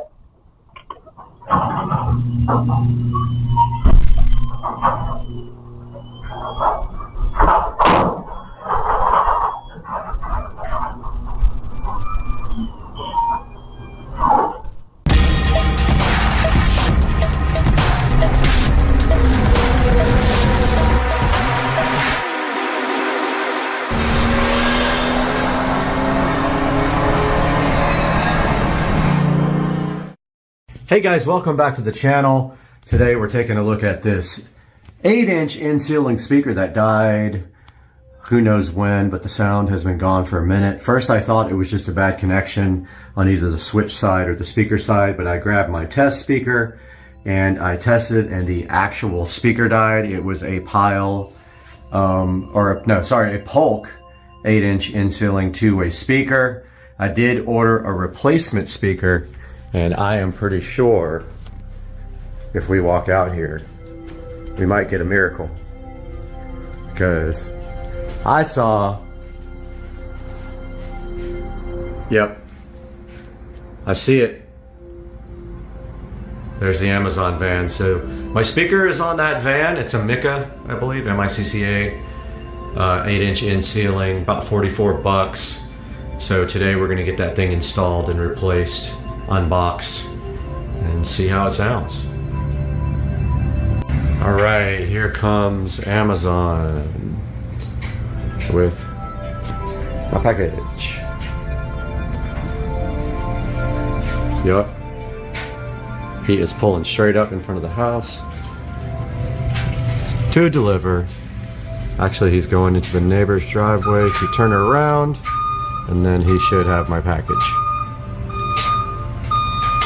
And he left and hurt my feelings so bad. Is he like thoroughly confused or what? Nope, he gone. Bye-bye. I think he's totally lost. I think he's back and looking for my package. Super hyped with all the air horns on Earth. And he is on the way to the garage. I don't want him to see me because they'll think I'm weird. We have the Micca M8C in-ceiling speaker here to open up. So this is replacing a Polk audio in-ceiling speaker. Wanted to try a new brand. Probably a little more expensive than the Polks, which is probably a good thing. Of course, the more money you spend on a speaker, the better that's going to sound in your home, and the more power handling usually they will handle. So if we take a look here at the box, we can see the Micca M8C two-way in-ceiling speaker. Tells you what's in it. It's got the speaker, a painting template, and installation instructions. And on top, they've got a new product seal to keep you honest. So we're going to go ahead and open this guy up and then install it. And this is replacing a Polk audio speaker that failed after a certain amount of time. Now, to be fair, this is in the bathroom. It's moist from the shower constantly, so I'm not surprised it actually failed. And looking inside of the box with the Micca M8C, we have a nice little instruction manual here for you guys. And kind of explaining how to mounting of the speaker, mounting it and painting it. If you do so, feel like you want to paint the grills, match. And then let's go ahead and get the Micca, or Micca, however you want to pronounce it, open in typical fashion. For these cheaper speakers, they have a very small magnet comparatively. There is a notification that this was delivered. Now if we notice here on the back, this is how it mounts to the drywall. They all do this. They have little ears that swing around when you screw it in, and they swing and then clamp down on the drywall. And right here, we notice we have a crossover. So we have a passive crossover. An active crossover would be, you would have a crossover before your power amplifier, so you would only send low frequencies to this speaker. So a passive crossover takes the full range amplified signal from your receiver, crosses it over with the full power output, and then sends the rest to the speaker. One thing of note already I see that I don't like, very small wiring from the crossover to the speaker, and that is something we could remedy. If it has distortion or anything, this could be a good clue as to why. It's a short audio cable run, so the shorter the run, the less the wire matters, but it's probably like 18 to 20 gauge wire they cheaped out on here. If you want to remedy that, you could make a small jumper wire here and put your own higher gauge audio wire. It does kind of sound like something we might want to do. Let me look into that. I might do that right now. All right, I wanted to give you guys a better look at this inferior wiring from the actual crossover.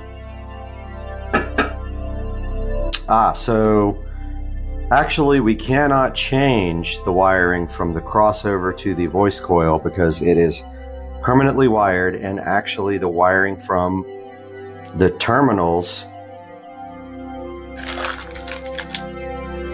Okay, that's interesting. Huh. Okay, so I'm not sure what this is about, but your inputs go here.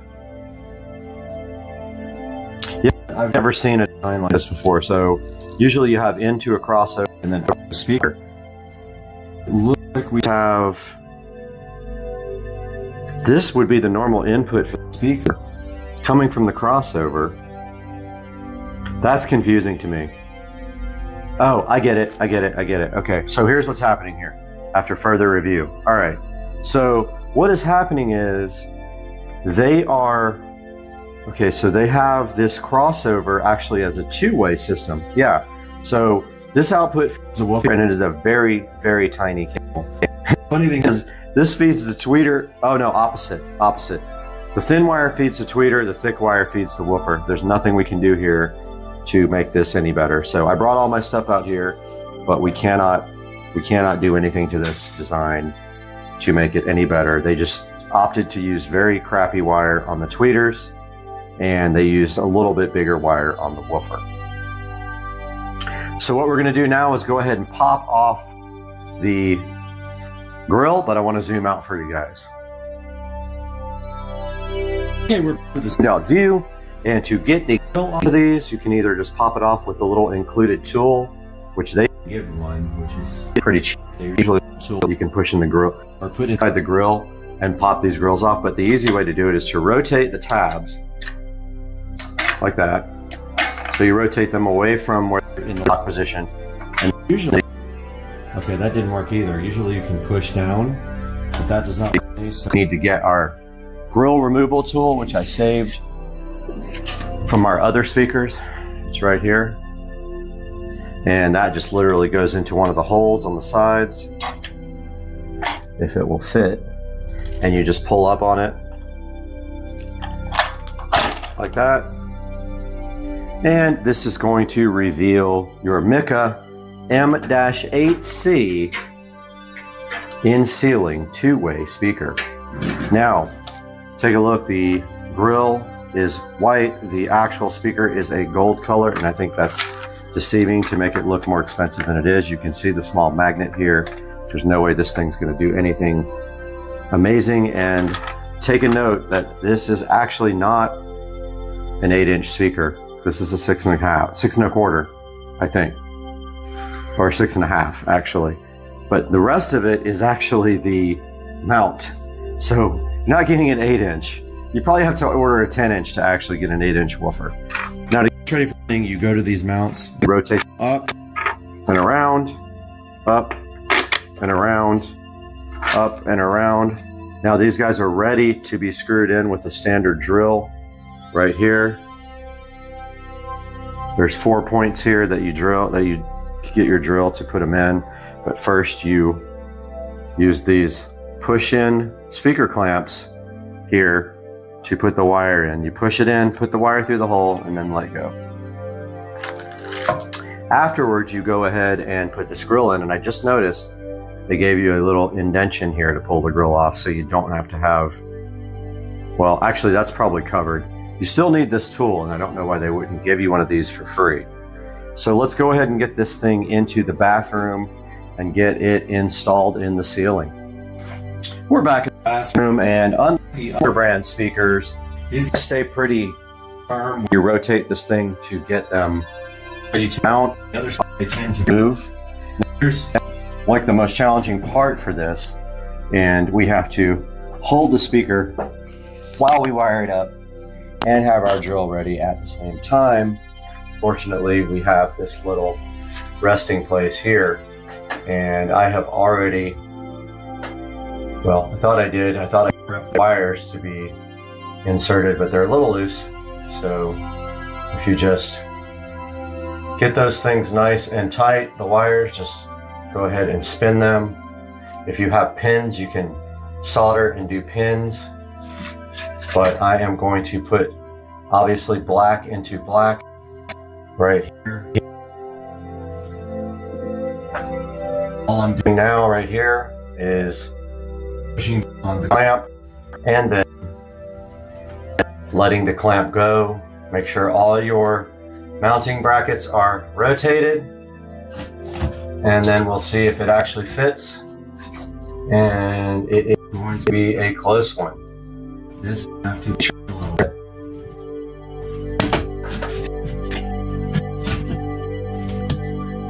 This does not fit, unfortunately. Great. Okay, so this is supposed to be an easy replacement. These are different speakers, so they don't fit. They are just slightly too, so they will not go into the hole. Not only that, the wiring is getting kind of kinked up there because the hole's so not quite enough. It's close, but if you try to force it, I promise you, you're gonna break the drywall, because I've done it before. You can't just force this up, it will push the drywall through. And so we are going to be cutting. So connect the speaker.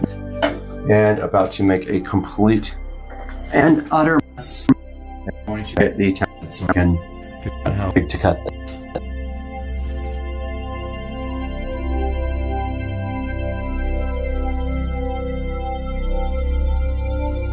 Okay, we went ahead and got our template, our drywall knife. I hate that we have to do this, but hey, it is what it is, as they say, which is the dumbest statement ever, but that's what they say. And this hole is too small, and that's what she said. So we know we're in the middle, we don't. Honestly, all we need to do is just take off a little bit. Since we can't center this guy and keep it centered, we're just going to take off. Looks like it's about literally just 1/4 of an inch all the way around. It's going to be really messy. It's going to make a lot of dust, and I don't want to be underneath it when it does. But I'm going to start cutting this. That's already going in my mouth.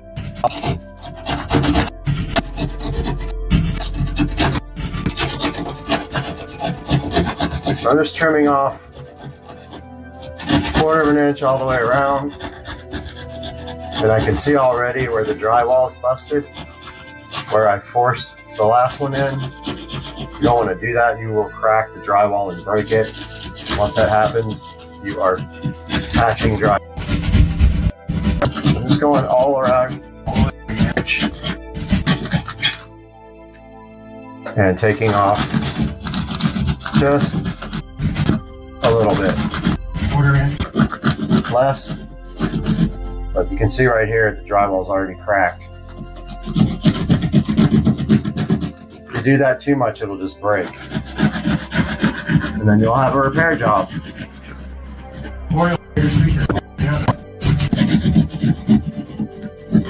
It's always nice to just cover stuff up. I'm getting covered with, speaking of getting covered up. Covered dust. These are some of the most messy things to put in. You have a little bit of way because you have a lip. You don't have enough where you can go crazy.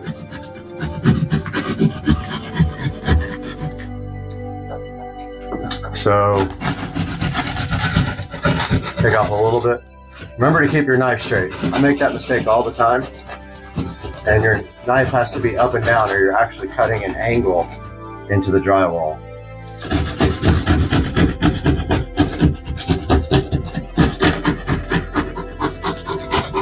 Okay, so we made a complete mess.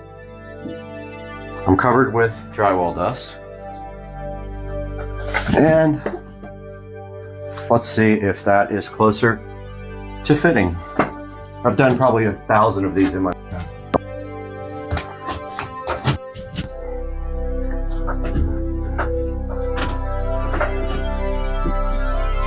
Okay. We're still not there. Looks like it's still not quite there.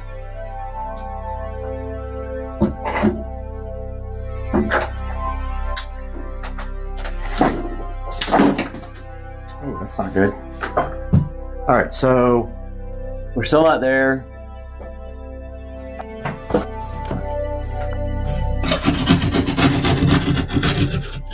Take a little bit more off. Now that paint and drywall is coming off.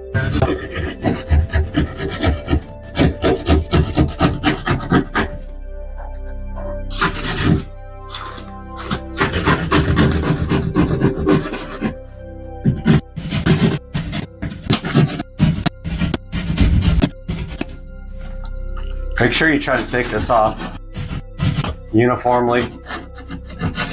Again, keep your drywall soft, level, meaning don't tilt it to the left or to the right.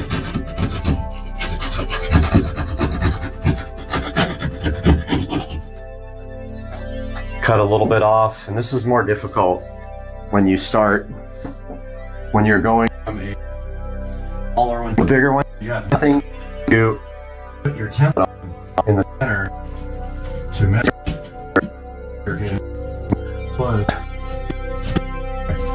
That will work. That'll work. Still a tight squeeze, but I'll go ahead and call that a success. And find my wiring. Black is on the left.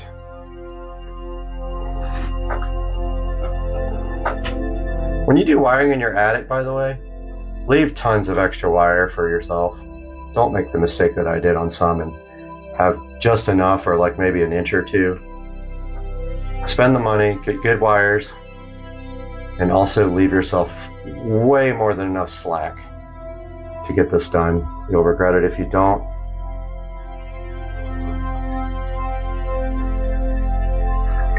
We have that ready to go.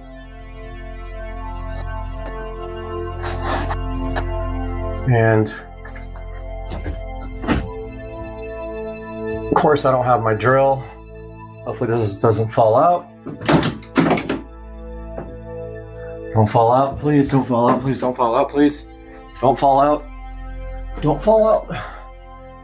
And then you just take your drill and screw in the 4 screws until they clamp.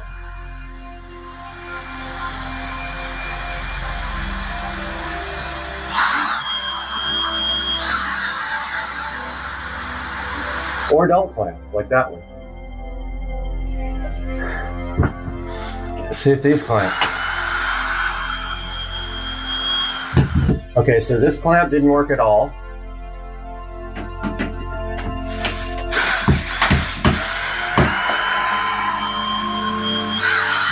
That one worked. That one worked.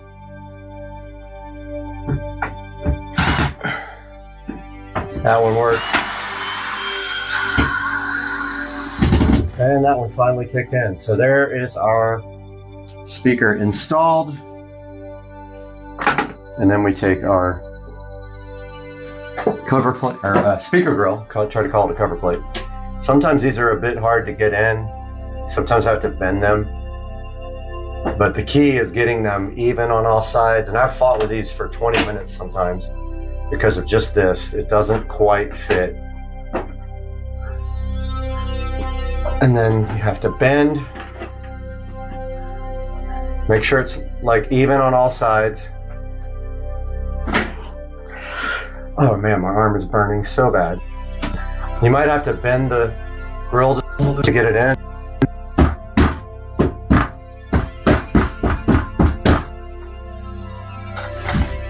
Let's see if we can get some non-copyright music. Alexa, play non-copyrighted music on Audio Echo Dot.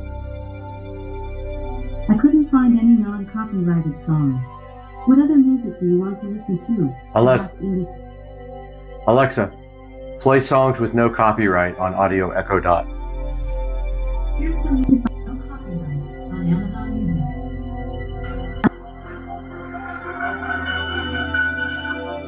Alexa, raise the volume on Audio Echo Dot. Okay, it's on. Play. Alexa, raise the volume on Audio Echo Dot. Fit and finish is really good, as you can see. And I'll let you guys up here. That's what it looks like. I'm going to go ahead and stop and zoom out. All right, we're back playing hopefully non-copyrighted music. Got good bass, good treble, good frequency response. Fit and finish is really good. You can actually see the gold through. I don't mind that. I kind of think it's cool. This one is black. This is I think that's an old school tile or polk. While this one is a newer one, you don't see the actual tweeters anymore. Alexa, stop the station on Audio Echo Dot. All right, so in conclusion, the Mica is actually, sounds pretty good. And I also am going to be putting a subwoofer in both of these rooms in the ceiling here. And in my outer bathroom, I want to do two 10-inch subwoofers. And that's going to be it for today's video. The Mica will be in the description if you guys want to pick it up. And I hope you enjoyed this video. I'll talk to you guys soon. Guys, welcome back to Supercar Street Racing, and we have a studio update for you today. And I have been working hard in here, but also had some other things going on outside of this, so I took most of the day yesterday to go buy a beater car, which I will put on the channel soon. But what I have done in here is I have continued the acoustic foam tile work. And I have the acoustic foam tiles laid in on the ceiling all the way as close as I could get to here. But Joe and I are going to go tonight and get the foam board so I can finish the front wall. But I got the acoustic foam tile done literally to past halfway through the room, and then I ran out, so I ordered some now. I need about, I think, 80 more to do the rest of this. And what else did we get? That's pretty much it. I've been working on foam tile for days. It's very time consuming to put these in, and I have to cut around these lights as well, so I've been doing that, and cut around the in-ceiling speakers. And I ordered the amplifier. I ordered the receiver for the front, not the front, for the whole room. It is a Marantz 7.2 Slimline TX NR1711, I think. Just NR1711. It'll be here tomorrow, so we'll be able to test out the surround sound here. So that is a little update. The studio is looking awesome. AC is kicking. And the tiles are going in, and all that is really left to do is this front wall, which is going to take me a while. I have a lot of electrical and wiring to do in this front wall. The actual cutting of the foam will be easy. It's the actual putting the boxes in and planning all that, because there's 2 boxes up here, there's several boxes here, there's 3 or 4 down here, there's more boxes there and down there. So yeah, it's gonna be a big go. We'll talk to you guys soon. Guys, Supercar Street Racing today for a different change of pace. We are starting out in the 4K production studio, and I wish it was on a good note because we were trying to do some green screen stuff and it just did not work out. So I'm shooting all this footage over again from the studio, and today we're going to be solving an issue with something in my house that needs some storage, and we're going to do that next. So hang out on Supercar Street Racing.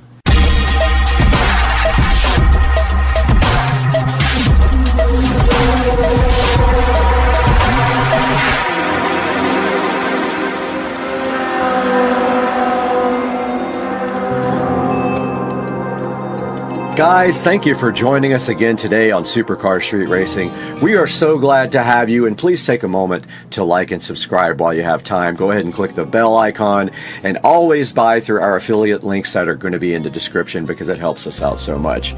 And today, we're going to be taking a look at a good way to get some extra storage for your wristwatches and your rings and jewelry. We have 4 or 5 watches that we need to go ahead and get stored today. So we're going to be taking a look at this Song Mike's watch organizer that you see here on your screen. And right here up next, we're going to take it back inside the Supercar Street Racing compound, where Brad's going to go ahead and unbox this thing for you right now. All right, guys, we are right in front of this Song Mike's watch organizer, JWB 012G01V1, and we're going to be opening this right now and see what is inside of the box. And of course, on the very top there is a styrofoam protection device, which will make a mess if it gets everywhere in the house, so do not get that everywhere. And then inside of the box, it looks like we have the actual watch organizer right here. Let's go ahead and move this to the side. Get this guy right out of the box if I can. And of course it is making an absolute mess, but here is the Song Mike's watch organizer, looking so cool. And I'm pretty hyped about this, guys, because I really do need a place to store my watches, and I want to buy more watches, but I don't have any place to put them, and I'm worried about them all getting mixed up and messed up. So we have this nice, looking like leather. I know it's not real leather, but it is kind of nice looking black. And you can see right here, it does have stitching all the way around it like this. It has a nice latch right here that opens up, and then inside it looks like there are some keys for it right here. You can eat this later when you're hungry, or feed it to your mom, either way. And then inside the box right here, guys, we do have another piece of protective styrofoam that we can go ahead and pull out. And then checking out the inside of the box, it looks like they have individual places for you to put each little watch. All right, taking a look at the Song Mike's watch organizer now, guys, and in front of me, I do have the provided keys for this. Not that this is the ultimate in protection, because definitely somebody could break into this if they wanted to, but it looks like the keys just go right there to lock it, and then of course you can't open it at that point. And then if we go back this way, looks like the key, the lock goes like all the way around. So I guess like that, it does open back up. Yes, it does. And then look down here, we have this nice tray that folds out to store some other things. If you need other things like rings and things like that, you can store them on this bottom part. So pretty cool. It's got these separate trays here to get things in the bottom, and it looks like you can put rings around these as well. I think you can put rings, which I don't have any, but you can push them down here. So this is kind of cool, guys. Very cool little organizer. All right, taking a look at the exterior of the Song Mike's watch organizer, and basically it is just finished in a black, kind of matte black, probably a substitute leather or something like that. Very just generic and black on the outside, with a couple of little rivet holes right there, or screws or whatever. But as you can see on the inside of this, it has a nice glass top here for you to look at your stuff. And on the inside, we can store 6 watches here, 6 watches here, and then down here you can store rings and other things, which I think that's cool, because I wouldn't mind starting to get some rings also. And let's go ahead and see if we can get one of my watches into the Song Mike's. And what you do is you pull this part out. It comes with a little thing that the watches go around like this. And then you just put that on there like you would your wrist, and it will store your watch. So you just kind of tighten it up on this watch thing, like so. And then you make it so you can see it, and then you just push your watch down in there like that. And when you close the top, you have a nice display of your watch here. Okay, we do have the Android watch here now that we're going to go ahead and store in the song mics and see how that looks as well. So all we have to do right here and right now is just take this and put it around that like you do your arm. Go ahead and tighten it up. I didn't tighten up the other watch very much. Go ahead and push that through there. Tighten it up as if you were putting it on your body. And throw the watch back in there, angled upwards. You see how this one's kind of loose? I could go back in here and go ahead and tighten this one up more, and then throw it back in there, like so. And then we have one more on my arm here. We can go ahead and get this one all stored up very nice as well.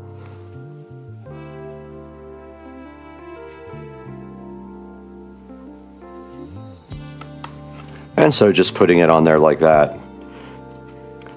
And there is the Android. And then there is one other watch here we can go ahead and put on, and that is my rose gold. And I have just ordered another one for another review, so we will have one coming, another pink / rose gold coming. And if you're scared to wear pink, I'm sorry for you, but I will wear it all day. There is the other Android watch looking so fire and going right into the watch organizer. And you can see if we light these all up, it kind of looks pretty dang cool. At least I think so. And once you have all your watches inside, you can go ahead and close the lid and see how fire they look underneath that glass lid. Presented all nicely for you. So now we just need to get 2 more for the top and 6 more for the bottom, and we'll be full on our new watch organizer. And there you saw inside of the Supercar Street Racing office that Brad was unboxing this Song Mics watch organizer. And now let's take it into the SCSR closet to go ahead and get those watches into the organizer and see how that thing looks. We are back in the Supercar Street Racing closet, and we do have this old piece of furniture that we've just been using in the closet just to kind of put stuff on. This is going to be the storage place for the watch organizer for now. Don't know if it's permanent, but for now, it kind of makes sense just to go ahead and display our nice Android watches right there for now. And then maybe in the future, we will go ahead and get something nicer or mount it to the wall or something like that. But for right now, we've got this really nice Song Mics watch organizer showing all our watches off in the Supercar Street Racing closet right below the On collection of shoes. And now let's throw it into the 4K production studio and see what Brad has to say about other choices and this choice of watch organizer.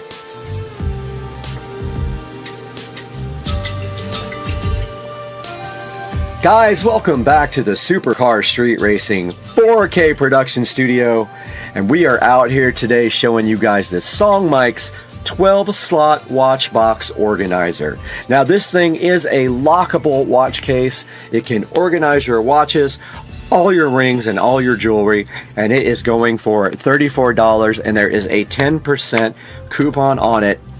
And you can also save 5% on 2 other items with a promo code that's sitting right here on the screen, as you can see.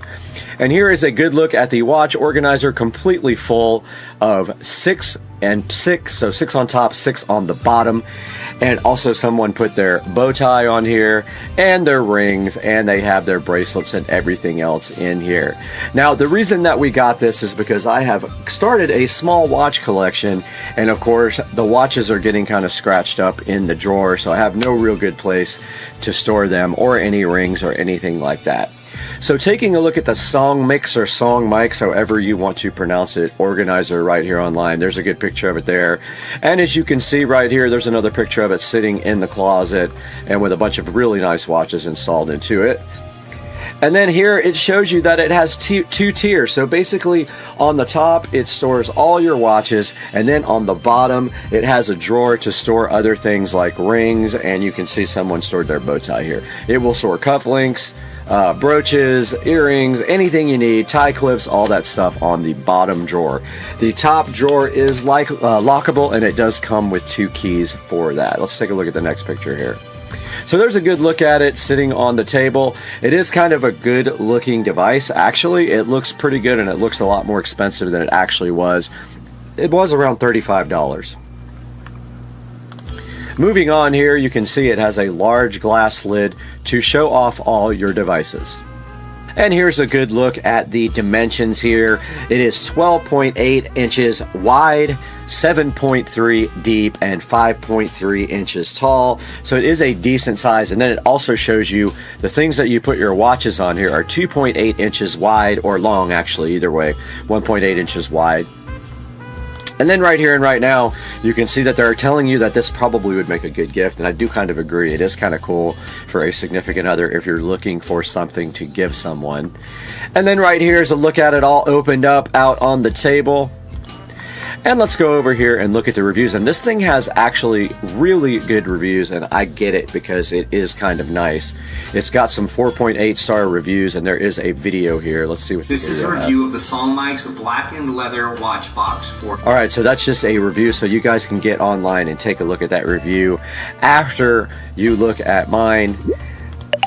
And then if we go down here, we can see that the top layer has 12 slots. Up to 48 millimeter watches is what it's saying, and the bottom drawer has various places to put things. It does have a lock on it, like I said. And the 4.8 star reviews, oh, it comes in also gray, black, and a brownish color, so I did buy the black. Now let's take a look at some of the better reviews here on this SODIMM watch organizer or box. Very nice for what it was costing. Great quality box for watches. Overall great product and great price, an excellent gift, exactly what I needed. And then let's see if it has any. Doesn't have any. Has a couple of 1 stars, but it has so many sales. It says poor craftsmanship. I don't see that at all on it when I am looking at it. Nothing more than a fancy coated cardboard box. I thought it was a little bit better than that. Not happy. I got a used one. Well, obviously if you get a used something, you are going to be unhappy with that. Good drawer for storage, not for rings. It does have a place for rings. That is not true. The bottom drawer has a place to push your rings in, so that is absolutely not true. Now if we look back here, let's see if there's some other options here for you guys to check out. And there is a bunch of people make these type of organizers. They also have a different type here from the same company. It has like a side drawer on it instead. Here's another one from another company called King Sapphire, which is actually cheaper. This one is going for $22, and it might just be the almost exact thing, but does it lock? It does lock. This looks like it could be almost the exact same product for $22. It has 3 5-star ratings, so make sure you check that out too if you're interested. There's several other ones over here for anywhere in the $25 to $29 range, so make sure you check out all the interesting options. And I do kind of dig this red one, but this is $129, so it's quite a bit more than the one that we purchased. They are all in the $129 range. So if you want to spend a little bit more money and go for a little bit better quality, go ahead and get one that's a little bit more expensive and see if you like that better. You can always return it, so always keep that in mind when you spend money on Amazon. Guys, I'm going to go ahead and put the link in the description. I'm going to go back to the song mix here. I'm going to put the link in the description for this, and please order through our affiliate links. Go ahead and click subscribe and click the little bell so you get notified every time we drop a video. And just FYI, if you click through an affiliate link in any of our videos, not the one for this, if you want to order anything from Amazon, click any of my links, and then it will actually help me out because I will get a slight commission on what you purchase. So go ahead and order everything through the affiliate links. We love you guys so much. Thank you for supporting the channel, and we'll see you next time on Supercar Street Racing. We're out of here. Let's go.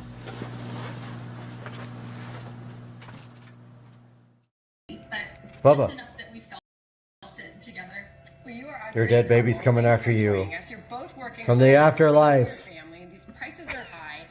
Why would you slap your dead baby? The wind is picking up this morning. There is a hurricane coming. Day after tomorrow. You can already feel it right now.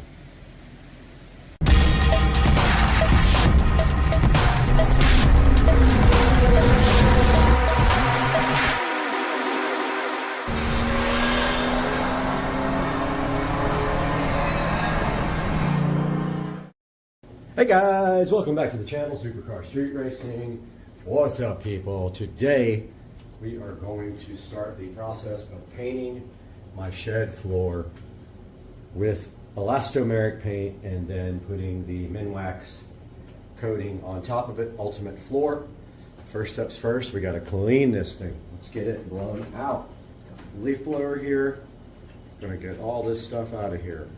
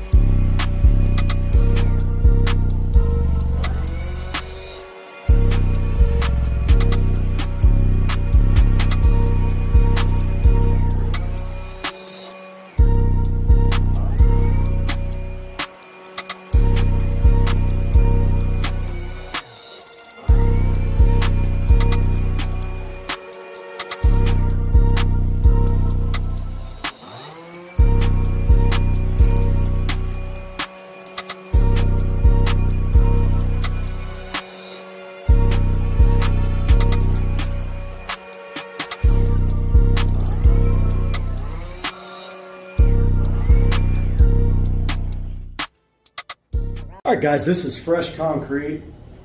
Always wear the thick rubber gloves when you are working with muriatic acid. It will burn your skin. If it gets on your clothes, it will eat holes into your clothes.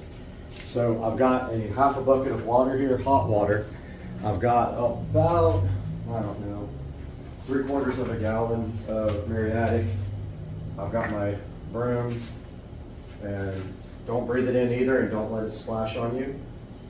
But pour it slowly. You'll see the fumes coming out.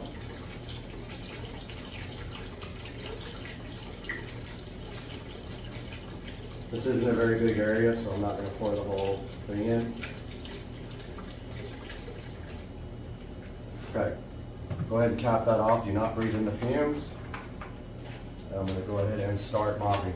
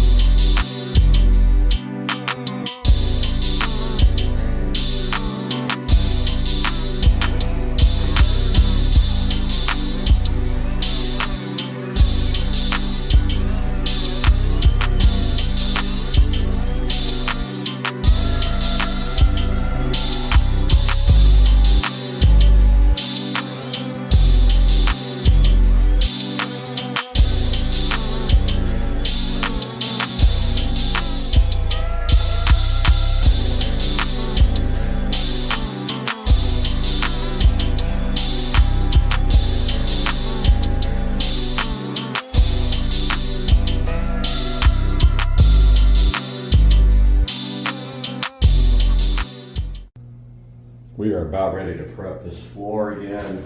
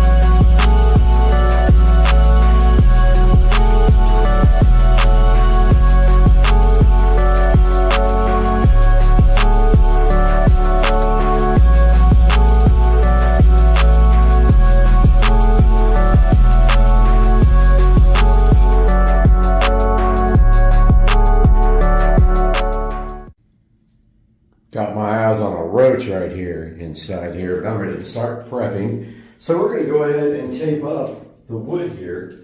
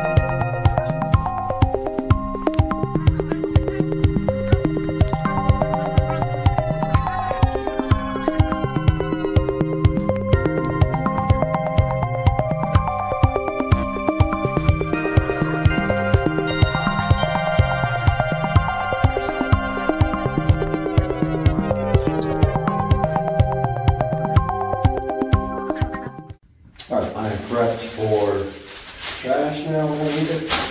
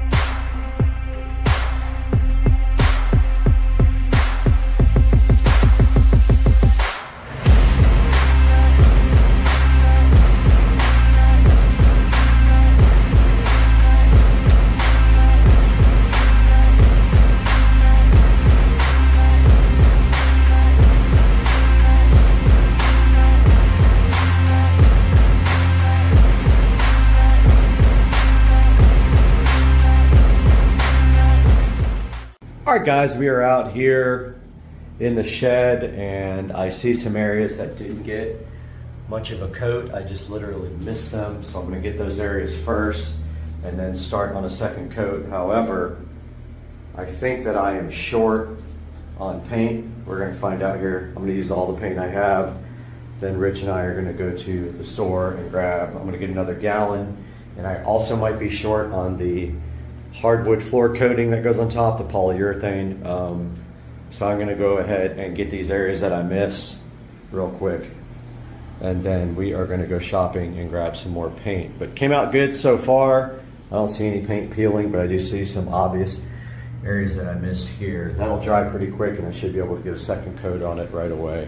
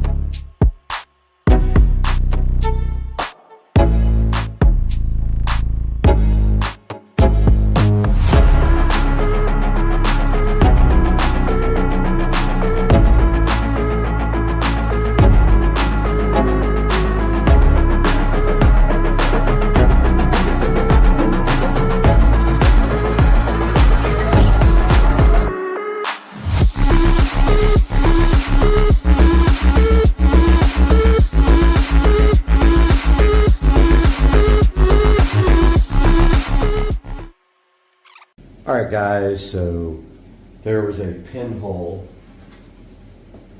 there's multiple pinholes in the paint. because I didn't put a thick enough coat on for the second coat. So my goal today is to get a heavy coat on. So we've got our paint here. Gonna go ahead and pour all this out and get to work.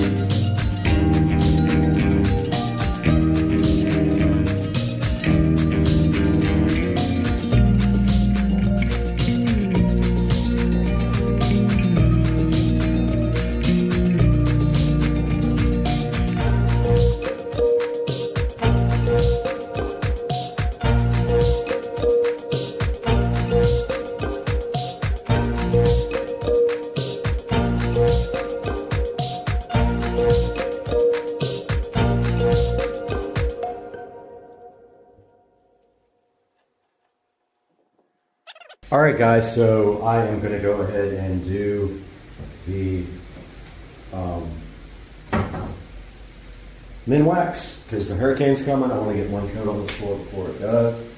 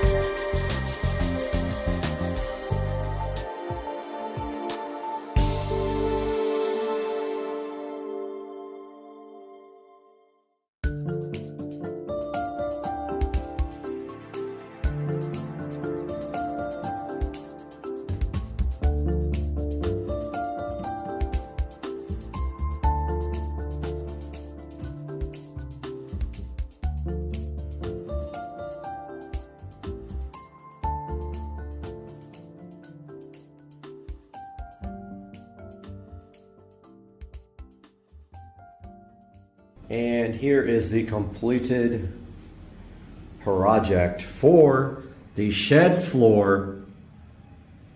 We have painted this shed floor with the amazing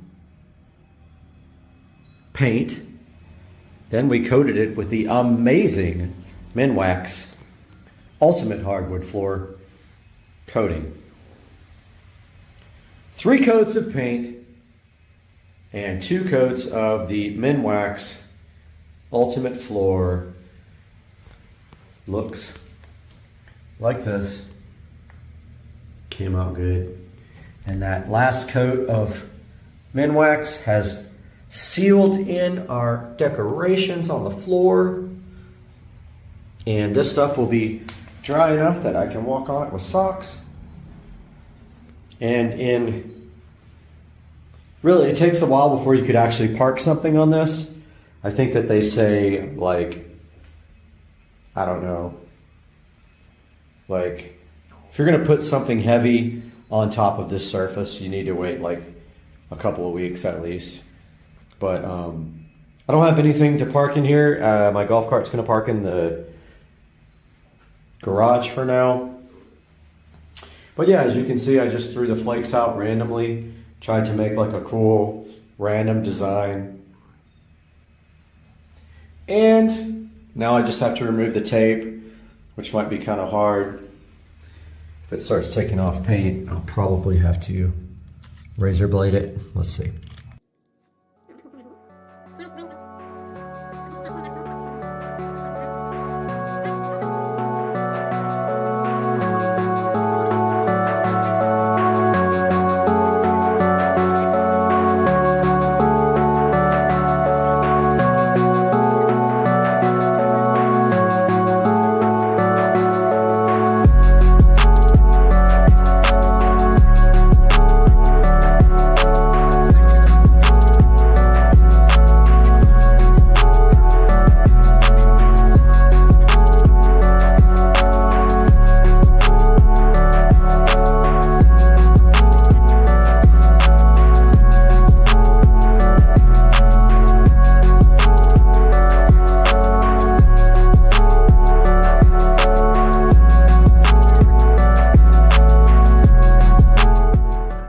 We got all the tape off. I scored a lot of it, but we still had some issues with some of the edges taking the paint up. I should have just scored it all, but I got impatient.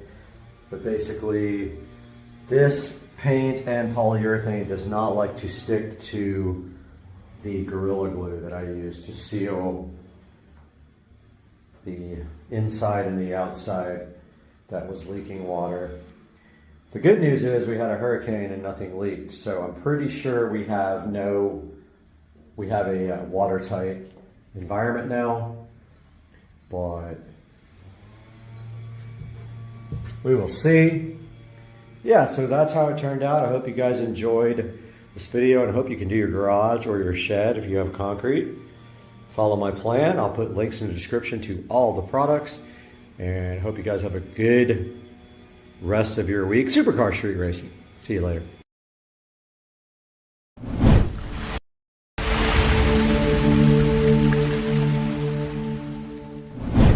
Guys, welcome back to Supercar Street Racing. Today is an exciting day because we have a new sponsor. Imalaza has sent us one of their smart irrigation controllers for you guys to go ahead and check out. And today we're going to be removing the old Wise controller and putting in the Imalaza controller on Supercar Street Racing.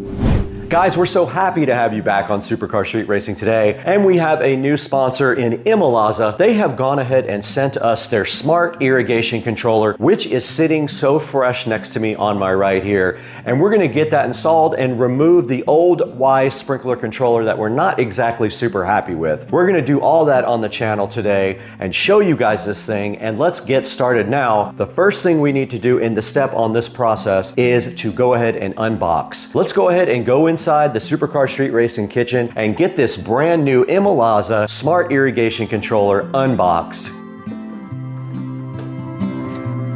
All right, we are right here in front of the Imalaza ET Master Smart Sprinkler Controller this morning on Supercar Street Racing, and our first effort of the day is going to be getting this Imalaza ET Master directly out of the box and unboxing it. But first, we're gonna take a look at the front and see what is actually on the box itself. You can see right here, it does say it has real-time evapotranspiration master technology, and it is the pioneer of intelligent watering decision model. The smart and simple way to water your yard is for hassle-free watering and a healthy lawn. You can see right there. And then down below that, it works with existing weather stations. It is synchronized 24/7, 365 a year with these weather stations. And it does say it has a ultra-stable network connection. We'll see if that is the case. And over-the-air technology gives you nice updates to keep your device fresh and updated with the latest software. Now down at the bottom, it does say, see this on almost everything now, that it only is compatible with 2.4 gigahertz networks, and these days, even if your network has more than 2.4, like if you have 5 or whatever, you can still use the 2.4 portion of your network for devices like this, and most smart home devices also require the 2.4 gigahertz networks. Now on the side of the box, it just does say Imalaza. It has their logo on the side. And on the top, it just says real-time intelligent ET Master, water smarter, not harder, which is kind of a tongue twister. Now back on the back of the box, it has some of the technologies there. Imalaza Watering Duration Expert. It lets you set up your parameters for your garden's different areas, such as your plant types and your sprinkler type. The Watering Duration Expert automatically generates scientifically precise watering durations that meets different plant needs in different seasons. So we'll see how that works with the different types of plants that we have. Now it has a Weather Genius feature. Now what that means is it does sample weather from your area and then adjust the watering based on that.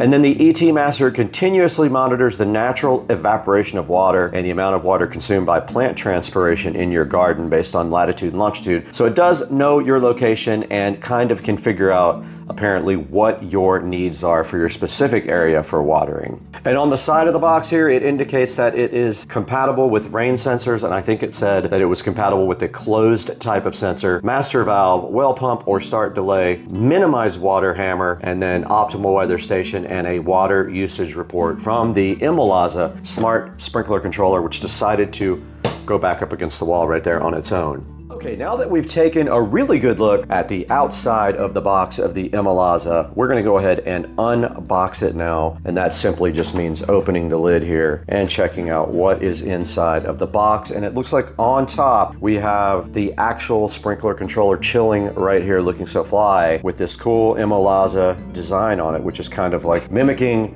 the logo here on the front of the box. And I think this thing probably just comes straight out of the box. So it separates into two pieces here. That's probably for easier installation. And apparently here is the connectors on the Imalaza, and they are clearly labeled on the top here, as you can see. And then it has some buttons here. It looks like a play, almost like a play button, play pause, and fast forward and rewind buttons. Pretty interesting there. And on the back of the box, it just says Imalaza again, smart sprinkler controller, and a place to hang it up right here. And on the front of the box, I do see a reset button right there and a barcode of some kind here, a QR code at the top, and all the connectors right there at the bottom, which you will need a small screwdriver to access. Underneath that, there is an instruction booklet here, and it does show you the wiring diagram. Looks like M is the master valve pump, 1 through 8 are your zones, S1 and S2 are rain sensors, and then your common connector is the common for all of the zone common for your zone valves. Now they give you cool little wire labels here. I already have some on my Wise sprinkler controller, but I have not figured out the wiring yet on that. We will do that out in the garage momentarily. Don't return. It says if you have questions, go ahead and scan that QR code there, and another one of the same thing. And then here's the manual for the Imalaza, and I have not opened that yet, but we will take a look at that next. And there should be a power adapter at the bottom. There is, and some anchors to put into the wall if you need those. We are going on a pegboard. We will be able to screw it directly into the pegboard. Now, a brief look at the manual here. It shows you what you'll need to actually install the controller. You're gonna need a screwdriver, possibly a hammer, a drill, and a drill bit, and then of course you need the transformer. It says to test your old controller that it is working properly before you change this out. It wants you to take a picture of your wiring. That's pretty smart because you may need that in the future. And then it says to remove your old controller, but it says make sure you turn off the power first. And then it has some instructions here for installing your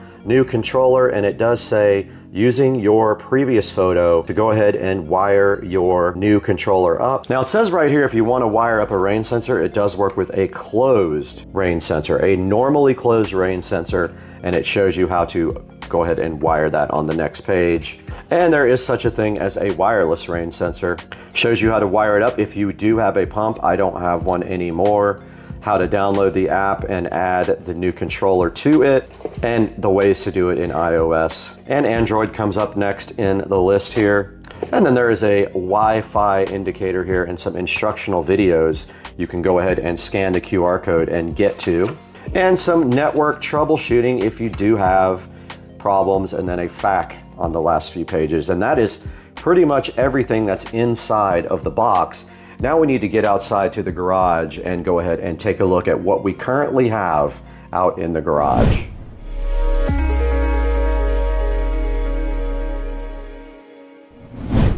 Now that we've unboxed the Imalaza Smart Irrigation Controller, there's a next step that needs to be done. We need to get this Wise sprinkler controller off the wall. We did that earlier today. Let's go ahead and take a look at the process of removing the Wise controller right now.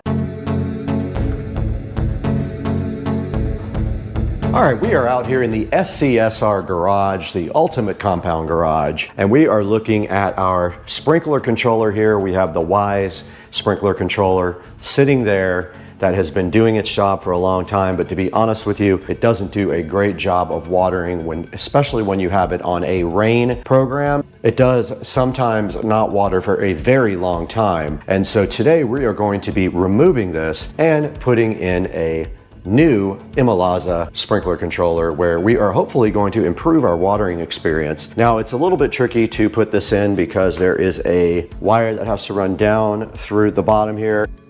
Now this is the Wise sprinkler controller. You can see right here it just connects to the wall just by this little, it just has a little clip that it goes into like that. The back of the sprinkler controller is right there. You can see the wiring is labeled. So I'm gonna go ahead and take a picture of that before I disconnect it so I can get it redone if I have to. Okay, looking at the back of the Wise sprinkler controller, there is a 3, a 2, a yellow, and a white, and there is maybe a little bit of slack, that much slack. So that's all we have to work with right there. Let's go ahead and get a good picture of this while we can. Okay, we went ahead and took a look at the back, and this is very clear now. Very, very easy to understand. The white wire is the common wire right here. You see a C on there.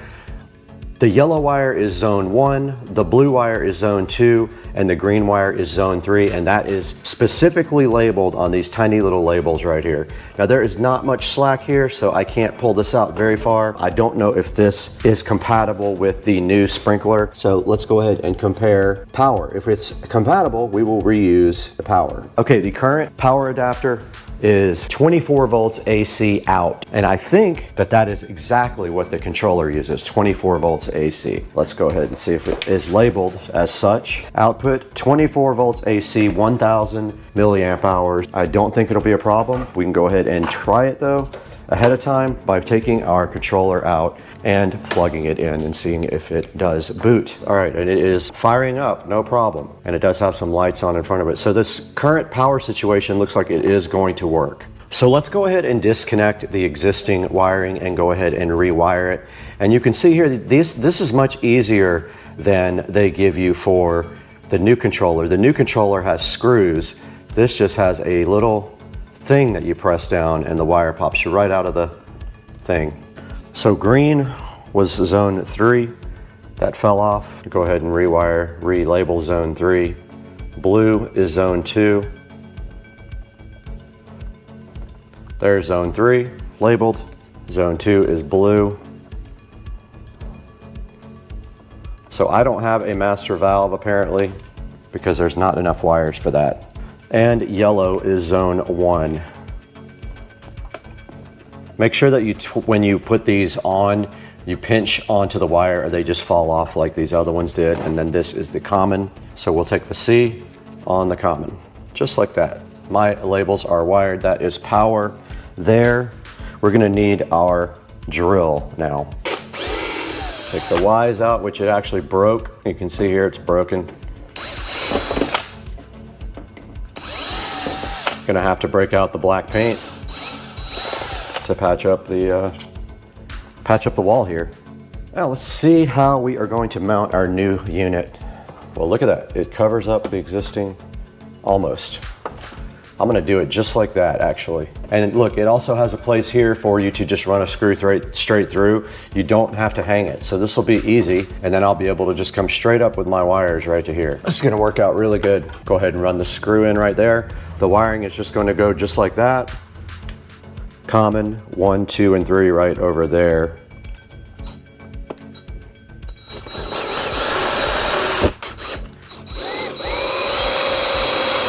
Now wiring. So the power will go there. We'll need our tiny screwdriver for this. I'm gonna go grab it.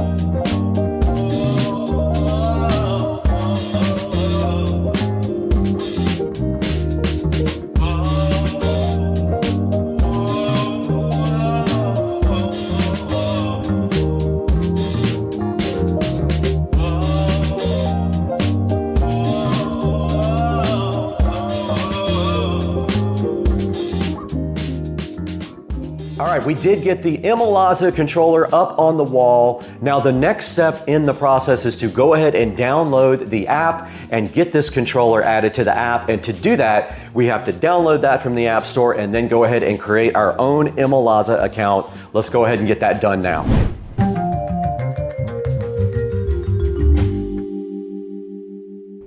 We're at the next step of our process here, and that is going to be to download the Imalaza app. So we have to go online in order to do that. So let's go ahead and get our double view going here of the phone and the GoPro. Guys, today on Supercar Street Racing, we have a new sponsor, and we want to thank the Beard Club for sending us this beard grooming kit for you guys to check out. There will be a link down in the description so you can order your own, but check out this cool beardclub.com kit. And inside of the kit right here, you can see we do have beard growing vitamins right here, and these are supposed to help your beard grow stronger.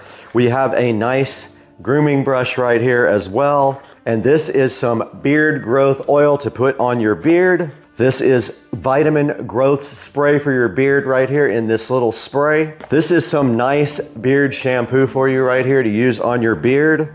And then we do have this Beard Club Derma roller here for you to use on your beard as well. All this stuff is included in the Beard Club kit here, and we would love for you guys to go ahead and check it out. And we want to thank the Beard Club for being a new sponsor on Supercar Street Racing. There will be a link in the description. Go ahead and grab yours today and let me know what you think about the Beard Club kit. Okay, we are recording on both the phone and the GoPro now, and we are going to go ahead and get this app downloaded here. So we are in the Play Store. Let's go ahead and search for Imalaza. Imalaza is right here. Let's install it. It is going ahead and downloading the app right now. I'm gonna go ahead and open up the Imalaza app. We have to create an account. We are going to be putting my name in. Okay, we have already signed up for Imalaza, as you can see here. We're gonna go ahead and click Add Controller. You gotta use Bluetooth, allow Imalaza to access your location, but we need to plug in this guy first. and it asked me if I would allow it to use Bluetooth. I said yes. It found our controller right here. I'm gonna click it. It wants my Wi-Fi. You guys can't see this. All right, it went ahead and connected that time. Let's name it SCSR. Let's do irrigation. It is solid blue now. It wants me to put my address in. We'll skip this part for you guys. All right, so it does have my neighborhood on here now, as you guys can see. It is flashing, kind of pulsing blue. It is pulsing blue, flashing, controller activated. And you can see on the screen here, a kind of look at my address, set up zones. Now it wants us to move outside for this next part. And we need to go outside to do this part. So let's go ahead and move outside.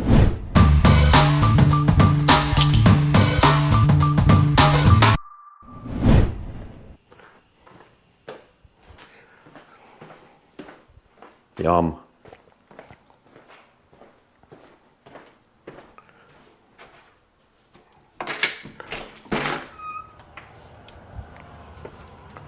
I went ahead and set the picture here, and let's see a quick run on this to see if it actually works. We're gonna do a 5-minute run. Let's see. There is a play button, and there it goes. Our watering on zone 1. Zone 1 does work. It is cold, so we're not watering much right now. Let's go ahead and stop the zone. Let's move on over here to zone 2, get a picture, add a photo. All right, let's go ahead and do a quick run on zone 2. All we have to do is hit the play button, and there is zone 2. And we have a problem with this head right here. So we might have to call the irrigation company on that one, but zone 2 is working. Let's go ahead and stop down zone 2 and go backyard to zone 3.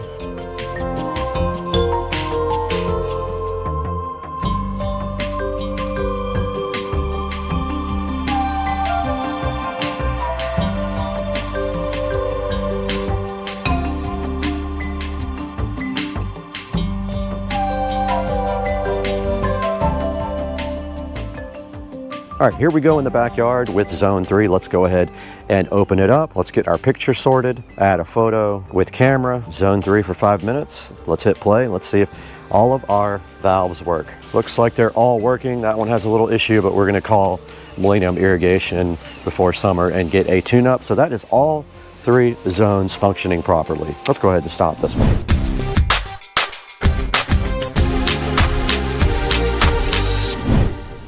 All right, now that we went ahead and configured all of our zones, we need to go back into the Imalaza Smart app and show you guys exactly how that works and look at some of the smart options and some of the scheduling options on the app and go ahead and configure those for you. Let's go ahead and sit down with the phone and get that checked out.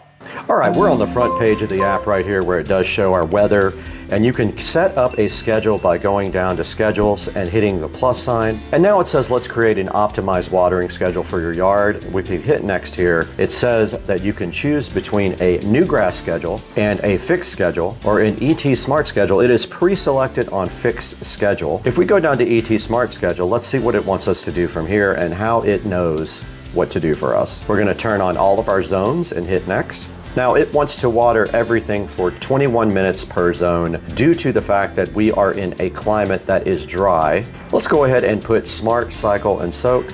And what this does is helps prevent runoff by breaking up your watering time. So we've got an option here to skip rain. We got an option here to skip freezing, and we've got a wind skip also. Let's go ahead and select all those. So here is the issue here. It is wintertime in Florida, and right now it is very cold, and so I don't know if it will compensate for the cold weather or not. I have to ask the manufacturer that question. For now, I'm just gonna set up 2 days. It's gonna start on the 31st and end never. It's gonna end before sunrise, and this is going to be winter. And that's as easy as pie to go ahead and set up a watering schedule. You can see there, we have our watering schedule active, and it is going to start on the 31st. I encourage you to look at this heavily for your area and customize it if you need to. I will hit the manufacturer up about the recommended days and the fact that it is winter time in Florida. So that's gonna do it from inside the app. I hope you enjoyed that part of it. And once again, if you have questions, please put them in the comments section. All right, guys, that is going to do it for today for Supercar Street Racing. We are so happy that you guys have tuned in today. The channel is really growing immensely. We have a lot of subscribers coming in now, but we need those video views up and we need your support. Please make sure to like and subscribe and check out some of the older videos where you have time. And we want to thank Imalaza today for being a new sponsor on the channel. You can go ahead and find a link to this in the description down below. You can order one for yourself, and let me know if you guys have any questions that you want me to ask the manufacturer. I'll go ahead and ask them for you and get an answer as soon as possible. But meanwhile, please like and subscribe to Supercar Street Racing. We need that more than anything. We need your support as a viewer, and we need you to go ahead and buy all your products through our product links down below. Thank you once again, Imalaza, for this awesome smart sprinkler controller.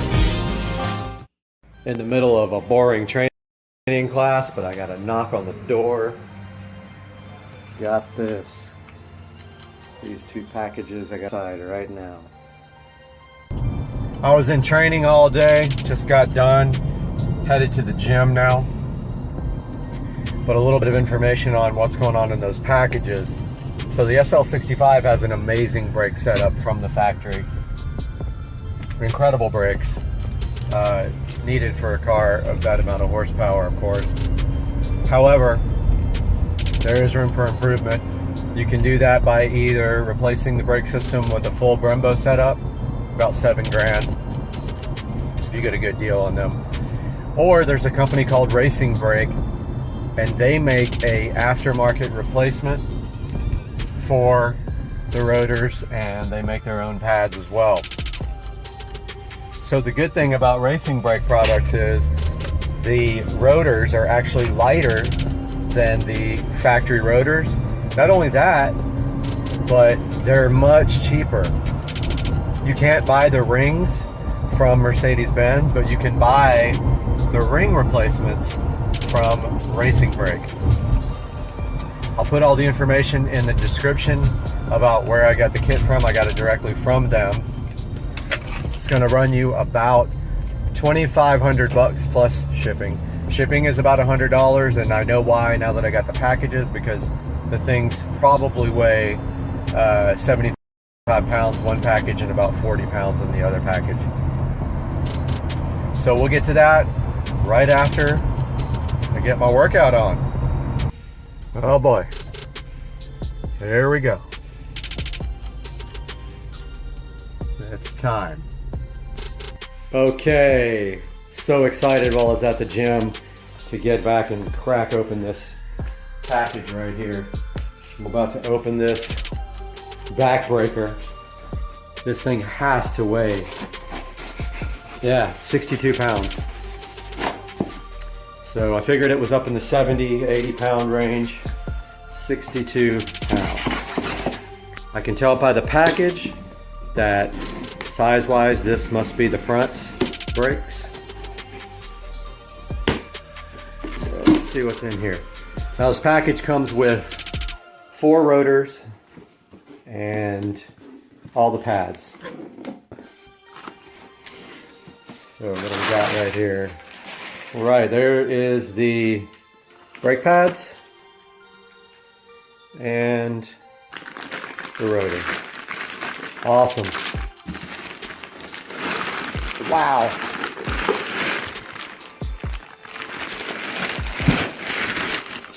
Things look so sweet. And these things are 2 or 3 pounds lighter than the factory rotors, which is huge, as you know, for unsprung weight. That is the biggest performance gain that you can get.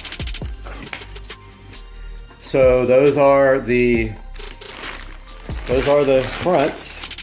The rears are in that box. Tomorrow morning,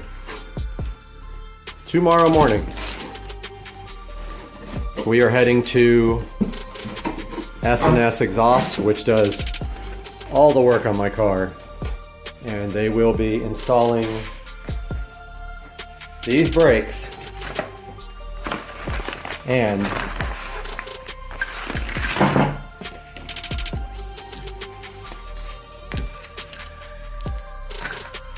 these lowering links.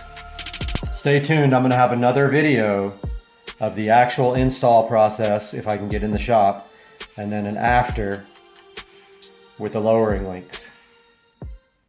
Guys, welcome back to the channel, and everything we need today to finish the dock lights project from Lumery should be sitting on the table right now. We do have a Duwen Wills Wi-Fi low voltage transformer to try to power just those lights. We have a power stake. We already have power out there, so we're going to be adding this. And that is it. We have some low voltage landscaping wire. So what we have to do is untie all the dock lights from the existing wire that we did last time. Really wasted the whole day on that. And then tie everything into this new low voltage transformer with this new wire and mount this stake and mount this out on the dock somehow. So we're going to be doing that today. Let's get busy.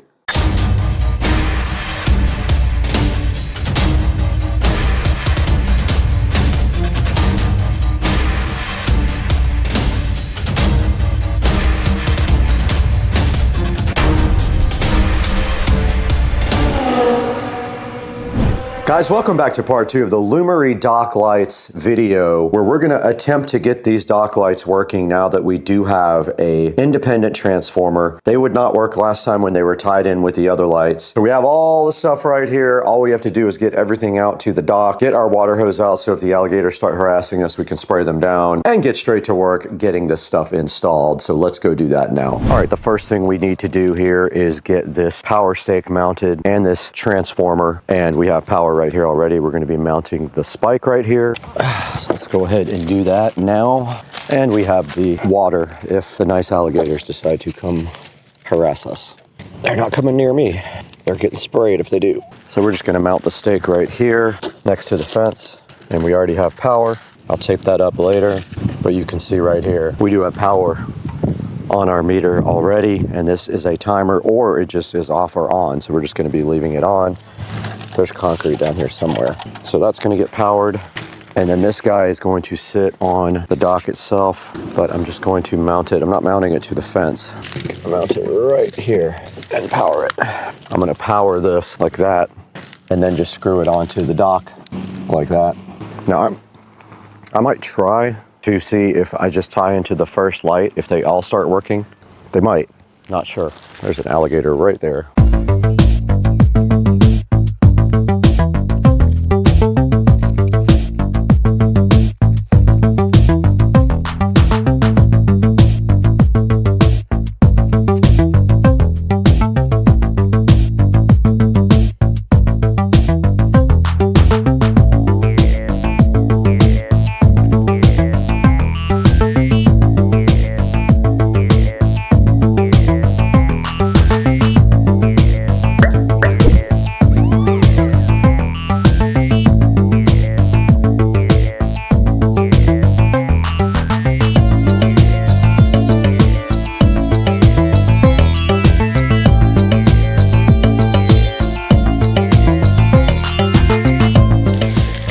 Try this first. Let's try tying into the existing to see if that works. I don't see why it would, because it didn't work last time.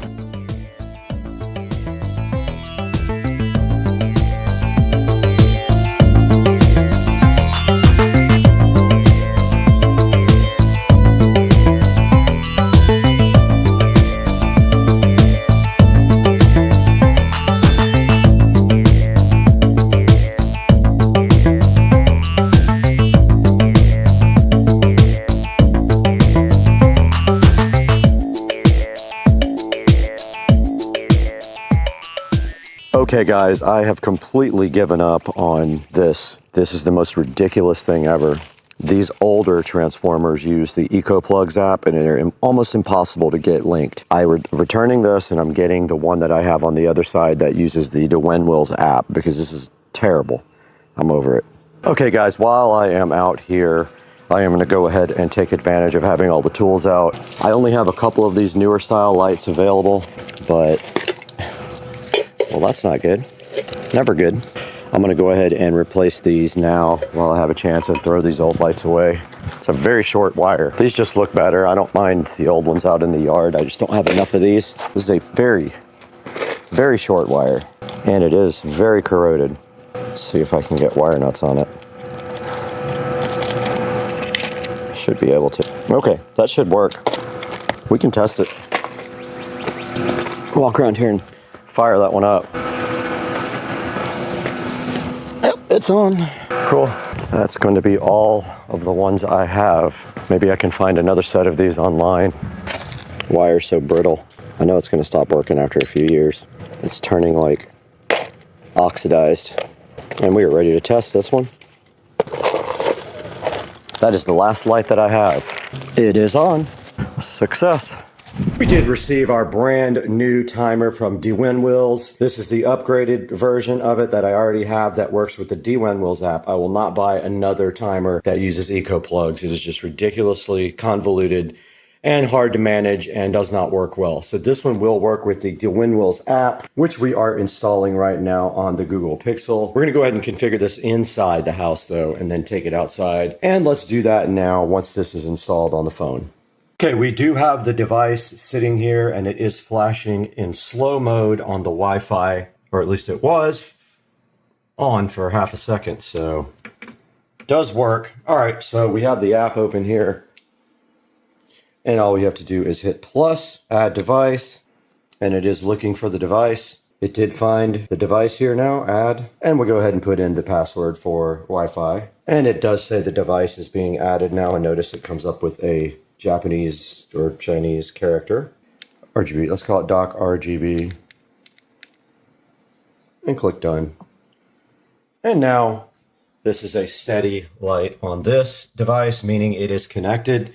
So when we go down to the dock, hopefully we don't have any issues with it connecting to Wi-Fi.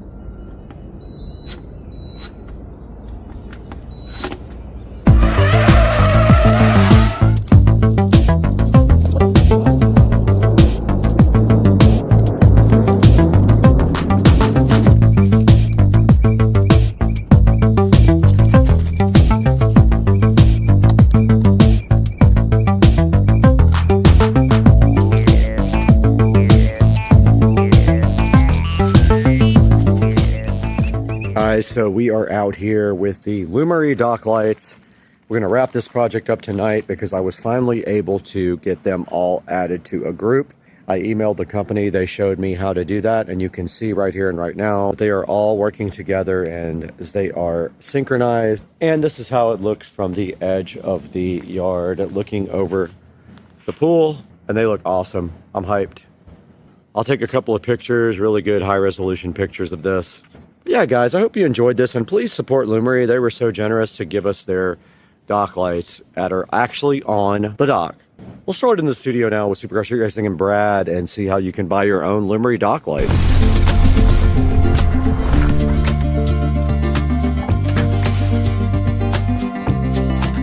Welcome back to the channel, guys. I am Brad, if you don't know me already, and I'm so happy to have you at the Supercar Street Racing 4K production studio today. And today we're talking about the Lumery, and I know I made a mistake about 20 times and called them dock lights. I guess I'm just kind of fascinated with the fact that I actually do have a dock. But they're actually called the Lumery Smart Deck Lights. Now when we talk about these, I want you to understand one thing. These are not plug and play into a 110 volt outlet. These are actually low voltage. You will need a low voltage transformer, and everything you need to make this work will be in the description of the video. I also have the hub here to show you guys. Now this hub allows you to do smart Wi-Fi functionality with voice. So buy this hub as well, it will be in the description. And these things are pretty cool. You can mount them on a fence, or you can mount them really to anything. All you need is a low voltage transformer, some low voltage wire, the Lumery deck lights, and the Lumery hub.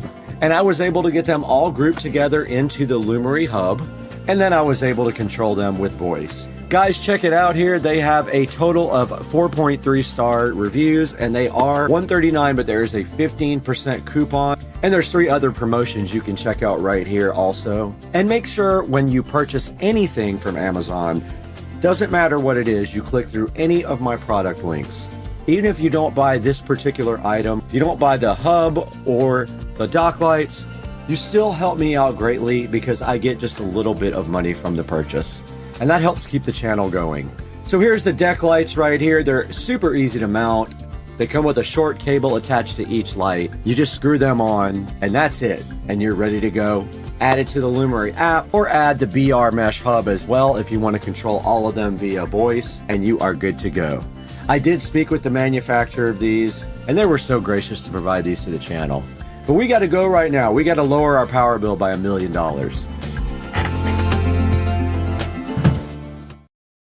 Go.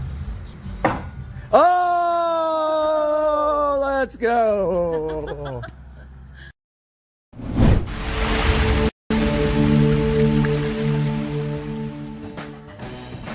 Everybody, welcome back to Supercar Street Racing today. It is hot in the SCSR Studio A because I forgot to turn the air on early in the morning so we could shoot all day, and so it's having trouble keeping up with the hot. But regardless of that, we have something else hot right here in my hand. This is the Diag 600 Pro OBD2 car scanner. Now, Top Don did reach out to Supercar Street Racing to see if we were willing to take a look at this, and I said I thought you guys would enjoy this very much, and they sent one of these out. So today we're going to be taking a look at this on Supercar Street Racing. Let's get to work.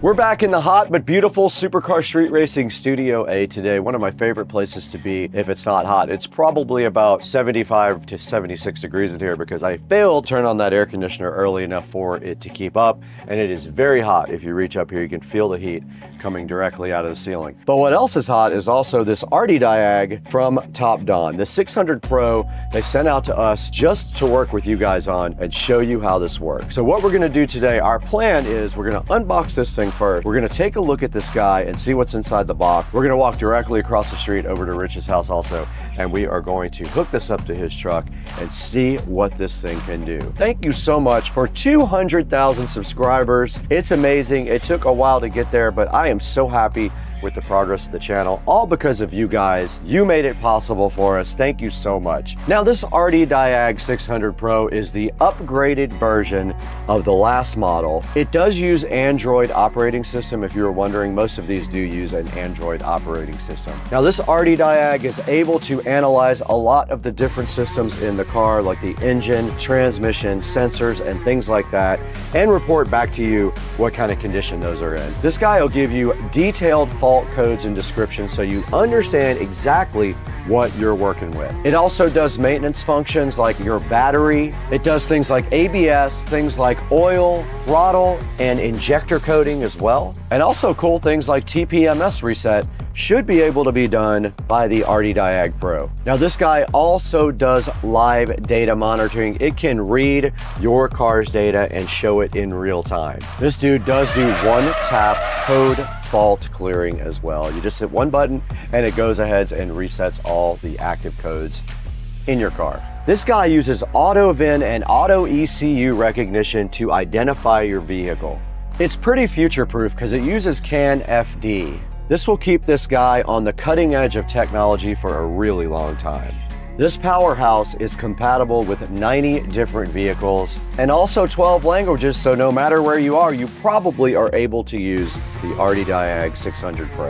It says that it has 2 years worth of updates built in. And now right back behind me up here, you can see some of the essential features it does for maintenance. It does things like oil reset, ABS bleeding, DPF reset, throttle relearn, SRS reset, brakes, battery matching, injector coating, and SAS reset as well. This guy has been on quite a few automotive sites online. You can see here, it's been featured on a lot of different places. You can see some of the technology right up here that it has: a 7-inch touchscreen, 3350 milliamp hour battery, a 4-core 1.5 gigahertz processor, and also it runs on Android 11. Now I am really hyped to get this Hdmi 600 Pro directly out of the box and see what's included with it. Let's go ahead and do that right now.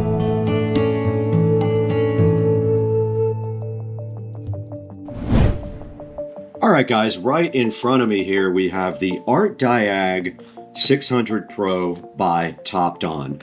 Now, Topdon sent us the 600 Pro. They call it their mid-range diagnostic tool here. They wanted us to check it out with you guys and go ahead and open it up and then maybe fire it up inside of a vehicle. So what we have right here is the Topdon Hdmi 600 Pro, and we're going to get this opened up right now. Now, taking a look at the box first, though, you can see right here just a picture of it on the front and a little car logo right there, Hdmi 600 Pro by Topdon. On the side, all it says is Topdon. So there's not much on the side of the box right here, but on the back we have a lot of information here. It says master the essentials. There's some contact information. They do have a North American phone number, and they do have other country phone numbers right here, and their website, www.topdon.com.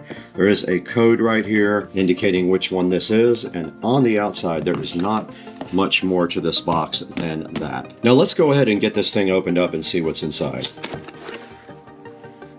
All right, so the first thing I see here, the presentation is real. We have a nice bag with all the stuff for the Topdon inside of it, so we don't need this box anymore where we're going. And nice looking case here for your OBD2 scanner. Let's go ahead and open it up and see. Has a nice handle on the top also for you to carry it. And inside of this, we do have the OBD2 cable. So it looks like it has an old school serial. I think that's a 16-pin connector there, and that's your OBD2 connector right there on the other side. Everything is nicely packaged in little bags, and inside of this probably is a charger. It is. It's a USB type A on one end, and thank goodness it's a USB type C on the other end. More and more companies are finally getting smart and putting USB type C in their devices so that everything is one standard. Then we've got the actual scanner right here, and there is a couple of little manuals as well. There's a quick user guide here. There is a user manual if you scan that. And the first part of the manual here is in English, and it kind of describes everything on the front of this, but let's get that opened up so you guys can see it in person. There is the nice Hdmi, really nice looking box with a nice large screen. It shows you what's on the front and on the top. Your top has your power button and your, I think that's a 16-pin serial connector right there. On the front you have your OK button, you have your return button, and then of course you have your keypad here. There is something on the side of the box, a charging port, and inside of there is your USB charging port. So there's not much else to do here except charge this. I'm not going to charge it right here. This is a slow charging. This is from the computer, so it won't have much amperage. So I'm gonna go plug it in the kitchen and start charging it, and I'll let you guys know how long it took to charge.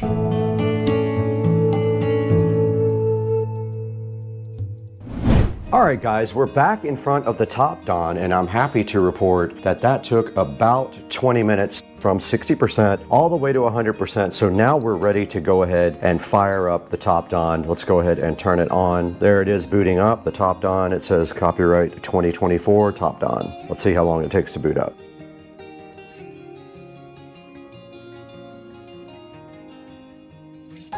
Now, I'm assuming this thing has Wi-Fi that it can download new things. Let's see. So we're in the setup area right now. It is a touchscreen. Nice. Okay, cool. English US. Next. That is the correct time zone. Now it's looking for my Wi-Fi network. Here it is right here.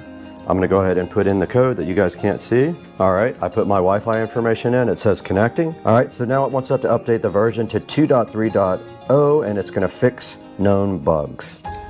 Let's see if it updates. It's got a line. It's indicating the progress right here. Let's let it do its thing.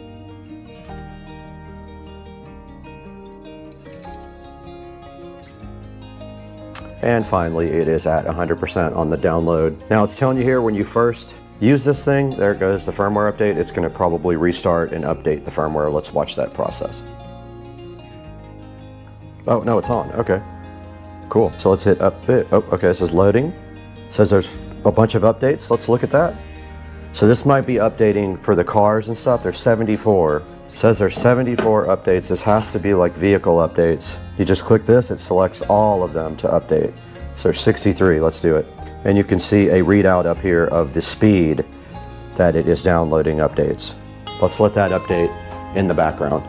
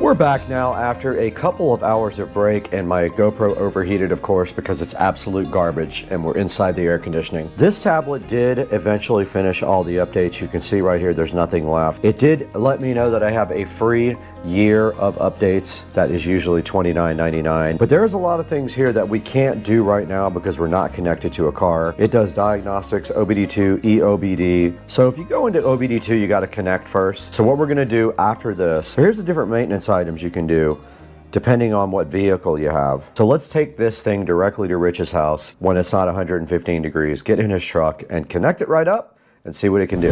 Guys, I wanted to take a short break from the video to introduce you guys to our new sponsor, Trond.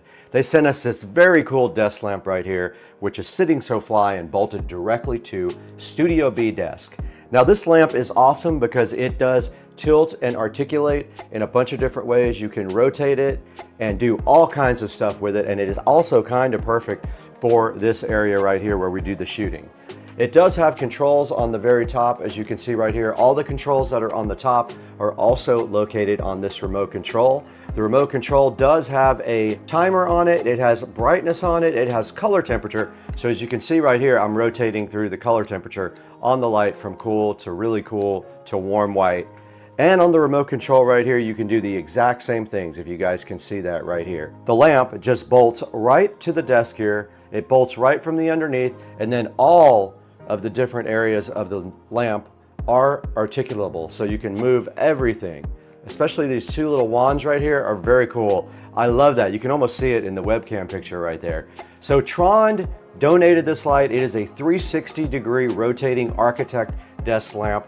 It has 5 colors, 5 brightness levels, a 24-watt light with eye care, and a 45-minute timer, and it does come with a remote control. Now, right now it is $69.99, but there is a 20% coupon you can apply to this, and also there's a promotion that you can save another 10% when you check it out online. And you can see right here on the picture, they're actually using DaVinci Resolve, and they have the nice desk lamp above it. That's what I'm going to be doing, because I'm going to install this guy right here. I'm going to put a link in the description to the Trond LED desk lamp. Make sure you support Supercar Street Racing. Tell them we sent you and show your love for SCSR. Now back to the video.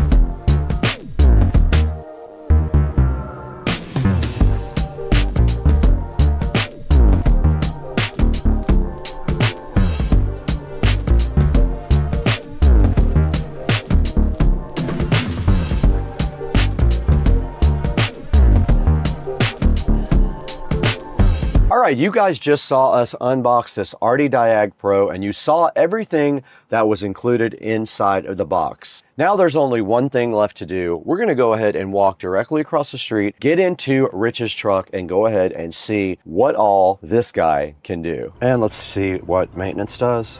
You can reset different things in the car, like your oil light, your throttle position, your EBP, steering, ABS, DPF, BMS, injector, and TPMS.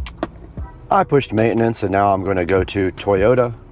It found the VIN again, double cab, confirm, and there's the manual oil reset, so you can go ahead and reset the light if you do get your oil changed. That part is not supported with engine and ECT. And here's all the other functions you can use to reset to do maintenance on the car. So for example, if you need to reset your injectors, you can go in there and do that. So the mall is where you can purchase things for the TopDon. That's that button right there. The library has a bunch of useful information here, like a DTC repair guide, DLC location, warning light library, a user manual, and a quick support with TeamViewer. I guess they can remote in and work on this. And I'm doing one more auto scan on it. There it is, reading directly off of the computer. All the live data is like the fuel trim, the RPMs are right there. I'm at 700 RPMs, you can see right here. Vehicle speed sensor, timing, you've got all kinds of things that you can view in real time with this nice TopDon Art Diag 600 Pro. User info is just where you get all your information. You can also do firmware updates or system updates. We've already done all the updates. You saw that yesterday. That took a while for the cars to go ahead and get updated, but everything is current here now. And that is a look at the TopDon. It does a lot of cool stuff. Let's see what battery voltage does. All right, it shows you real time. The battery voltage is at 14 volts. That's cool. And under history, you can look at reports that you saved. You can replay old data. You can actually do screenshots as well if you need to. And you can screen record, which is pretty cool. All right, we are recording now on this device, and I'm gonna play back a little bit of the video that I record on this device if I can figure out how to get it off of here. This is recording right now, so if we go back into diagnostics and we go to VIN, all right, it's scanning now. Let's do auto scan. I'm gonna record the screen and see if I can get the file off of there to play back for you guys. And it is scanning now. It's at 30%. You can see at the bottom, 40%.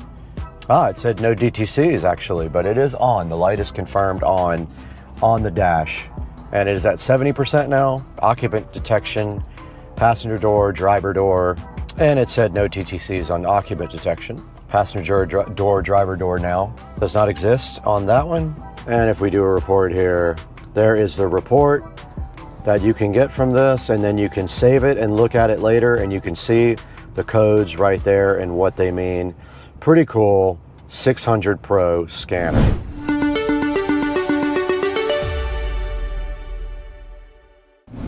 We just took this RD Diag 600 Pro directly out of the box, walked across the street to Rich's house, and installed it in his truck. We pulled all of his codes and checked out his entire truck with this cool little device, and it's very awesome, and I highly recommend this guy. Go ahead and pick one up from the link in the description. You probably won't be sad about it. It's got 34 reviews at 4.4 stars. That's actually really good. It's hard to get a 4.4 star review on Amazon. You guys know that. And now that we've done all that, there's only one thing left to do, and you guys know what that is. Let's throw it to Brad. I will show you how you can get your own RD Diag 600 Pro on Amazon. Go ahead and order it from the link in the description. Let's toss it over to Brad right now.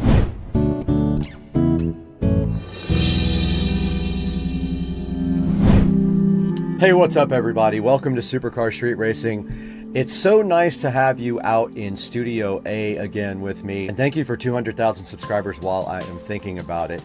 Today we have a special product that was sent to us by TopDon. This is the Diag 600 Pro sent to us by Top Don. They asked if you guys might want to see this, and I said yes, I thought you did. So we went ahead and got this thing, and it's pretty cool. It is a diagnostic tool for OBD2. You plug it into your OBD2 port right underneath your dash there. It does pull codes from your car, shows you all your fault codes, and then allows you to reset them and also Google them so you know exactly what's wrong with your vehicle. And you saw today, we looked at Rich's truck and he did have one fault code. I gave him that fault code so he could go to his mechanic and then he could not get ripped off by them because they won't know what he knows. And that's why you guys should have your own Diag 600 Pro. Now this thing does have 4.5 star reviews. It's got 36 reviews sitting so fresh right here on Amazon. It is $208 right now. It's 20% off. So now's a really good time to go ahead and order your Diag 600 Pro. It also allows you to do screen recordings and screenshots. So if you want to play that back later like I did, you saw how I did that when I put it into the edit session here while I was talking over the actual diagnostic on Rich's truck. It says it comes with 2 years of free updates, so you can look forward to that. Not having to subscribe, you're going to get 2 years from these guys of nice updates. It also does 9 different service resets, a bunch of different maintenance items as well. So you can do things like reset your oil light and like your battery. When you get a new battery, this thing can help you learn your battery type for the car if your car supports it, and the tool does too. It also does live data monitoring. You can actually watch the car's data in real time on the screen so you can get indicators of what your vehicle is doing. This thing can identify your ECU automatically and know what kind of car you drive. This thing does 90 plus vehicles in 12 different languages, so you can be assured that you're probably covered when you have this thing. So go ahead and check out the Diag 600 Pro. I might have called it Art Diag a couple of times in the actual video. Sorry about that. It's Diag 600 Pro by Top Don. There will be a link in the description. Pick yours up and help out Supercar Street Racing. It really does help us a lot. We just need a few dollars here and there to keep the channel going. Here's a look at the channel metrics right here. We have 201,255 subscribers, and we couldn't do it without your help. Thank you so much for supporting Supercar Street Racing. Everything you do matters. Please like, please subscribe, and please buy all of your Amazon products through any of the links in the video description of any of my videos. You can click any other link and buy something, and it helps me out greatly, and I do appreciate it. Thanks for the like and subscribe, and I got to get out of here. It's about to storm out here. It is thundering and lightning. Let's go.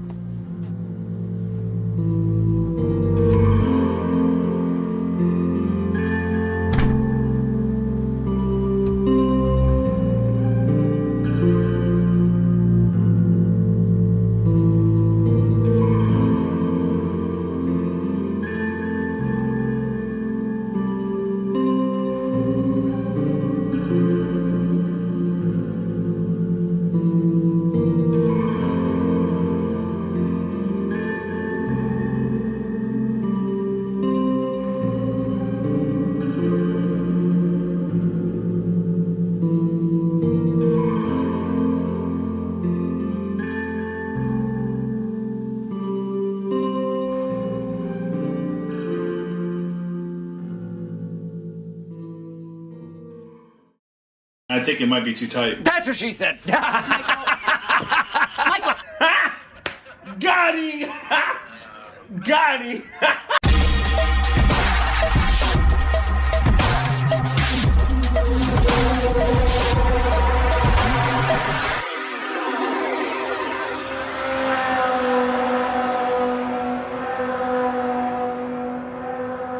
All right, we're out here in the garage, and Joe came over and brought his battery puller, and he's trying to take the back seat off right now so we can get access to where we're going to mount our rear speakers right here, and then figure everything else out as we go. We went to Daddy-O's, we bought some 6.5-inch speakers, 2 ways for the whole golf cart, 2 in the back, 2 in the front. And so what you're going to see right now is Joe taking off the back seat.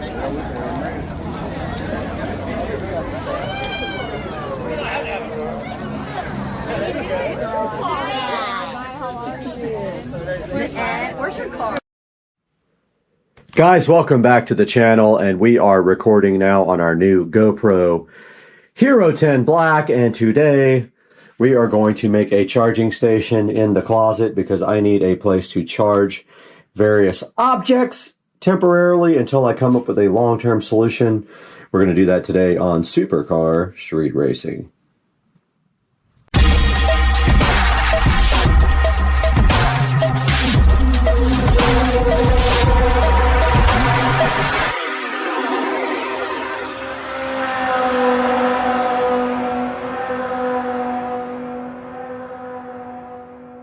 Guys, welcome back to Supercar Street Racing, and recently we got this little monster power strip with a receiver that we got with a subwoofer. The receiver and the subwoofer came together for like 150 bucks. We got a hell of a deal. And then we got this free little power strip here too that we are going to be mounting directly to this old table. And we are shooting this today on the GoPro that we just purchased from the Captain Joe Dukes, Joe Dukes of Duval. So let's see what we're going to need. We're going to need some screws here for this, some short screws, and that is about it. And we will plug it in right back there. So let's get the screws we need and get to moving, and we'll also need a tape measure to get these screws done the right way. All right, we got everything we need right here to get this project going, except the drill. Let's grab the drill. All right, we got our drill here. So what we're gonna do is center this guy, 26, so 13 is the center. And then from 13, that's a little bit less than 13. We want to put screws at 4 and 4. So we want a screw at 9 and kind of on the edge. So right here.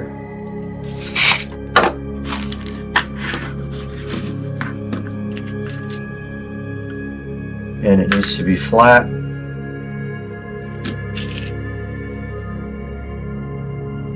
Doesn't have to be perfect, but we want it to be close to the center.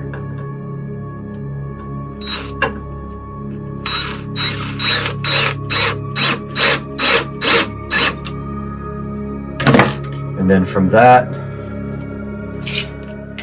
we want a screw at, it's going to be a little off because we have to slide it, but I don't know, a little more than 5.5.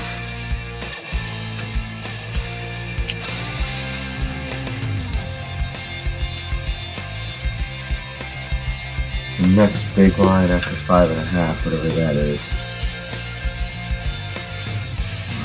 Right there.